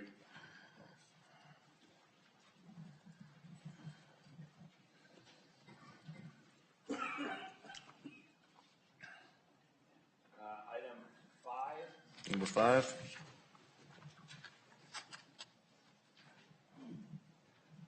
That it? I think so. Yes. Okay, I'm going to pull item number 3. Supervisor Patty. Thank you, Chair. I'm going to pull 12, 13, 15 through 18. Go away. Got it. Supervisor Rickman. Just 6. Number 6. Okay, starting with District 1, item number 3, and is approve a one-time minimum donation of $5,000 from each supervisor district discretionary funds to the San Joaquin County Sheriff Foundation District, creation of the Fallen Heroes Memorial Monument. It's my understanding we're all going to give $5,000. Is that correct? I just wanted to. There's no limit, so I decided I wanted to give $10,000. And so with your just to let you guys know. Is that okay with County Council? I can give you $10,000. I would, yes, you just need to make a motion to amend the amount that you would be contributing to be 10,000. Okay, I'd like to amend the motion. I'd like to make it amendment and make a motion. I'm going to give 10,000, and the rest of you are going to give 5,000. Is that correct? I would like to do 10,001. I love it. Noted. It's noted. Okay, 10 from Supervisor Patty, and I think we're good. So we got 10,001 from Supervisor Rickman, 10,000 from Supervisor Patty, and 10,000 from Supervisor Villaputua. Supervisor Rickman, you're good with 5,000, correct? Well, being in business, I've got to consult on how much money I have before I just start throwing dollar amounts around. I can always do it next meeting. I can always add to it. Okay, great. So that's correct. So, Chairman, your motion is to incorporate the 10,001, the 10,000, and 10,000. Is that correct? Was that you want 10,001? I want to be more than chairman, so 10,000. 10,005. It's on record. Okay, so we're good there. So do you need a separate vote for that? Hold on. I'm. Nicole, can we do the 10? Yeah, if I may, through the chair. Okay. Yes. Supervisor Ding, in the board letter, it does say, so District 4 has, yes, you have plenty if you would like. Okay. So we'll do 10 also. Okay, great. And Supervisor Patty, you'd like to speak on this? Thank you, Chairman. I know that there's, for every $7,500, there's going to be a statue, which would be, commemorate the donation and the recognition. I would just suggest that to the Sheriff's Department, we can use those, take those statues, and they can be on loan from the county wherever they might be placed in perpetuity. They're certainly not going to be part of, our offices, exclusively. So that was my thought on that. Okay, well, great. Thank you. Do we need a separate vote for this? Not necessarily, but I think we need to firm up the motion. Is it to include 10,000 from all supervisors? Yes. 10,001 from Supervisor Rickman? Is that okay? So it 10,000 sounds like fine. So yeah. It sounds like the proposed amendment would be to have each of the supervisors contribute $10,000, and if that's the motion, then we would need a second. And I suppose we could just take care of this item now and separately vote. Okay, I'll make an amendment and change the motion to each supervisor $10,000, and I'll make that motion. Second. And first and second, we have a vote, please. So I have the second is Supervisor Ding, is that correct? And I'm sorry not to prolong this any longer, but Supervisor Canepa is not here today. Yeah, well, I'm sure he'll include it next. So you need a 4/5 vote. right? No, just because the motion is being made for all supervisors to donate 10,000. No, I'll make the motion. He's not here for, to weigh in. You're right, us four, and then Supervisor Campbell can weigh in when he returns. Okay, thank you. Thank you for clarifying. And we have a first and a second. We have a vote. And that motion passes 4-0. Moving on to item number 4 from District 4. Approve the use of Supervisor District 1 funds for Bread of Life, $10,000, Kelly's Angels, $2,500, Misty Holt Senior Memorial Golf Tournament, $2,500, and Dome of Hope for $2,000. Supervisor Ding. Did I pull the wrong one? What number are you talking about? You said you pulled number, you pulled number 5. I'm so sorry. Oh, okay. I don't know why I said that. Approve the use of $20,000 from Supervisor District 4 funds for the Lodi Boys and Girls Club, empowering Lodi's youth program. Yes, thank you, Mr. Chairman. So the Lodi Boys and Girls Club, it has been such an exceptional experience there. They're servicing over 500, well, almost 500 students right now. We're actually working on a transportation plan right now, hopefully with some of our bus companies that have empty spaces so we can figure out how to get kids from the school over to the Lodi Boys and Girls Club so they're not, at home or doing things they shouldn't be doing. Their summer programs, youth programs are exceptional. The staff has just knocked me off my feet over there. So this is actually going to go to summer, supplies and so forth for all their projects to the summer. And I'd appreciate your support. On to item number, Supervisor Rickman, item number 6, is that correct? Yes, Chairman. Approve the use of $13,200 from Supervisor District 5 funds for West Side Pioneer Association of Tracy Incorporated storage needs. Supervisor Rickman. Thank you, Chairman. I know West Pioneer was here. I think they left. So I just wanted to say, thank them for coming here, and it's, my pleasure to be able to help out. That was it. Thank you, Chair. Thank you. The next is item number 12. OES delegate authority to the District Director of Emergency Service Operations to enter into memorandums of understanding between the San Joaquin County Office of Emergency Services and local reclamation districts for flood fight containers and supplies. Supervisor Patty. Thank you, Chair. Do we have our OES Director still here? Yes. And this is in no way, shape, or form to scrutinize. This is to share. You've been on the job now for several months. We're thrilled to have brought you on board as our Director for Office of Emergency Services. So this is just one of those victory laps. Share us a little bit about what you've put into place in motion and the partnership you have. Sure. No, thank you very much. This is really an opportunity for us to formalize some handshake agreements that we've had in the past. As you know, county or OES, we deploy flood fight containers throughout the county to the different reclamation districts should they need them in times of disaster or flooding. These particular MOUs will formalize that agreement. We can place these containers throughout the county. They will be responsible for maintaining them. They will also be responsible for restocking them should they have to use some of the equipment that's placed into these containers.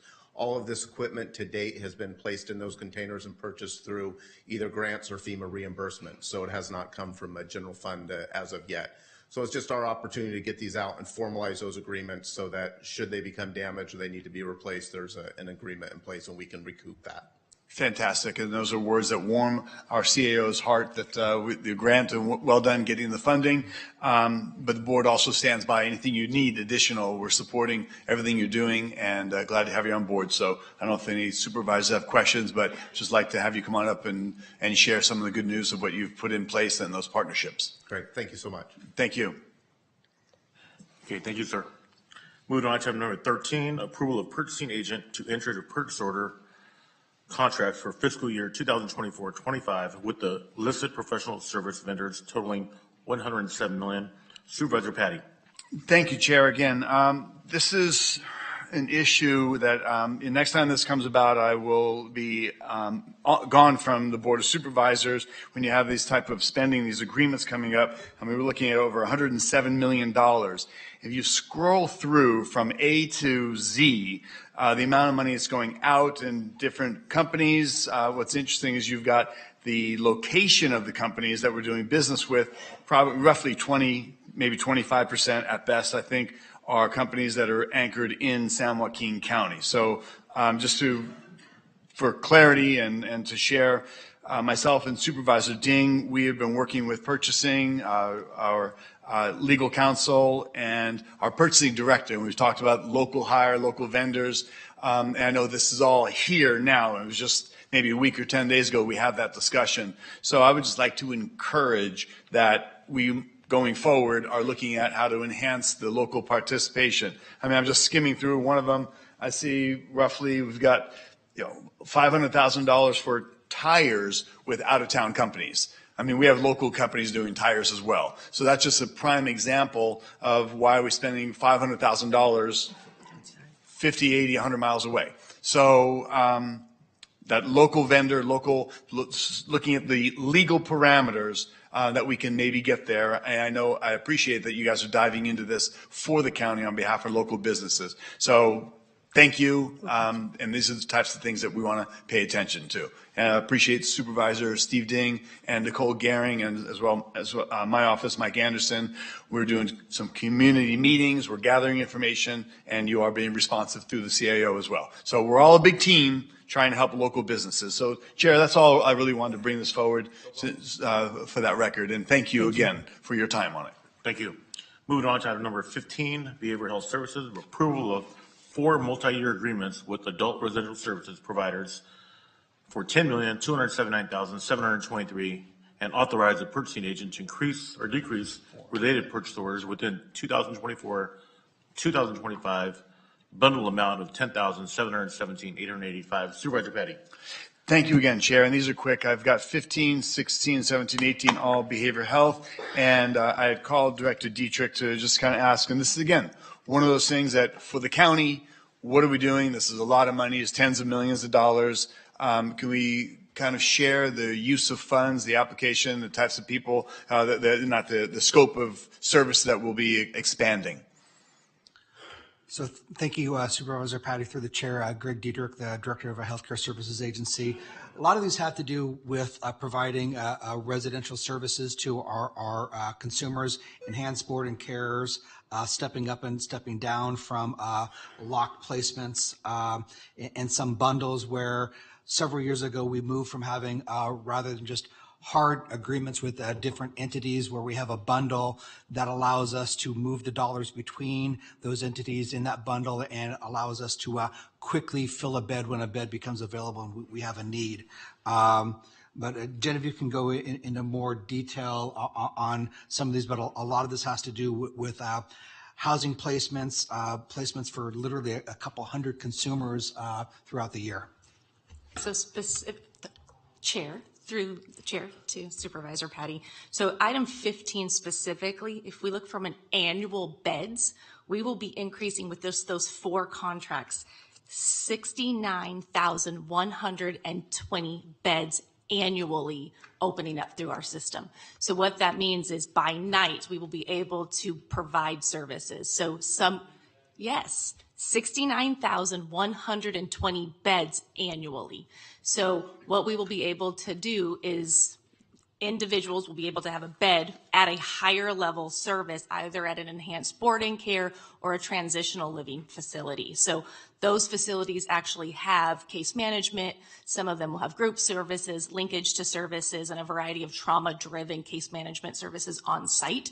Now, individuals may stay there for an entire year. So if we end up having an individual stay at one of those facilities for an entire year, it could be 192 individuals within those specific locations. But if we move individuals, like Greg mentioned, in bundles, it's actually 69,120 bed nights, which is a phenomenal amount of bed nights just on item 15 alone.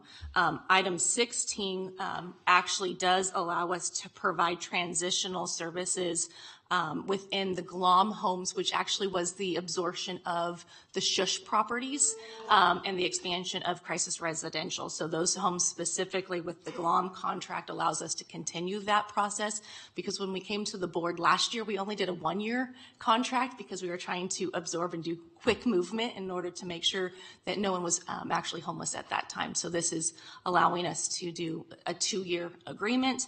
And the El Concilio piece of that is to continue 2 years trauma-specific services for our Spanish-speaking bilingual consumers who are looking specifically for Spanish services that are trauma-focused in mental health services. If you were to, and this is a ballpark figure, like collectively, how many individuals in our county would we be touching and helping and creating a pathway of services? Ballpark number. Oh, it would be an ignorant number to provide to you just with these contracts alone, but I can tell you at large, our county in terms of services are touching anywhere from 20 to 25,000 individuals every single year. Okay, great. I appreciate that. I know this allows an expansion of some of those services. So this is, again, one of those things that if it's on consent, we just approve it, and there's a lot that's unknown, even though you guys are working hard and these are happening, and it affects people's lives and their families and support networks throughout. But I feel it's important to kind of bring out and share for us and anybody that might watch and just those in the audience that, how responsive we are. And it's also helpful that, in our outreach to the community that we are aware so we can share when asked. And Supervisor Patty, if I can, item 17 has to do with our our narcotic replacement treatment providers. We provided technical assistance to several vendors to get them drug Medi-Cal certified, and that has allowed us to greatly expand the amount of treatment we can provide, and therefore we're asking for an increase in appropriations to fund those additional slots. And what's wonderful about that, specifically our partnership with Whole Person Care, our partnership with the health clinics, and the work that we've done with street medicine has actually allowed direct referrals from the street to our 2 providers for Narcan and narcotic treatment, which is why we actually needed to expand this specific contract. So we knew that we needed originally 1,850 slots. At this moment in time, if we look at our complete allotment, we're going to need 2,660 slots specifically for narcotic treatment programming. So the expansion of this specific Aegis contract will allow us to have enough slots moving forward. Now, when you say slots, this is not an actual location, but it's more of just personnel designated for outreach. Narcotic treatment, correct. Great. So as we are expanding the emergency homeless unsheltered capacities, this is all part of that plan.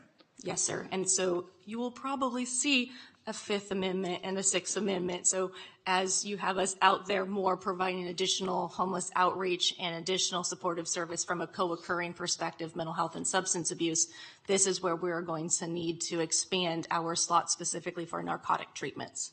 Great. And there's a lot of this pass-through dollars from the state? This is pass-through dollars to the state where we, as the Behavioral Health Department, gets contracts from Drug Medi-Cal to these providers with a reimbursement amount.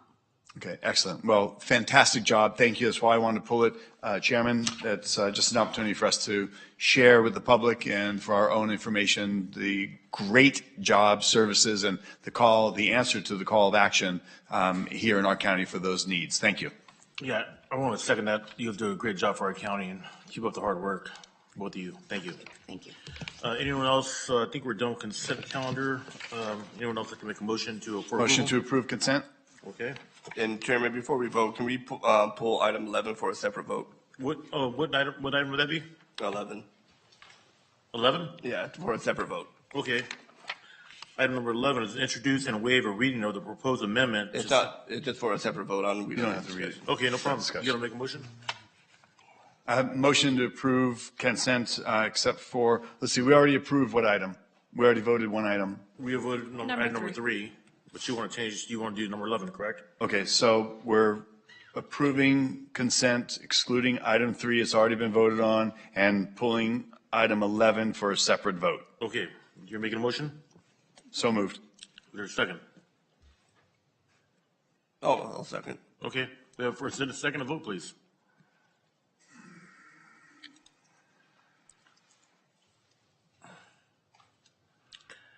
And it's 4-0. It's approved. Okay, can we get a motion for the rest of the consent calendar, please? Motion to approve 11. 11's been approved. I'm talking about everything else. Sorry? No, Right, this would just be for consent item 11. Oh, okay, just consent. I'm sorry. Okay, great. So we're good, correct? Need Another motion? you have a motion, but I believe you need a second and then a vote, separate vote Yeah, for okay. item 11. Is there a motion and a second? Motion to approve item number 11. Is there a first and a second vote, please? Okay, that motion passes 3-1. Okay, moving on to our discussion items, general government, county administrator's office, approve a general fund allocation to local fire districts in lieu of Proposition 172, public safety, sales tax funds, based on educational revenue augmentation fund shifts. Mr. Gallo. Yes, thank you, Chairman. Good afternoon, Chair and board members. I'm glad to I'm able to finally bring this item for you. It seems like it's been a long time waiting, so I appreciate everyone's patience with us. So I would like to provide you with a little bit of background. First on Prop 172 funds. I have it, Danielle. Thank you. Okay. So in 1993, you probably all know this, but I'm just going to provide this for the public as well.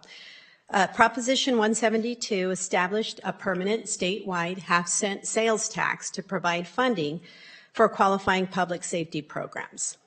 The purpose was to partially replace the over $2 billion in property taxes shifted from local agencies to local school districts, and it's often referred to as the ERAF shift, which is the Educational Revenue Augmentation Funds. So you hear about the ERAF shift quite a bit. In 1993-94, Proposition 172 backfilled $18.7 million of the $34.3 million in property tax revenue that was shifted from the county. So that's just the county general fund, $18.7 million. We did receive in Prop 172, but our loss or the shift was 34.3. So now, 30 years later, in 23-24, Proposition 172 is estimated to backfill approximately $113.1 million of the $206.6 million lost to the county. And again, that's only the general fund portion. So we've gone back and forth, but I'll give you, I guess I should move on, where we started and stopped and started up discussions again with the fire chiefs. So back during the 22-23 proposed budget hearings, the board directed CAO staff to meet with the fire chiefs executive board to explore a plan that provides fire districts with an allocation of funds related to Prop 172 revenue received by the county. So then fast forward, ARPA happened, COVID happened, and we received ARPA funds. So when the board approved nearly $13 million in ARPA funds in late 2022 to the fire districts, in one of our meetings, it was mutually decided that discussions would resume once the ARPA submissions were well underway. So we stopped for a while and then started up again in October of last year, October of 2023. Supervisor Rickman, myself, and the fire chiefs executive board have met multiple times now. And based on those discussions, it was mutually agreed that the CAO would prepare two options for board consideration, and that's what I'm here to do today. So before I go over the options, I want to provide you with information on the impact the ERAF shift has had on our fire district. So I gave you at the beginning our loss to the county general fund, but the fire districts, and I will only give you, bless you, in 23-24, the fire districts lost about $4.5 million that was shifted away from due to the ERAF shift. So they lost about $4.5 million this past year, 23-24. So now we'll go over the options after we met, and this is what we said we would be bringing to the board. So option 1 provides fire districts with a general fund allocation equal to 1% of the projected 23-24 Proposition 172 revenue, and it distributes to the fire districts based on their ERAF shift. So as they know, but as the auditor's office every year, it's based on a percentage of how much they have to shift to the state. And so I took that same percentage and used it with our amount that we were going to do. So 1% would be 1.1 million, so 1,130,621 would be 1% of what we are projecting this year. And meeting with the fire districts, we had agreed I will wait through March, which would give me 9 months of actuals, and then project out for the last 3 months. And we had agreed to that. You'll see a couple of those there, French Camp, McKinley Rural Fire, and Linden Peters Rural Fire Zone 1. They were not negatively impacted by the ERAF shift, so we just put NA there, so that's removed. Option 2 provides the fire districts with the general fund allocation equal to 0.5% of the projected 23-24 Proposition 172 revenue and distributes them the same way to the fire districts based on their ERAF shift. So the percentages don't change there, but the amount does. It's half of the total allocation that we had given in option 1. Okay. So moving on to my recommendation is to approve a general fund allocation effective July 1, 2024 to the local fire districts in lieu of Proposition 172 public safety sales tax funds based on the ERAF shifts. Approved to base the general fund allocation on 1% of the 23-24 Proposition 172 projected revenue, and direct the county administrator to review on an annual basis the same general fund allocation based on the previous year's projected Proposition 172 revenue. Choosing option 1 would provide the fire districts with about 25% of their revenue loss due to the ERAF shift. So the about $4.5 million that I had stated before, that's their loss. This will at least provide them with about 25% of that loss. So that's why I am recommending option 1. And that's my presentation. Do you have any questions? Thank you for that presentation. Any questions from the board? There's a miracle. I see none. At this time, we're going to open public comment. Anyone like to address the board? Please come forward. I see one.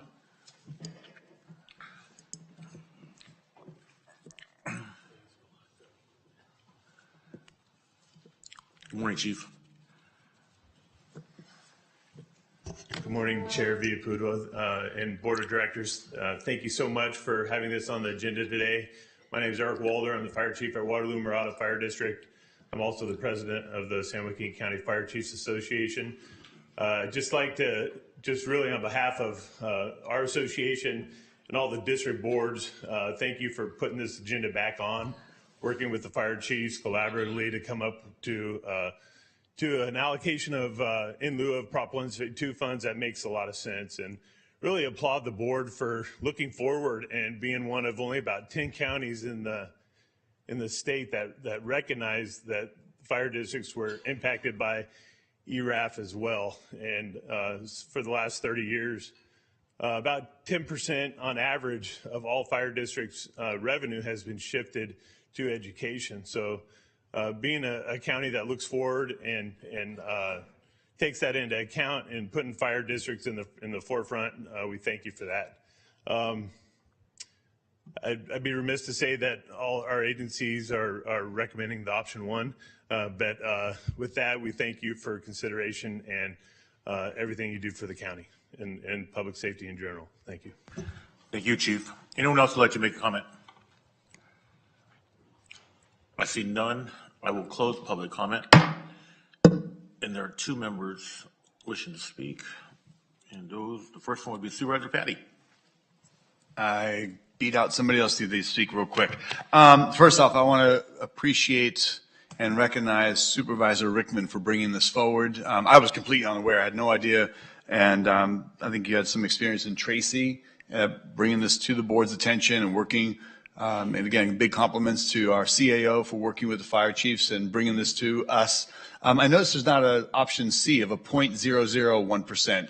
Is that something we could float out there and see what that equates to dollar-wise, since we are being careful stewards? But you do recommend could float that. You do recommend the 1%. I do recommend the 1% because that does allow at least 25% of their loss. I think it would help. Yeah, and it goes a long way. And I appreciate all the chiefs and the fire departments weighing in on this. But again, thank you, Supervisor Rickman, for working steadfast on this and bringing it to the board. That's all, Chair. Okay, thank you. Next, Supervisor Rickman. Thank you, Chairman. Thank you, Supervisor Patty, for those kind words. But I just want to say thank you to our CAO for keeping on top of this and the meetings and so on. I also want to say thank you to our fire chief for working with the county. As we mentioned earlier, you heard a whole about the EMS stuff. It's, this board of public safety is our top priority, and, we don't have a county fire department per se, so you all are our fire departments. And it doesn't matter what city you work in, you respond to unincorporated areas, which is the county. So hopefully, this is just fairness. It's plain and simple about being fair. And I'm glad it worked out, and I want to say thank you for the board for their support on this. So that's it. Thank you, Chair. I'd also like to thank Supervisor Rickman and everyone involved. Supervisor Ding, you're good? Yeah, no, it sounds like Supervisor Rickman did all our work. Yeah, pretty much. Yeah. Okay, at this time, we'll accept the motion. Motion to approve. Second. The motion and a second. We have a vote, please. And the motion carried 4-0. Thank you all for coming for this item. Thank you.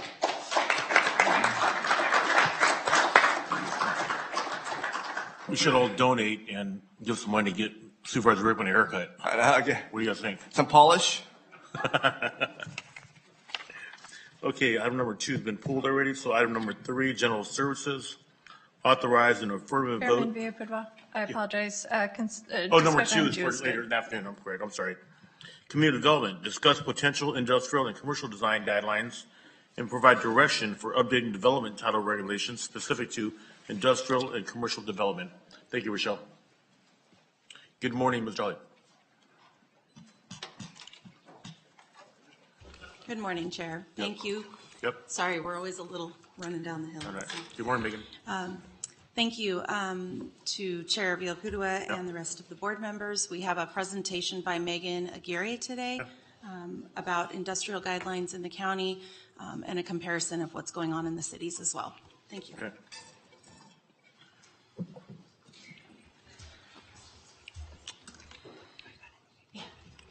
Good afternoon, Chair and Supervisors, because it's afternoon now. Yep. The Community Development Department has a brief presentation on design guidelines. Staff's goal is to generate discussion about changes that the Board of Supervisors would like to see regarding the design of commercial and industrial development within the county's jurisdiction. In the unincorporated county, there are design guidelines that cover all or portions of the community of Mountain House. the community of Woodbridge, Flag City, Patterson Pass Business Park, and the leasable space around the Stockton Metropolitan Airport. These design criteria range from covering all types of development to only commercial or industrial. The remainder of the county relies solely on the standards contained in the development title, which are typically less detailed.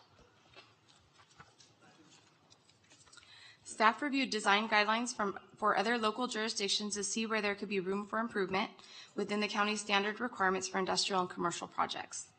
Staff found that architectural design was a primary element missing from county standards. As such, staff recommends that the following architectural design topics be considered: site design, building location and orientation, and building design.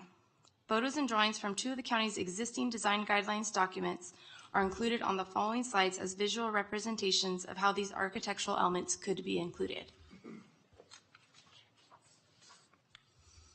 In regards to site design, the county could consider requirements that buildings on the same site or within the same complex have a similar appearance for consistency, as seen here.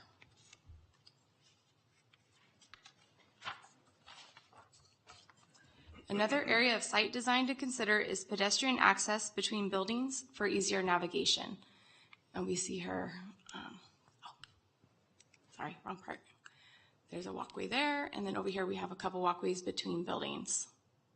We don't have any requirements for things like that right now.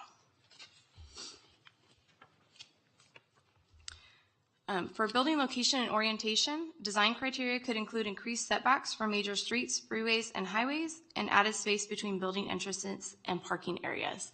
So here we see an extra wide walkway, and then over here we also have some detail between the building and the parking areas.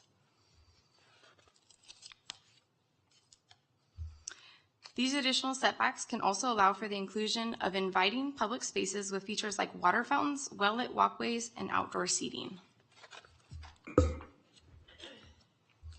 Requirements for building design can also include using similar scale structures within a single development complex, as well as the incorporation of intentional roof design and building articulation for visual interest.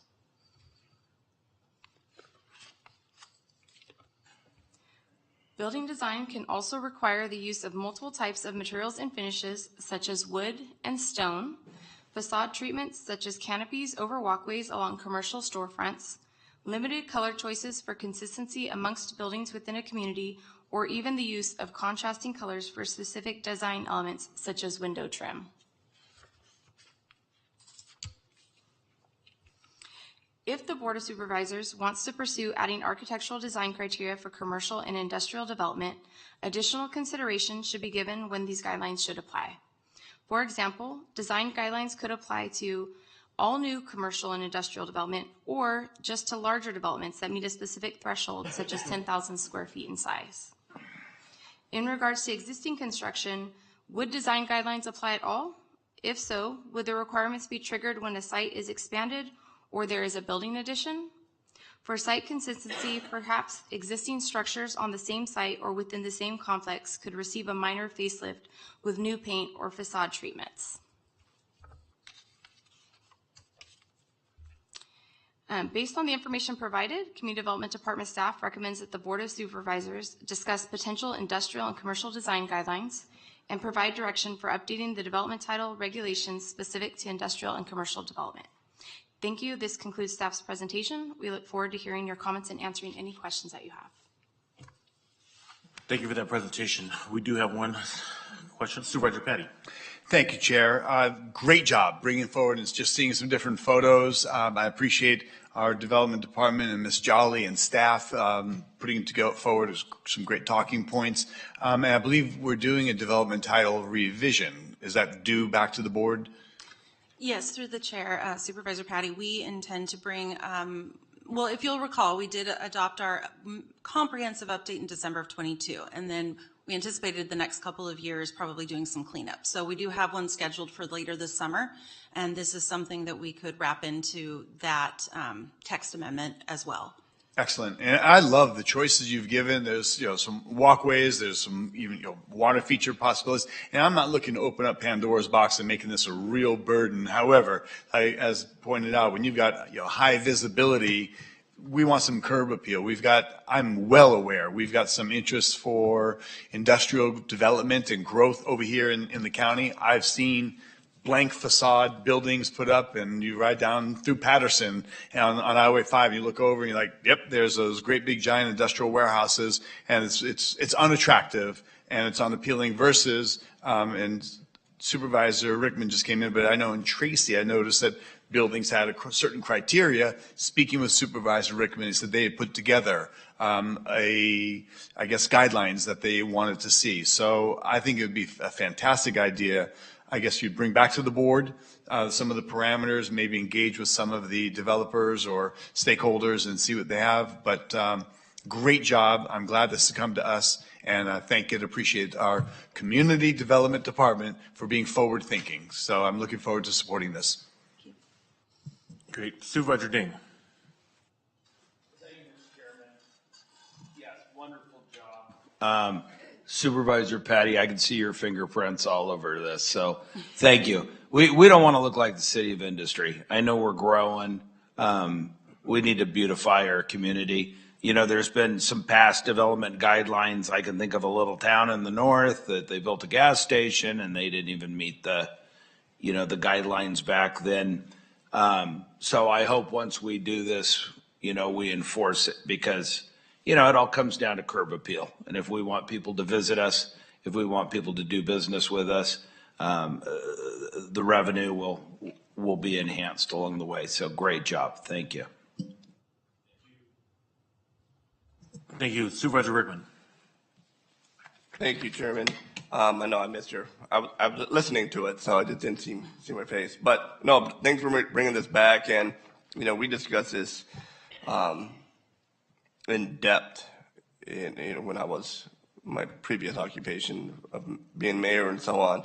And, one thing I always stated is that we don't want to look like, you don't want to look like 880 when you're driving down 880 and seeing that warehouse.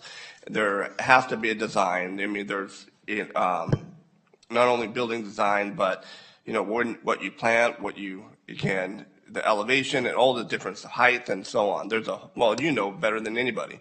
But I think there needs to be a design pattern, and I think there needs to be, like Supervisor Ding just mentioned, beautification, not just this square box, a 1 million square foot box that everybody knows exactly what it is. So I'm glad you brought this, thank you for your forward thinking on this. Sure, thank you. Yes, I want to thank you also. It's a great idea. Anything to make our county look better, and I think make a big improvement in the community. So at this time, we're going to open public comment. Anyone would like to address the board, please come forward.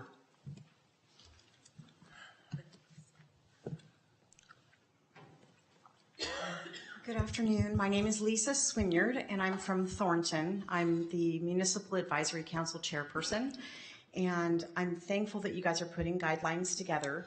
I'm here just to ask for small towns that we look at every building, not just the large ones, because we're a small town and we have a very small downtown area.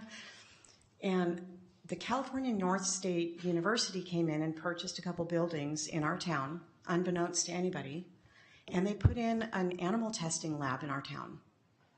They did no rehab to the outside of the building.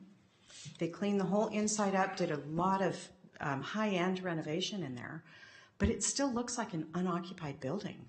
So our downtown looks dilapidated, and we've got this new business in town. They don't want people to know that they're there. They want to fly under the radar. I believe that they came to Thornton because they knew that they could fly under the radar. There's no requirements for signage, so they have no sign on their building. We've invited them to our meeting. They did attend. It was, they didn't provide a lot of information. They would like to be anonymous. We've asked them to please paint one of the buildings that's purple right now and maybe do some outside cleanup, which they're not required to do because there's no guidelines. So we're asking for a small town, how are we going to bring business into our town at all if we look like a town that has unoccupied buildings, dilapidated buildings, and that there's no requirements? And also to protect the small towns from large businesses of coming in and targeting us because we're not going to be looked at. So if we're going to do some kind of guideline, we'd like to have the smaller businesses, even single, 1,000 square feet, they need to be brought up to a new standard as well, so that our we can bring new business into our town. I believe Supervisor Dean has a question for you. No, I just wanted to turn on my mic. I just wanted to say thank you. There are, for instance, Woodbridge Mac, we have guidelines that predate everybody here, so nobody's responsible, that were not followed though. Thus, the AMPM that was put up was supposed to have certain facades and requirements. And we'll make sure, that happens. It's happening in Thornton. It's happening in Lockford. It's happening, Woodbridge is starting to look like a fairgrounds. When you go in now, I've got rummage sales in the empty lots and flags and food trucks. And what you're offering us is an opportunity that we don't sit down and get together and tighten up, some of these MAC guidelines and put them into place. So thank you. Thank you. Great. Thank you very much, ma'am. Next speaker, please. Javier, I really like the way you said we don't want us to look like a city of industry. Well, we are. Down there by the airport and along the Mariposa and everything, we're looking like a city of industry. They're out. You guys ran them out of Tracy, you put a stop to them. Antiqua's putting a stop to them, but we're here fighting it here in Stockton now. And I'm really interested to see how far we can take whatever you're offering today to implement it into the warehouse ordinances that we're fighting with the city of Stockton with, because, that whole Arch Road is going to be massive by the time Walmart's finished building their 4 million square foot warehouse, and everybody's following. Amazon's in there, and they are ugly. They look like landing pads for the airport. Just give it extra support. We could bring in a couple more planes right in on there. But it would be interesting to see how we could use this, because I know you annexed some of your unincorporated areas to the city of Stockton for those projects.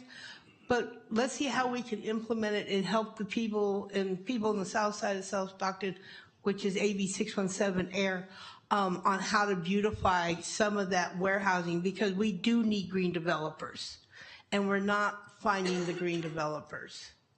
So I'd like to see how we can help the city of Stockton fix that warehousing, if possible. Thank you. Thank you. Anyone else like to address the board? I see none. I'm going to close public comment and bring it back to the board. We do have a speaker, Supervisor Rickman. Thank you. And I forgot to mention, I don't know if this would coincide with this agendized item. I imagine it would, because it is kind of a design standard. But making sure, we're talking about warehousing or industrial, making sure the big rigs are able to stage inside their facility versus, not having enough room and they're out on, say, Arch or whatever, out there on our thoroughfares. And you see that a lot of different places. I won't name who, but make it large enough so these big rigs can go in there so they're off our roadways. Supervisor Patty? I apologize. Oh, sorry, good. I just wanted to have a couple of points, but maybe, I don't know, do you want to go first? Okay. So the AMPM in Woodbridge, my understanding is the AMPM in Woodbridge is why we have design guidelines. So we didn't have them previously, we do now. Some of the challenges with the smaller towns is that it won't be new development.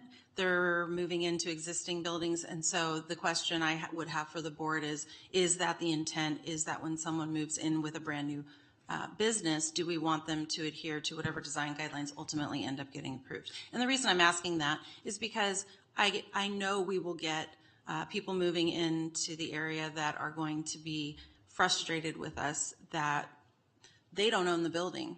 The landlord doesn't want to do the improvements to the building, and they're just trying to get a business license to move in. So that's a little bit of a challenge. It's a lot easier to have design guidelines implemented for brand new development, and we were intending to do this countywide, so that's why we were going to be incorporating it into our development title zoning code, as opposed to having a separate standalone Woodbridge design guidelines, although they are very unique out there due to the historical architecture. But across the board in the county, if the intent is to elevate the type of development we're doing for brand new commercial and or industrial, I think that's something that we can definitely do. We always have had very, I'm just going to say laid back regulations for landscaping, screening, and things like that. And if it's this board's intention to have something at a higher level, we absolutely can implement that. But I would ask for some clarification on where we draw the line on when we want people to actually improve upon the buildings. Because as the resident from Thornton mentioned, it's a purple building. It was purple when they moved in. Right now, we don't have the authority to go tell them that they have to repaint it or do something like that. So I'm open to anybody's ideas or guidance that will help us create the text. If there's one restaurant in Woodbridge, just knock it down and start over. I mean, it's just an eyesore. I'm joking. Supervisor Patty, do you still want to speak? Yes, I do. Thank you, Chairman. And through the chair, that's exactly where I was going to ask questions. So through the chair to our county council, what legal parameter do we have? Like, for instance, you have a building is empty, you want to lease it to somebody. It's like, I mean, the person that's moving in is like, wait a minute, I can't do all this. But we may have a landlord that lives in the Bay Area. They could care less what the building looks like. They could care less that it's dilapidated on the outside. They just want somebody paying to occupy on the inside. So Director Jolly brings up a great point that you're just trying to get a business started, and all of a sudden you're like, wait a minute, this has now become a burden, and we discourage businesses from starting up. So the question through the chair is, what legal parameter do we have on existing building owners to upgrade their product, or they can't lease it until they have, or what have you got that you could think of? Well, okay, obviously with respect to new buildings, we can impose the guidelines. The proposal I saw made also indicated that this board might consider imposing the guidelines on buildings that are undergoing renovation of some sort or expansion. The question you're asking, I would have to look into, which is whether or not we could impose upon a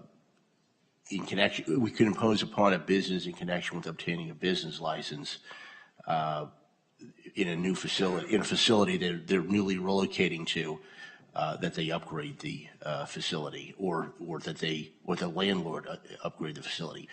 I don't think I've seen that, but I'd have to research as to whether that's a legal option or not. I think more common would be what I thought was proposed, which is new construction would be subject to this, as well as buildings which are undergoing some type of renovation or expansion or something along those lines.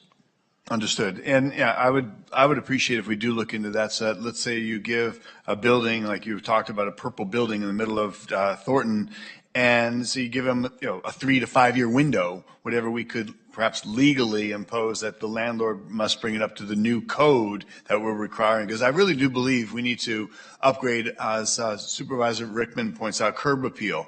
I was riding around down Wilson Way yesterday and looking around, same thing, talking to Caltrans about our entries and exits off the freeway. Why does it look so bad? Why are we considered so low grade? And down Wilson Way, weeds everywhere. Really? We can't spray, kill the weeds, and lay down some hard pan sand so that it's clean and attractive looking. So I think we need to raise the standard. And if I'm so lucky to transition to being a mayor of a city of Stockton anytime in the near future, that's one thing we have to work on, is what is our curb appeal? So whatever the parameters of the law would allow, in partnership and in the spirit of that, we could raise the bar. I think it's worth us pursuing, and not creating a hardship, but your building hasn't been painted in 10 years, 20 years, 30 years. Look at this, is not okay. And I think it's to the point of Thornton, the city of Thornton, the town of Thornton, what they pointed out. So thanks for sharing that, because it does bring to our awareness an area that needs to be addressed. Thank you. Supervisor Rickman. Thank you, Chairman. You asked for our opinion, so I would say at a high level. The only, because our attorney is going to look at what Supervisor Patty just mentioned. Only problem I could see is if you had a building and, before a new tenant can go in there, they're going to have to renovate or whatever. If it's too expensive, just don't do it and keep it vacant. And now, instead of having a purple building, you still have a purple building, but now it's, people are breaking in and using it for squatting and stuff because it's cheaper to do that than to renovate it. So that's one of the, drawbacks of something like that. But that's just my opinion. But for new development, for sure, I think we should do a high standard. And so thank you, Chair. Hey, any other comments from any supervisors? Do I hear a motion? Anyone like to make a motion? So moved. This item does not require action. There's no action? I'd like to make a motion anyways because. Okay, well, thank you for that presentation. Thank you. Thank you.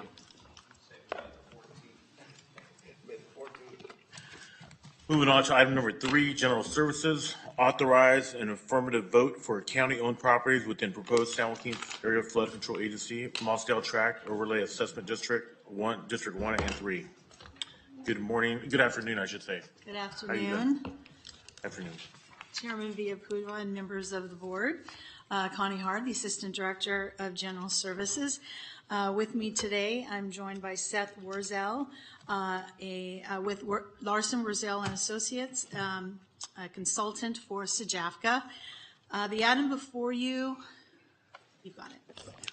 Have that for a second. The item before you concerns ballots for a proposed new flood protection assessment district. These ballots are for county-owned properties, 11 of them, in the proposed assessment boundary. On April 18th of this year, the SJAFCA board formed the Mossdale Tract Overlay Assessment District, initiating an assessment ballot proceeding. The county owns 11 properties that are subject to the proposed assessment in the amount of $48,147 that are before your board today. The County Administrative Manual, subsection 515.3M, delegates authority to the General Services Director to cast the county's vote on these types of assessment ballots up to $10,000. Since this exceeds Ms. Cunningham's delegated authority, General Services is recommending that your board authorize the Director of General Services to vote in the affirmative on behalf of the county. At this time, I'd like to hand the remainder of the presentation over to Seth Wurzel, a consultant, as I said, with SJAFCA, to provide the board with an overview of the Mossdale Tract project. Thank you very much. So I'll just jump right in. Thank you for that introduction. Again, my name is Seth Wurzel, consultant to SJAFCA. Just some background that got us to this point. I think the board will recall it's a member of SJAFCA, both the county and the county's flood control and water conservation district, along with the cities of Lathrop, Manteca, and Stockton. SJAFCA's strategic plan calls for advancing 200-year flood protection for the Mossdale Tract area. And to achieve this goal, SJAFCA's approach is to fund the levee improvement program in partnership with the Department of Water Resources and the United States Army Corps of Engineers. And under this approach, SJAFCA, as the local sponsor, would be responsible for approximately 23% of the project's costs. Since 2018, SJAFCA has been advancing a funding program for the Mossdale Tract, which includes the implementation of multiple funding mechanisms. A development impact fee has been in place in the basin since 2018. And the County Board of Supervisors supported the implementation of that fee. In addition, in 2022, SJAFCA facilitated the formation of an enhanced infrastructure financing district, and the county is a participating taxing entity in that mechanism as well. Under the approach being taken by SJAFCA for the local funding program, 70% of the costs will be funded, 70% of the local costs of the project will be funded through the fee and the EIFD, basically through growth. And then the last funding source is this proposed Mossdale Tract Overlay Assessment District. And that's the subject of this item today. This funding mechanism would generate the remaining 30% of the local share, or 7% of the total project costs. So the total program that is being advanced consists of the project that's shown on the screen here. It's a $473 million project that will be implemented over the next 10 years. It would improve the levees along the San Joaquin River as tributaries and also construct an extension to the existing dryland levee to the south in Manteca. The project consists of a combination of levee raises, cutoff walls, seepage berms, erosion protection, as well as that extension of the dryland levee. It would improve over 15 miles of levee. And this work is needed to ensure that the flood protection system meets the state's criteria for a 200-year urban level of flood protection. In addition, there's an expectation from that the FEMA would be revising its flood protection standards for 100-year flood protection in the future, and this would help provide improvements to ensure that the area remains out of a special flood hazard area if that criteria changes in the future. The assessment district covers approximately 22,500 parcels that would benefit from the project and the services provided. I should also mention that assessments are based on certain assumptions that were made by SJAFCA, and if any property owners have questions about their properties, we can update those ballots to make sure that they're reflective of the criteria for the assessment district. The assessment district would raise approximately $2.625 million per year. That would be the budget for fiscal year 24-25. The assessment would be, if approved by property owners, would be subject to escalation with an annual cap of CPI, the greater of CPI, the lesser of CPI, or 4%. The assessment would be in place for 30 years from the issuance of bonds, which are expected to take place in late 2025 and early 2026. The county's 11 properties are included within that 22,500 parcels, and all owners of properties, including public agencies, would receive ballots to vote on the assessment.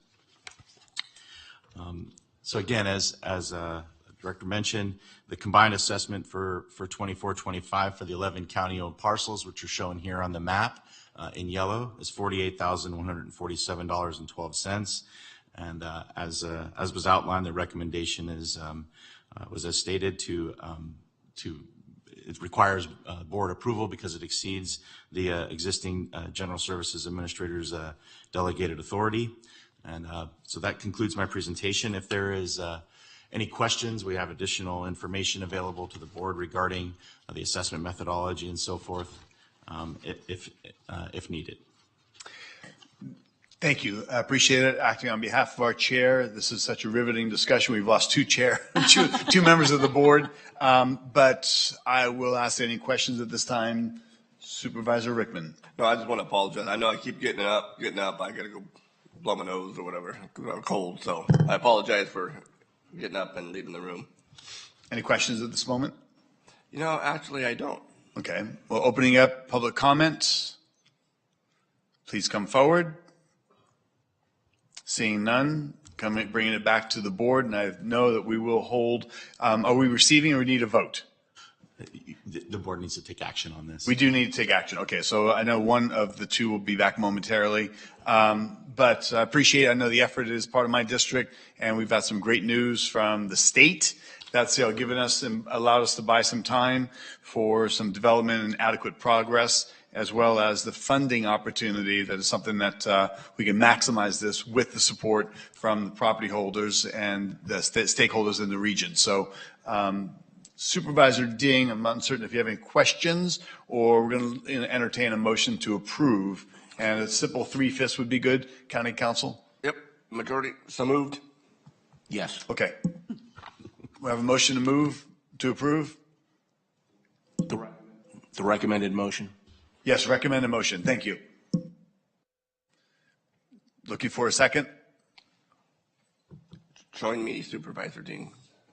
All right, thank you. I have a second from Supervisor Ding, coming in late, but better than not. I know, I appreciate it. So let's go for a vote, please.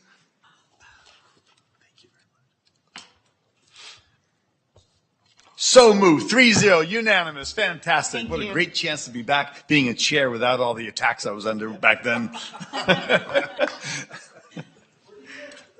So Supervisor Villapudua took a leave of absence. He'll be back momentarily. So we're going to move on then to discussion item, Health and Human Services. EMS, receive a presentation on the San Joaquin County EMS system. We already did. Oh, we moved that forward. Okay, thank you. So I'm not without making mistakes as usual. So then moving to the HCS, accept a presentation from the Housing Authority on the County of San Joaquin and recently constructed permanent supportive housing built in partnership with the county. Director Dietrich. Vice Chair Patty, members of the Board of Supervisors, Greg Dietrich, Director of the Healthcare Services Agency. Just wanted to quickly have a brief presentation highlighting the partnership with Peter Ragsdale and the Housing Authority and Behavioral Health and our ability to leverage a variety of funding to provide permanent supportive housing for our behavioral health consumers.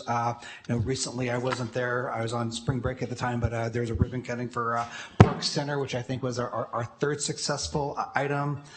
Moving forward, but there's more need in our system. Peter specifically has been a great partner leveraging project-based vouchers, low-income tax credits, and other funding within the county, but want to focus a little bit on what we will need eventually for our care court and some of our forensic consumers. But with that, I turn it over to Peter Ragsdale and Genevieve Valentine.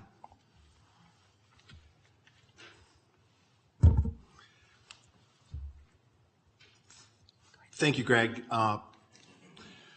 Thank you, Chairman Villapudua and Supervisors. Happy to be here today. And one of the things in listening to some of the earlier presentations is I do think we have some things to celebrate, that we've made some progress moving the needle on, permanent housing solutions for mental health consumers. If we could have the next slide. Oh, perfect.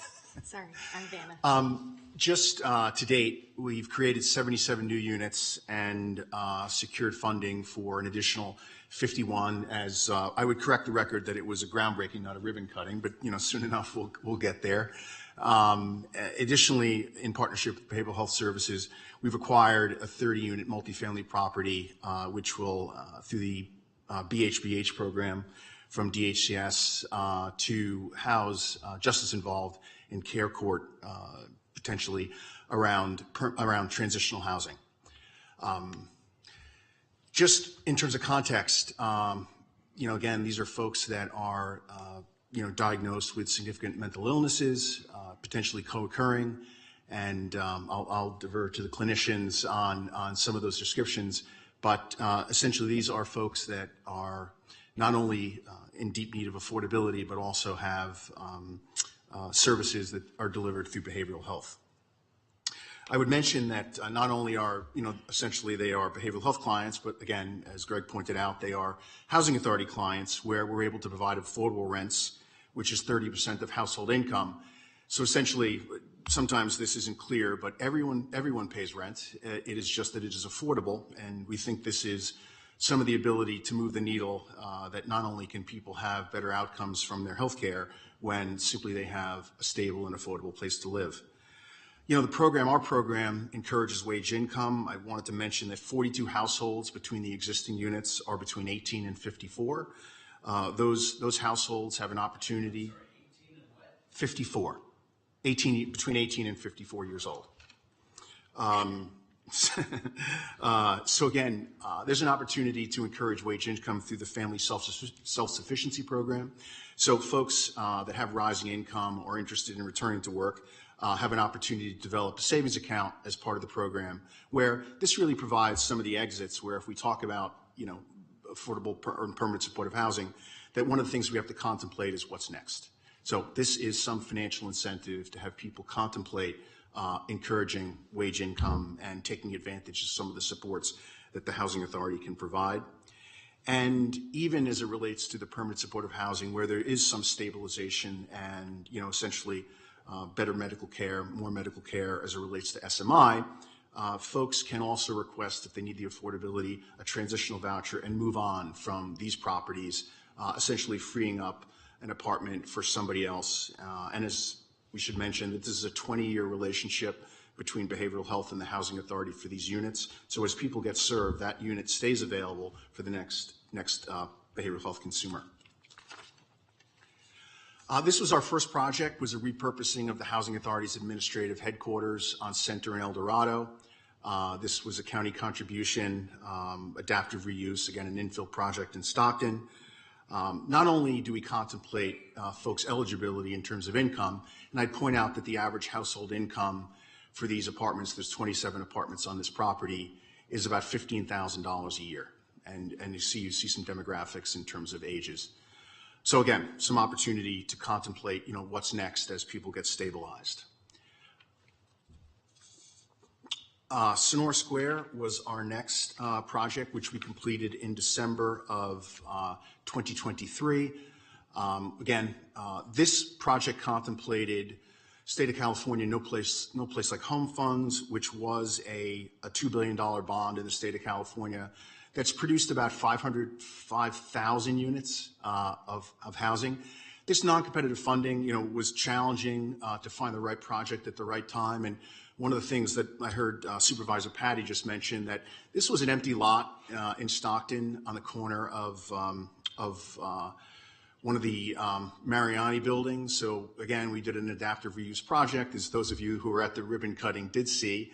But I think this is a beautification and both an important purpose, and doing some of these infill projects really can move the needle on curb appeal in the community, but it also provides housing where there is transit, where there are resources, and there is space on these properties for behavioral health to deliver services to residents right where they live. What's unique about this property, this one does allow for older adults. So to answer the question of Supervisor Ding, we do allow 55 plus at this property.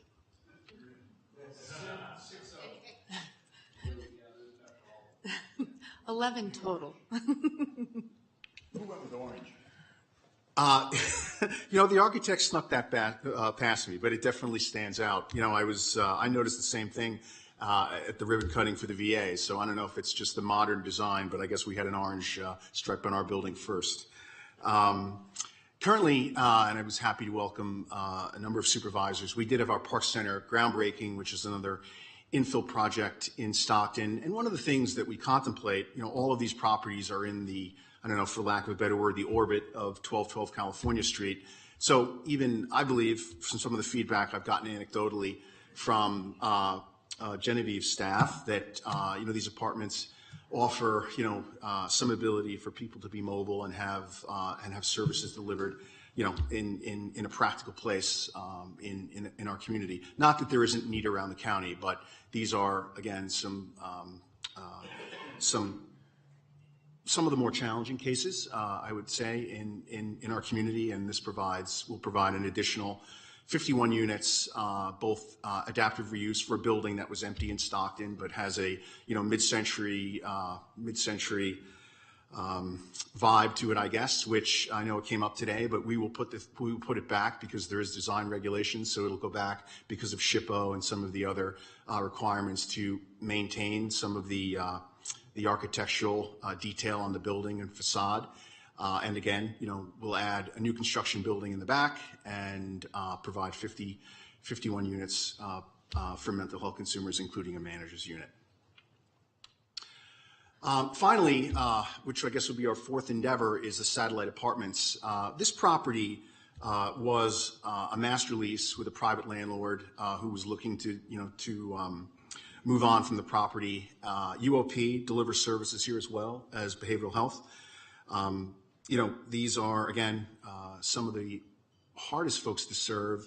And as it relates to transitional housing, this is the first time, the Housing Authority in San Joaquin County has done a transitional housing project. But I think because we've been so successful, collaborating, that we are willing to work to do this needed work, because ultimately there is a step up. I know this came up earlier today, but as folks contemplate, there isn't going to be an apartment for everybody day one. But transitional housing is an absolutely needed tool. And, this was an opportunity, again, to bring competitive state funds to San Joaquin County. And, there's an opportunity just based on sort of the attributes of this property, we can conceivably densify and add more permanent supportive housing. So when we applied for our bridge housing grant dollars, we sent out an RFA of who might be interested in doing bridge with us.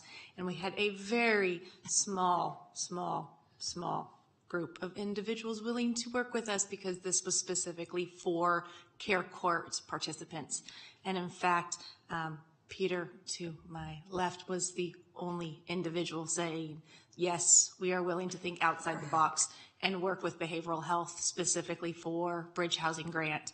And so this is how the dream of the satellite apartments, which we are going to be calling Satellite 1, came into fruition. So this will be our first attempt of putting together our housing, bridge housing, which is what the state calls it, from off the streets, care court beneficiaries working alongside our courts, behavioral health care court programming, the satellite apartments, and our new public defender, Judy Ann's team, as we go through the care court process. Absolutely. So within current bridge housing satellite apartments, we do have some current demographics. So as we go through the remodel of satellite and we transition those who were currently part of the process of living at satellite, we have 21 residents currently there, all who are homeless or would be at risk of homelessness, who also have justice involvement. So these are individuals who would be part of our diversion programming, mental health, collaborative courts, or our CONREP programming. 33% of them are women, 66% are males, 15 of them are men who are between the ages of 25 and 61.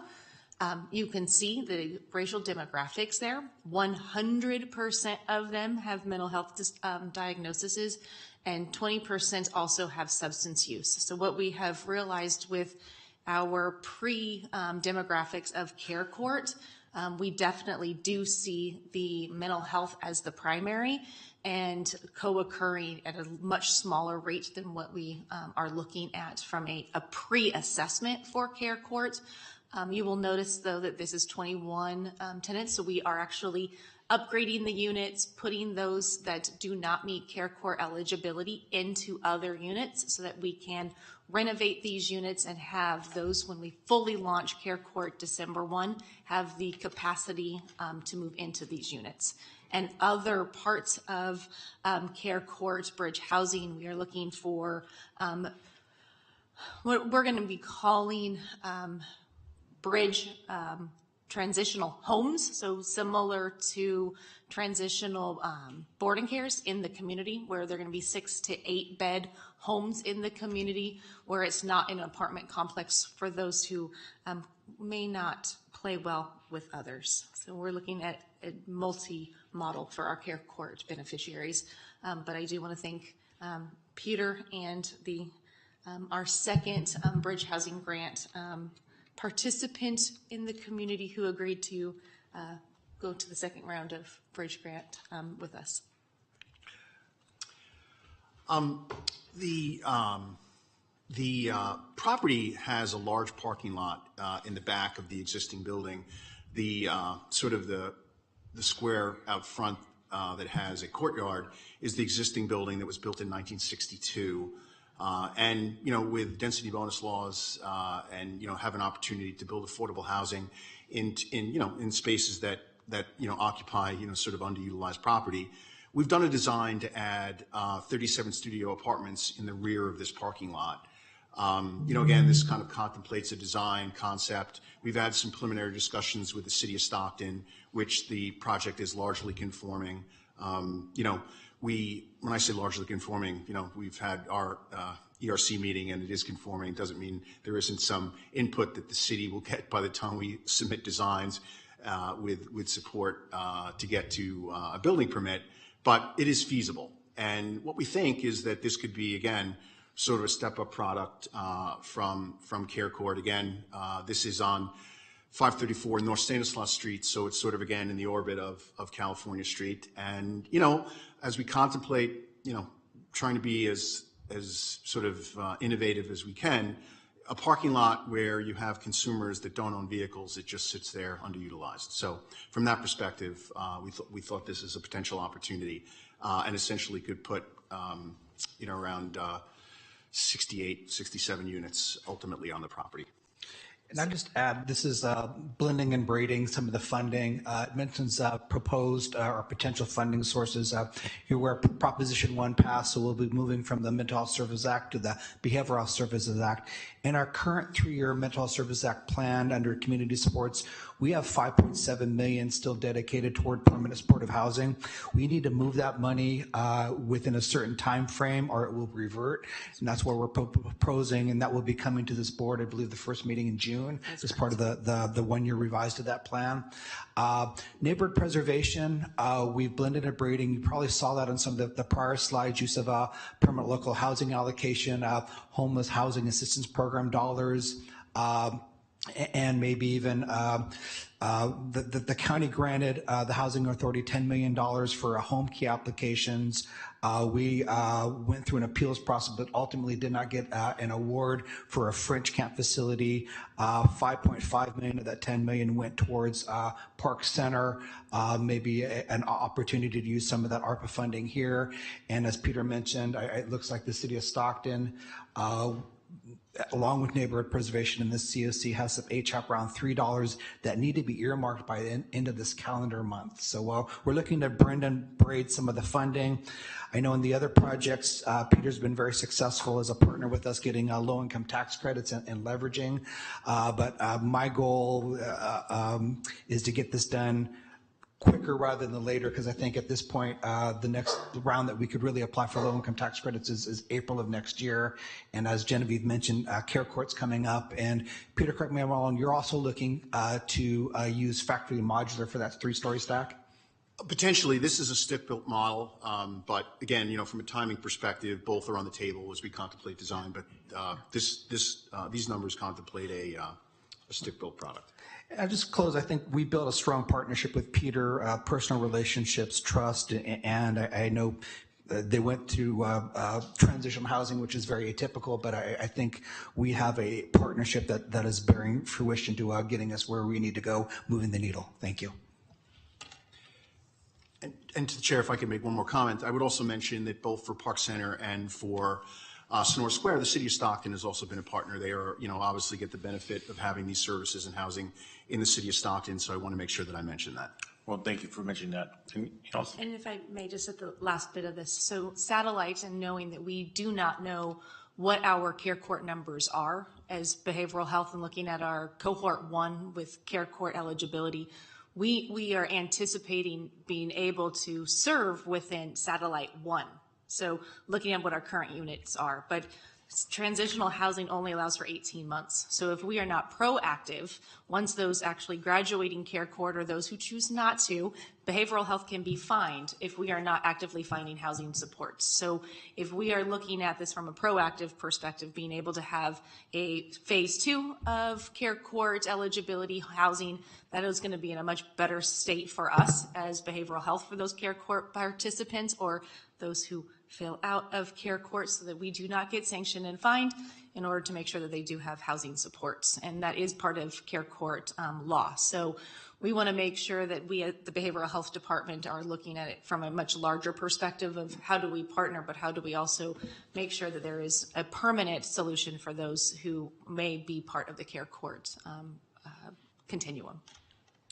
Great. Anyone else? Okay, Supervisor Ding. Thank you.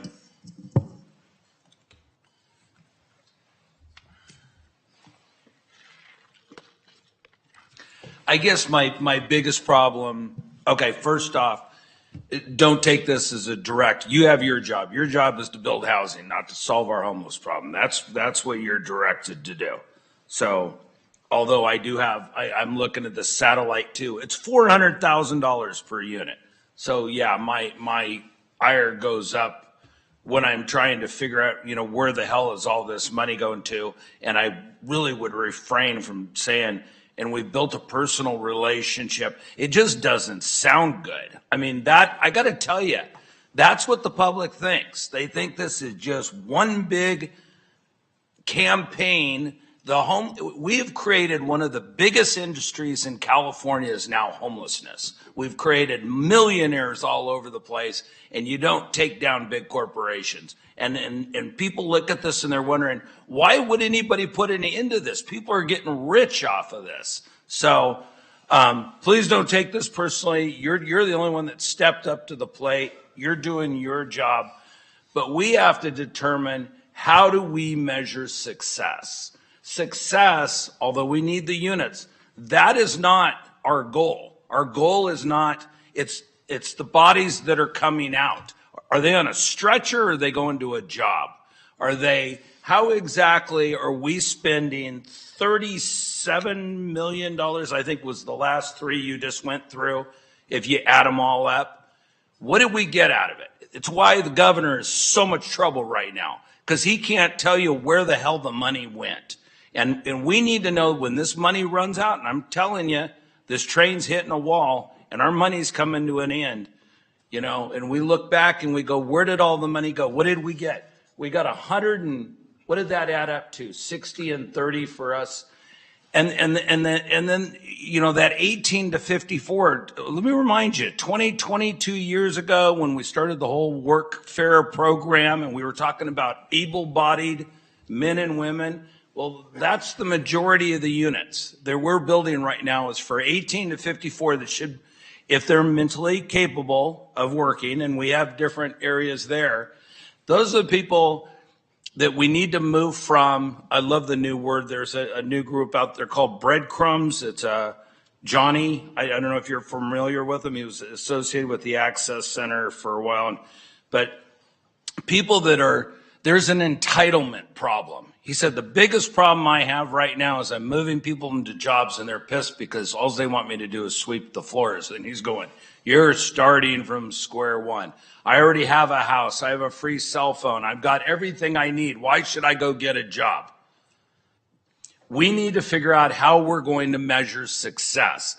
And I think one of the things that would help me is if I could literally look at what we've already spent, the bodies that have went into the system, where are they? Do we have any success stories? Is it 5 people? Is there 20 that left, on a stretcher because we moved them into an apartment and they had a paycheck and a cell phone and they're mentally ill and we basically set them up for suicide? What are we getting for our money? And the only way we're going to do that is to track how we've spent the money thus far and what have we gotten out of it. So I want you to knock my socks off. I want to see some stats that say, look how successful, but I don't measure success in how many units we're building. I measure success on, are the homeless coming off the street? Or, like we know now, we've got a 6% increase, which, by the way, they're coming in with suitcases now, so they're busting them in here somehow in Lodi. That's what we need to know. Are we killing ourselves for no reason? Are we creating a bigger problem? Are we funding nonprofit organizations that are going into homeless camps, they're feeding them, they're handing them free clothes, which, by the way, after they wear them once, are winding up on the street, and then we have to pay garbage companies to go pick it back up. People are delivering food in plastic containers that are winding up on our streets. Are we creating more problems than we're solving? We need to see some numbers, and nobody has given it to the state or to us. What have we spent? Where exactly were we at? How do we measure success? That's the end of my rant. Supervisor Rickman. Thank you, Chair, and thank you both for the presentation. And to your point, Supervisor Ding, and this what we mentioned before, I really think this board, we need to do an audit, a very thorough audit like the state of California did, to answer those exact questions. Where is this money going? What is success rate? And so on. So. Anyone else? I see none. At this time, we'll open public comment. Anyone like to speak on behalf, please come forward.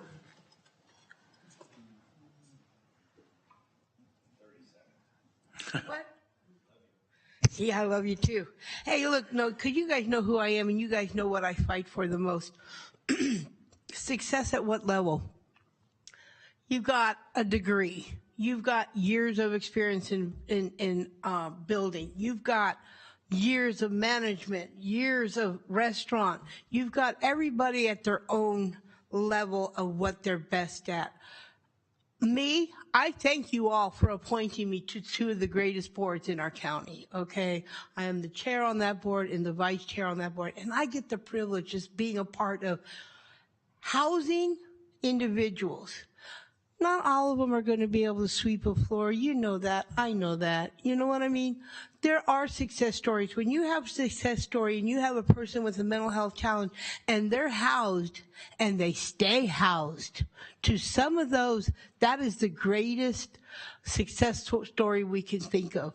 I have a person of interest that went from satellite, and he said, I got displaced. I go, what happened? They go, well, they're renovating, so I have to move. I go, where'd you move? Sonora Square. And I go, do you like it? He goes, it's so beautiful. And that, if you knew this person, was a huge success story. A story that I heard recently where a person went in to purchase something from a store and the salesperson started up some conversation about their child that has mental health challenges. They're a little younger than me, but they're relieved that their child will have a place to live thanks to these two organizations, that they can sleep and rest for the rest of their internal life, external life, morality, whatever you call it, after they pass away, putting it nicely. That their child has a roof over their head and they're not going to end up with some of these folks that we have to deal with yelling and screaming. And, even I get looked at when I'm talking on my Bluetooth. They're like, is she talking on her Bluetooth or is she talking to herself? But the thought that we get to house a lot of the folks that will never be able to pay rent, can fill out an application, the success story, that there are services at these facilities. I think we have to look at what is the level of success. You're talking about Narcan. We're talking about drug addicts overdosing. What is the success of Narcan? It gave them the chance to live again, to see how can I stop doing drugs. That's a success story. We didn't have to bury that person. So what is our level of success? And I think we need to really think about people that want to work with people that nobody else wants to work with. We got a building two blocks down. These folks were coming from outside of the county to move in there for money that y'all paid for, and that was a scary thought. Thank you, Patricia. Next speaker, please. Hi, I'm Ryan Gresham. I'm also on the board. I'm the chair for the Housing Authority, and I wanted to thank all of you for the support we've had being able to build out these phases and trying to help serve some of these behavioral health customers. I agree the cost per unit is it's just gone up and up, and I'm also on the fire board out where I live as well, and we recently had bids for renovating 2 restrooms in a house, $100,000. And I think, what do you mean $100,000? Well, you have to do all of the government regulations, the prevailing wage, all these different things you have to do. It's the same with the Housing Authority. They have to pay all the money for getting it built, and it makes it expensive. And so when I'm looking at these developments and I'm thinking, okay, it's $400,000, $500,000 a unit, I look at how much locally did we put in? Because you have the tax credits and different opportunities that Peter's identified to try and make these happen. And that's money that's going to get spent. If we don't get it, someone else is getting that money. And so I look at it in the sense of how much locally we putting in to make it happen. And specifically with the behavioral health clients, these are people that, probably end up on the street or in jail. And when they're in jail, it costs us more money. So I think that it's a net gain for our county, and I appreciate your support, and I definitely I understand being focused on the costs and making sure we're not wastefully spending. The good thing about the Housing Authority is that it's a public entity. We have audits, we have public meetings, and you can see exactly how the money is spent, where it's going. It's not going into my pocket or other people's pockets. It's staying here locally to help better our community. And I just wanted to support that, and I appreciate your guys' support. And I'm hopeful that we'll be able to do more and make our community better. Thank you. Thank you. Anyone else like to speak? I see none. I'll close public comment and bring it back to the board. Any other comments from supervisors? Supervisor Patty. Yeah, thank you, Chair. Just be real brief. I understand the frustration, Supervisor Ding. I mean, we all come from the private sector, and you know that I've talked to a local developer, Pat Patman. How much does it cost you to build your apartment per door? $230,000, $240,000. You talk to low-income housing developer, and it's $480,000. Like, how can that be? But it's government subsidized. That's a union payback. The frustration is nobody ever pays rent. We are in perpetuity on the hook. I know people own businesses. They try to hire somebody to say, look, I make so much money staying at home unless you're going to pay me over $38,000 a year for this cleanup job. I'm staying home. I get my rent paid, I get medical, I get food, I get all the subsidies. So we as a society have subsidized this in the way it is. While we're busy being productive in the private sector, we've got politicians and agencies that bolster and do what they think is best, but oftentimes it ends up costing more money. But when opportunity is knocking, we've got we've got a HUD director, we've got people on the ground looking at solutions, and to that point, this X amount of dollars that we put in, showing that we're partnering with state available funding to trigger and utilize this. But I agree and understand the frustration, and I'm not giving an answer. I just know that we have a need. If you look at Ms. Valentine, our director, and she says we need more beds to help for those that have mental health issues, and the support services that we are rendering. The population is here, and it's a matter of us answering that need, as frustrating as it is and ridiculous as the numbers might seem. It's about 50% what it is down in Southern California. So I understand exactly where you are on this, Supervisor Ding, but I do appreciate HUD looking at solutions, and our behavioral health departments. Like, there's funding available if we can do our part to trigger it, and I do support that. So thank you all. And this is just receiving a report. We're not taking action, right? Thank you, Chair. Supervisor Ding. So I just want to clarify something. And again, you're doing your job, okay?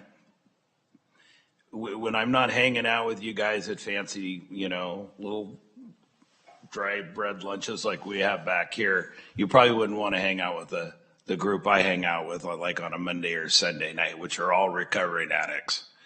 And when I hear the stories about how many of them, and they're working with these individuals and exactly what's happening to them, the cost is high. I understand that. The cost is everywhere. But what are we getting for the bang for the buck? At the end of the day, there is no right or wrong answer. We're in uncharted territory here. I just want to know what we're doing now. Is it actually working? Because maybe we're going in the wrong path.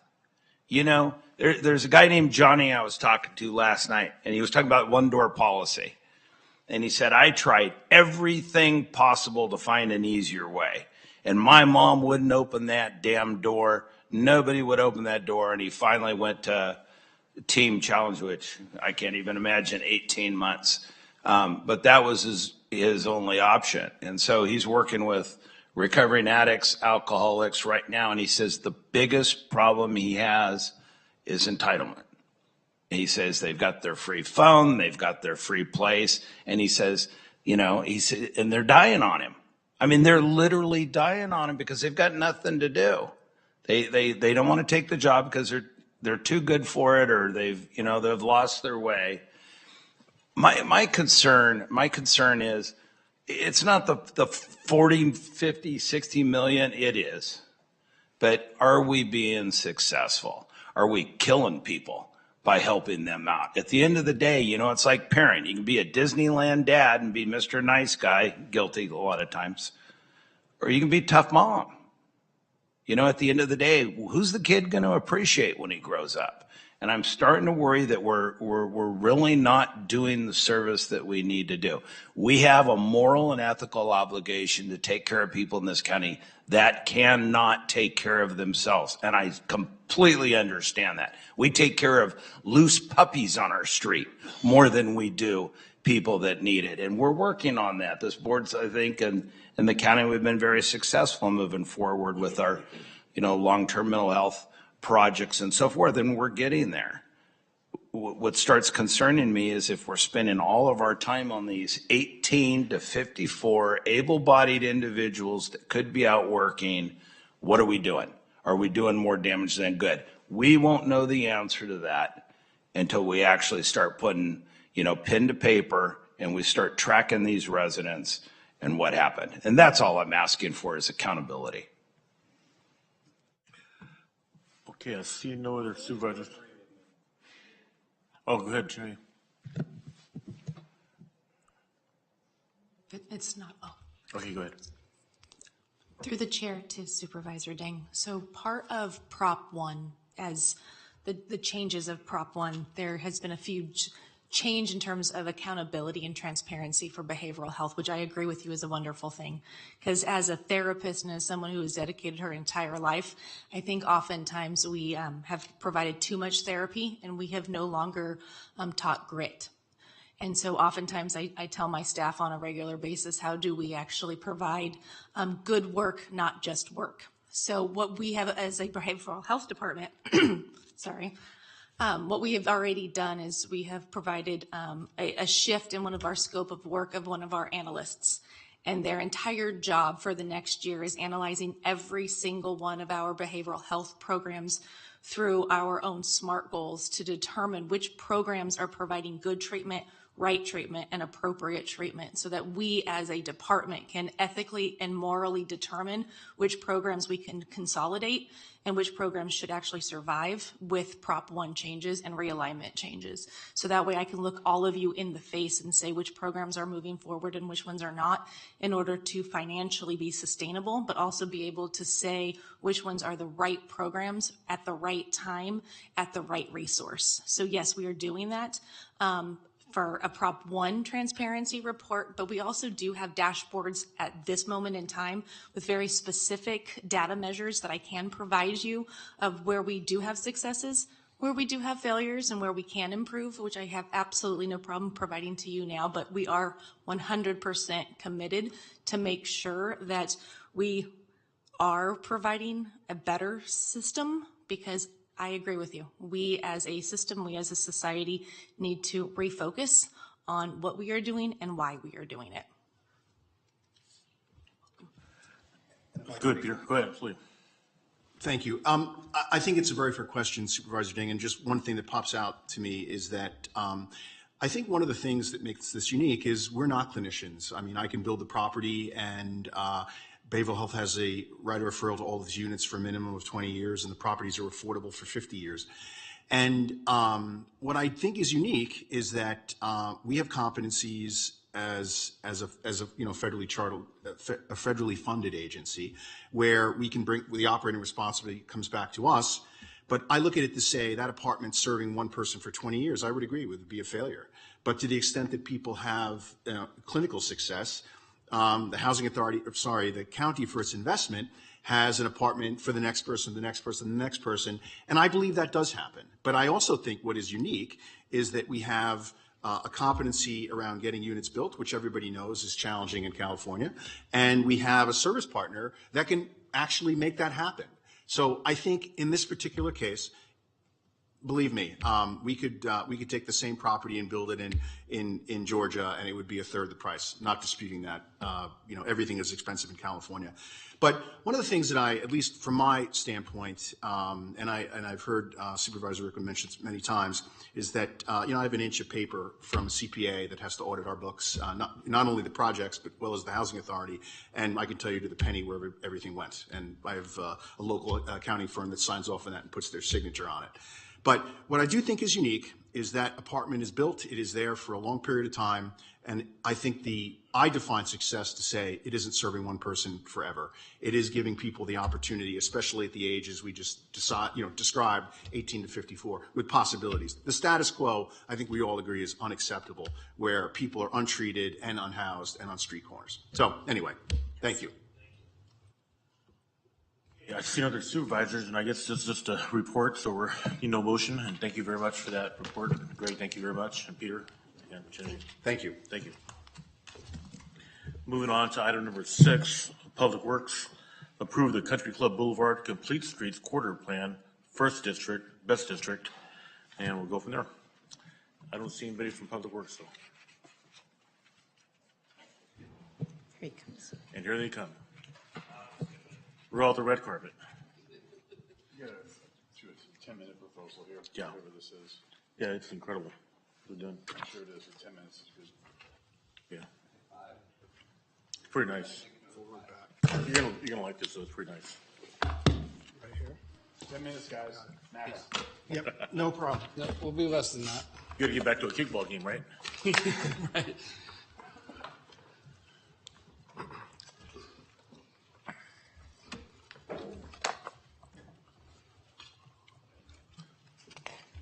First district, best district.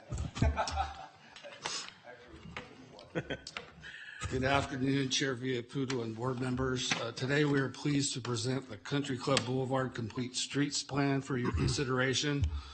Chair Villaputo's office has received a lot of feedback regarding Country Club Boulevard over the past few years, including requests to improve safety, make the corridor more friendly for pedestrians and bicyclists, and improving the aesthetics of the corridor. In response, Public Works sought and was successful in securing a state active transportation program grant to identify improvements to accomplish these goals. With me today is Mr. Glenn Armstrong from HDR, who is the consulting firm that assisted us with developing the plan.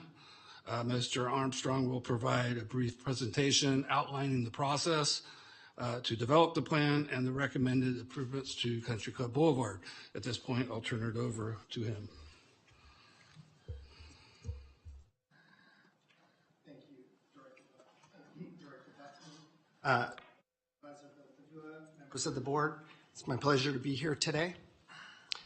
Okay, so I'm going to talk to you real quickly about the Country Club Boulevard Complete Streets Corridor Plan. We're going to give an overview of the engagement summary that we've done, talk to you about the 2 complete streets alternatives that we developed, and the project's next steps. So in addition to what Director Buckman noted about project goals, we also wanted to promote livability and equity by improving access to opportunities within the corridor, promote sustainability, encouraging multi-modes of transportation, and develop a cost-effective, fundable, and implementable project. The project is located both within San Joaquin County, which is represented in the blue, as well as the city of Stockton, which is represented in the brown. The project limits are from Plymouth Road to Pershing Avenue. There's multiple bus stops throughout the corridor. There's oversized lanes. There's no bike facilities currently within the corridor. There are sidewalks on both sides of the street, but there are discontinuous sections throughout the project limits. Okay, so first of all, what are complete streets? Complete streets are streets that are designed and operated to enable safe use and support mobility throughout the corridor. It's designed to emphasize uniqueness of the complete streets designed to a specific community, which is why it required such extensive outreach. It highlights the needs of the underserved community, and it's intended to reduce roadway accidents, injuries, and pedestrian fatalities. Okay, so we did extensive community outreach throughout the 13 months of this particular project. I won't read every single item here besides the pop-up events. I wanted to point out, though, the 4 community surveys that we did for this particular project at various touch points throughout the project's design. In addition to 3 community workshops, working group meetings, we also met with key stakeholder groups, including University of Pacific, the business community, and equity and community-based organizations. We also formed a project development team, which included members from the county, City of Stockton, San Joaquin COG, and Regional Transit District. Okay, so real quick, the existing conditions out there, there's oversized traffic lanes, 16-foot lanes. There's on-street parking on both sides of the street. Again, there's sidewalks on both sides of the street, but there's discontinuous spots. And then the right-of-way line is located not at the back of sidewalk, but it's located 5 feet inside the landscaping currently being maintained by adjacent property owners. Here's a picture that's sort of representative of the corridor itself. Again, it's mostly residential with scattered businesses throughout the corridor. So we looked at a universe of options, all possibilities of multimodal improvements, bike type, bike user types, parking, no parking, traffic operations, etc. And we boiled that all down into 6 different concepts and developed some typical sections that we took out to the community and asked the community what they thought. We then, we then boiled that down to a more focused approach, coming up with 2 alternatives that we could study in more depth. So we looked at various criteria in order to help us kind of boil those options down to the 2. We looked at property access impacts, ongoing maintenance costs, constructability, and from there we selected our 2 alternatives. Again, the scoring criteria, we looked at comfort, safety, mode shift. We used a qualitative and a quantitative scoring analysis in order to come up with our options. So here's our alternative 1. Alternative 1 is just conventional bike lanes on both sides of the street. It maintains the parking. It would fill in those sidewalk gaps. It maintains the right-of-way line in the same location and the landscape strip.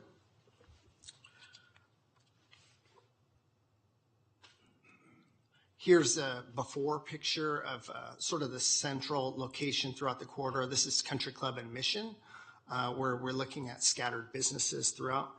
And this is what it would look like after construction. So you notice the green bike lanes, and then the tannish color represents sidewalk access that would be added throughout that particular location, improved bus stops, etc. Okay, alternative 2 is a transformative alternative to change the look and feel of Country Club Boulevard. It's our planter protected bike lanes. So it's going to maintain parking on both sides of the street, but it's going to separate the bike and pedestrians using that planter protected location. It is going to utilize more of the city and county right-of-way. Right now, the raised medians show trees. It could be other types of landscaping or other type of maintenance required facility. With this particular alternative, we're proposing lighting and lighting throughout the corridor. And so because of the landscaping and the lighting, that would require a special district that property owners would need to establish. We've received a tremendous amount of positive feedback from the community regarding this alternative, but we've also received some concerns about certain aspects of this alternative. Here's the before, and then here's the after. Again, pointing out the the buffered bike lanes, and then still maintaining on-street parking, and then improved bus facilities. Okay. Either one of the concepts or alternatives selected would fill in sidewalk gaps. It would improve ADA ramps at all corners. We'd be installing high visibility crosswalks at the 6 different crosswalk locations throughout the corridor. We would provide some curve extensions at key locations, and that's intended to minimize speeds throughout the corridor. The number 1 complaint we heard from residents about problems that exist within the corridor. We'd improve transit access and bus stop improvements specifically, and then both of the options include bike lanes. Engineers estimate of probable construction costs. Alternative 1 is roughly $4.1 million. That's in 2025 dollars. And then alternative 2 at $7.5 million. So we've looked at several different funding sources from a federal perspective, Safe Streets for All, Neighborhood Access and Equity Program, or a RAISE grant. From a state perspective, we've looked at ATP, which is the planning grant for this particular project. And then there's also Measure K funds that could be looked for. So our next step. So the results of the planning study, we've selected alternative one as the near-term project that we'd like to secure funding for and move forward with the project. Alternative two has tremendous benefits and is a transformative project, but the plan is not recommending moving forward with alternative two yet until we have clear consensus from the community. That support or clear rejection of alternative two can be vetted during alternative one's design development. And so we'd like to ask that you recommend for approval. With that, I'll turn it back over to Director Buckman. Thank you, Glenn. Chair Villaputua and members of the board, this concludes our presentation. Public Works recommends that the board approve the Country Club Boulevard Complete Streets Plan, which will provide us with the direction we need to begin seeking funding to implement the recommended improvements. Mr. Armstrong, Deputy Director Najee Zarif, and I are available to answer any questions the board may have. Well, first and foremost, I want to thank you guys for all the hard work you put in the last couple of years. HDR did an incredible job, and the town hall meetings we had with all the constituents and getting their input was amazing. Najee, thank you very much for your hard work, and Fritz, your staff was amazing. And I want to thank my Chief of Staff, Christopher Pay, who over there, who was engaged with the public, always working with people's, getting their opinions and getting, trying to do the best job for Country Club because it's an amazing street, and you guys put a lot of hard work into it. So thank you very much. Any questions from the board? Supervisor Patty. Thank you, Chair. I want to compliment you, Mr. Rupe, all of our staff, the outreach, the efforts, and I grew up in the area and on Country Club. It used to be my district as well that we shared, but you guys were at the helm of this. You guys took this over and really embellished the idea, the engagement, the community looking at options. So I do have a couple questions. Country Club dead ends and it goes all the way through, let's say, to, if we just looked at Pershing to Rainier. So is this the span that we're looking at, or are we looking at more the narrow, more commercial area? The limits of the project, I don't know if we could go back to the slide 3. It's from Plymouth, which is the westernmost terminus of the project, right at Interstate 5. And then the easternmost terminus would be Plymouth, or Pershing, excuse me. So it's Plymouth to Pershing. Plymouth to Pershing. So it's everything, basically it's east of I-5. Correct. Nothing west of I-5. Correct. Yep, there it is. Yeah. At this time. Yep. Okay, Correct. I got you. All right, so it's more of the commercial area and high traffic zone. Yeah, but I'm in support. When it comes to the funding, obviously there's two different price tags, and do you have a potential for increased funding that would change and we could go to a phase, the option number 2? Yeah, depending on the funding we were able to secure, that's a possibility. We'd also want to continue to vet some of the concerns that some of the community has expressed regarding elements of the second option, the alternative 2. And then there's also the issue of ongoing maintenance that we have to come to the consensus of the community on. So we're interested in pursuing alternative 1 more immediately, but the alternative 2 has some great elements and definitely warrants further consideration, but we're not quite ready to move forward with that just yet. Will it come back to the board before you finalize what you're doing? Absolutely. Any improvements that we come up with will be approved by the board. This is just receiving a report, or is this something actionable? We're asking you to approve the plan, which identifies alternative 1 as the preferred alternative to pursue now. Mm-hmm. And that's the action we're seeking from the board. Okay, gotcha. And if there is a phase 2 going to, I know that, trees, roots, everybody has all these ideas, but then, the roots start to disrupt the roadways and the sidewalks and everything else as well. So there's a lot of thoughts and consideration if we're trying to increase the utility and the, engagement of the citizens. So there'll be a need for continued outreach before we move much further with alternative 2. Yep, understood. Thank you. Good job again, Chair and staff, Mr. Rupe, and everybody in Public Works for the levels of engagement. Thank you again. Supervisor Rickman. You're good? Okay. Supervisor Ding, you good? Okay, at this time, I'm going to open public comment. Anyone would like to come forward, say a few words? Chris, you want to say anything? Okay. Okay, I think we're good. We'll close public comment and.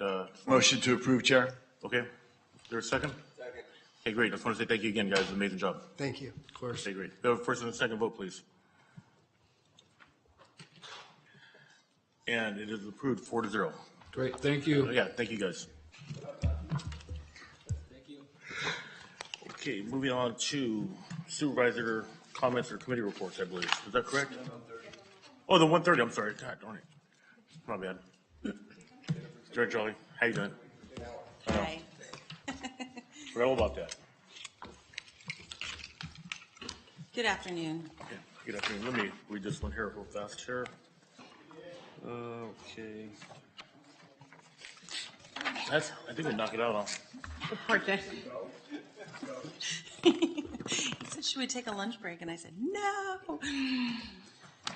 Good afternoon. Would you like me to proceed? I'll read. Let me read it real fast. Okay. Okay. I'm sorry, Jen. That's okay. I thought for some reason I thought we were No done. problem.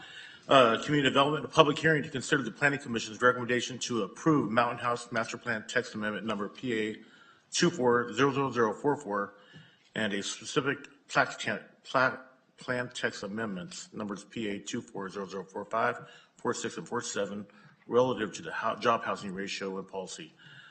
Ray. Good afternoon. Thank you, Chair Viapudua.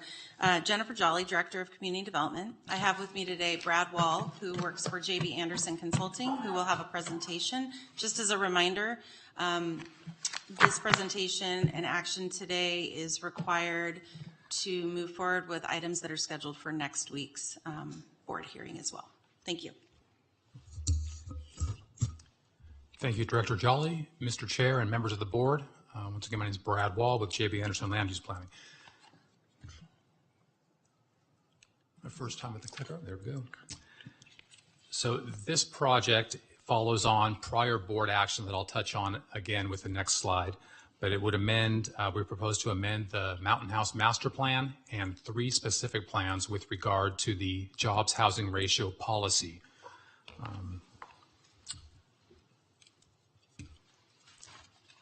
What's led to this was technical analyses by qualified consulting firms to review and assess the original policy of 0.99 jobs housing, which is essentially a 1-to-1 ratio between housing units and jobs in the community of Mountain House.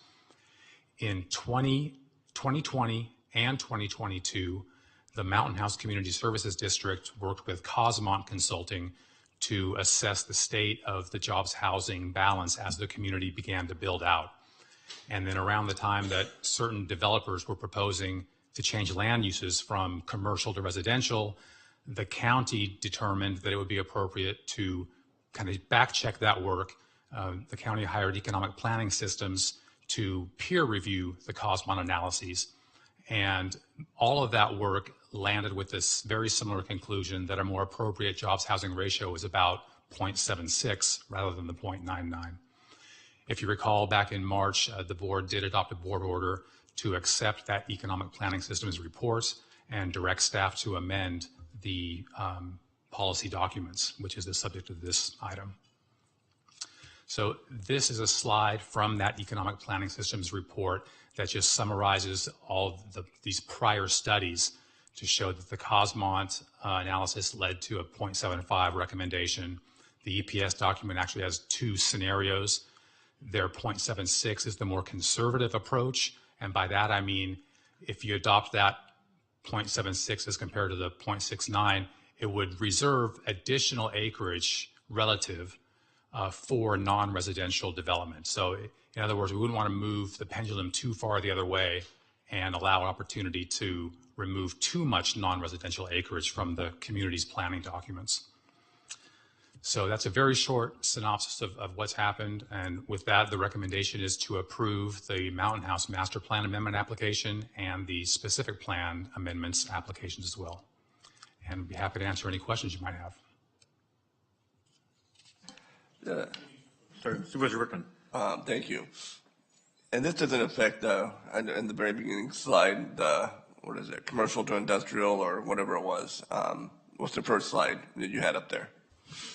The first slide was just describing the proposed amendments and what would change in the document. So there's text changes and then some land use tables that show different acreage within the documents. Well, what I'm getting at, I know this one here, commercial office, industrial land, or let's see here.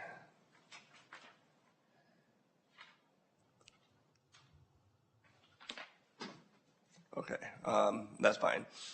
Nothing in here. Well, next board meeting we're hearing what is it? Commercial to housing? Is that what it is? Through the chair, yes, there are, I believe. So this doesn't affect 5 any of items. that? You're not No. you're not Okay. approving anything today. All right, I just wanted to make sure. Okay. So, thank you. Anyone else? I see none. I'm going to open public comment. Anyone like to speak or ask a question? Please come forward. Pick a number. I know there's a lot of people out there. I see none. I'll close public comment. Bring it back to the board. It's only an informational item, correct? Yeah. Okay. Doesn't matter. I'm going to make a motion. Sure. So moved. Is there a second? Is there a second? I will second it. We have a first and a second. We'll have a vote, please. I love it. Does Zoe want to come up and speak? No one want to speak? For nothing. Thank you very much. We're good. Thank you guys for that Thank you report. very much. Thank you. Thank you. Okay, we'll bring it back to the board for supervisor comments or committee reports. And Supervisor Patty is limited to 30 minutes. 35, please. So I'm going to go as brief as I can, real quick. I know we had the ribbon cutting for the French camp, the VA clinic. That was outstanding. The good news there, the representatives from the federal VA system was talking about how this is really just, they consider this a phase 1. They're going to be bringing in and expanding services from MRIs to full service hospital, I believe, down in the future. It was built for expansion. So that was great news. First time I heard that. American Legion Post, Carl Ross Post hosted lunch after. They appreciated those of us that were able to swing by, and they really did celebrate. Some of the older veterans had been pushing on this for a long time, so they were really celebrating that day.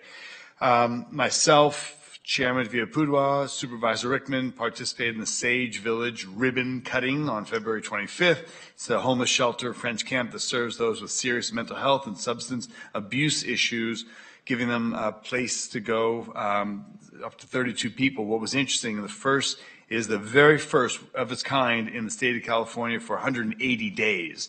Sometimes you might see 30, 60, or 100, up to 120 days, maybe 120 days. But we here in San Joaquin County have the first 180-day program. We also went to and participated with our very active and community-oriented DA Freitas, the National Crime Victims Luncheon rights for a luncheon last week for victim rights. We also had the chance to go to Washington, D.C. on behalf of the county. While there, I was representing myself and Supervisor Ding, the Delta County Coalition. We went to HUD and EPA. We talked about the challenges with the conveyance system. They were very receptive, and they were now at a heightened level of awareness. Also had a chance to talk with the FAA about our regional airport, and they were really impressed by this board's dedication of funding recently to the airport for upgrades and really some forward-thinking planning. FAA said that they were looking forward to receiving more information on how proactive we are, as the Director Sokol will be there in the coming weeks.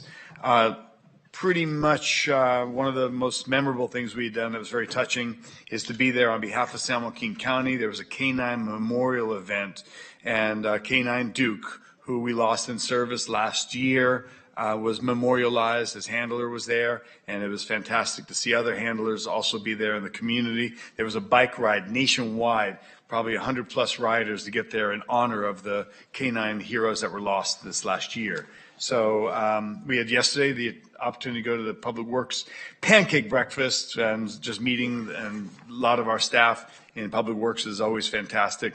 And lastly, on behalf of the board, I had a chance to go to the African American Chamber of Commerce, their annual small business conference and youth summit, and their annual Woman of Color, Man About Town Gala.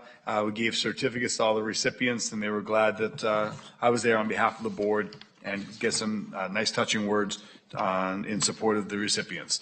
And Chairman, that is all I have to offer. Thank you. Thank you, sir. Thank you, Mr. Chairman. Just a couple of highlights from our working trip back to D.C.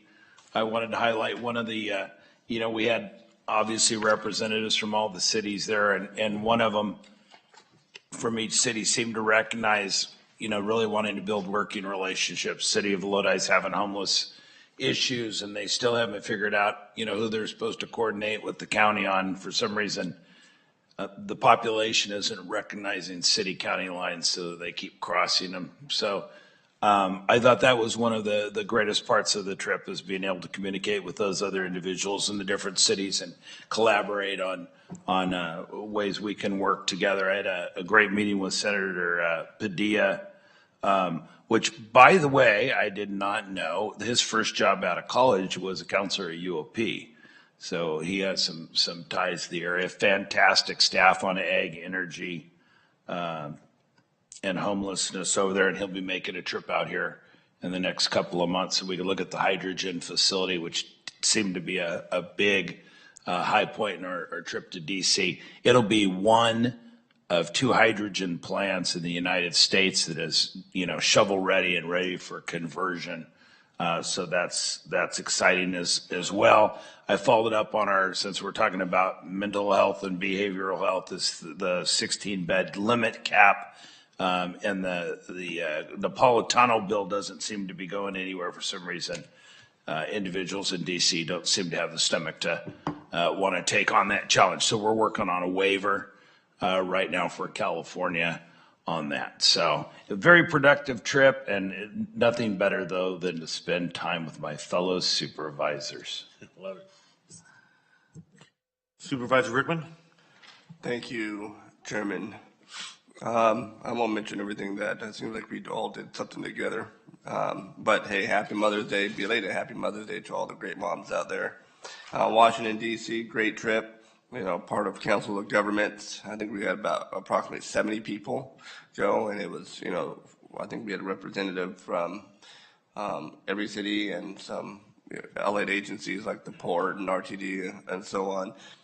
Met with Senator Padilla, Congressman Duarte, DOT, the White House intergovernmental team. I think it's a very productive trip. I mean, in the years past, we brought home millions of dollars for roadway improvements and infrastructure, and that's one of the complaints that we always get is about our infrastructure, our roadways and bridges and so on.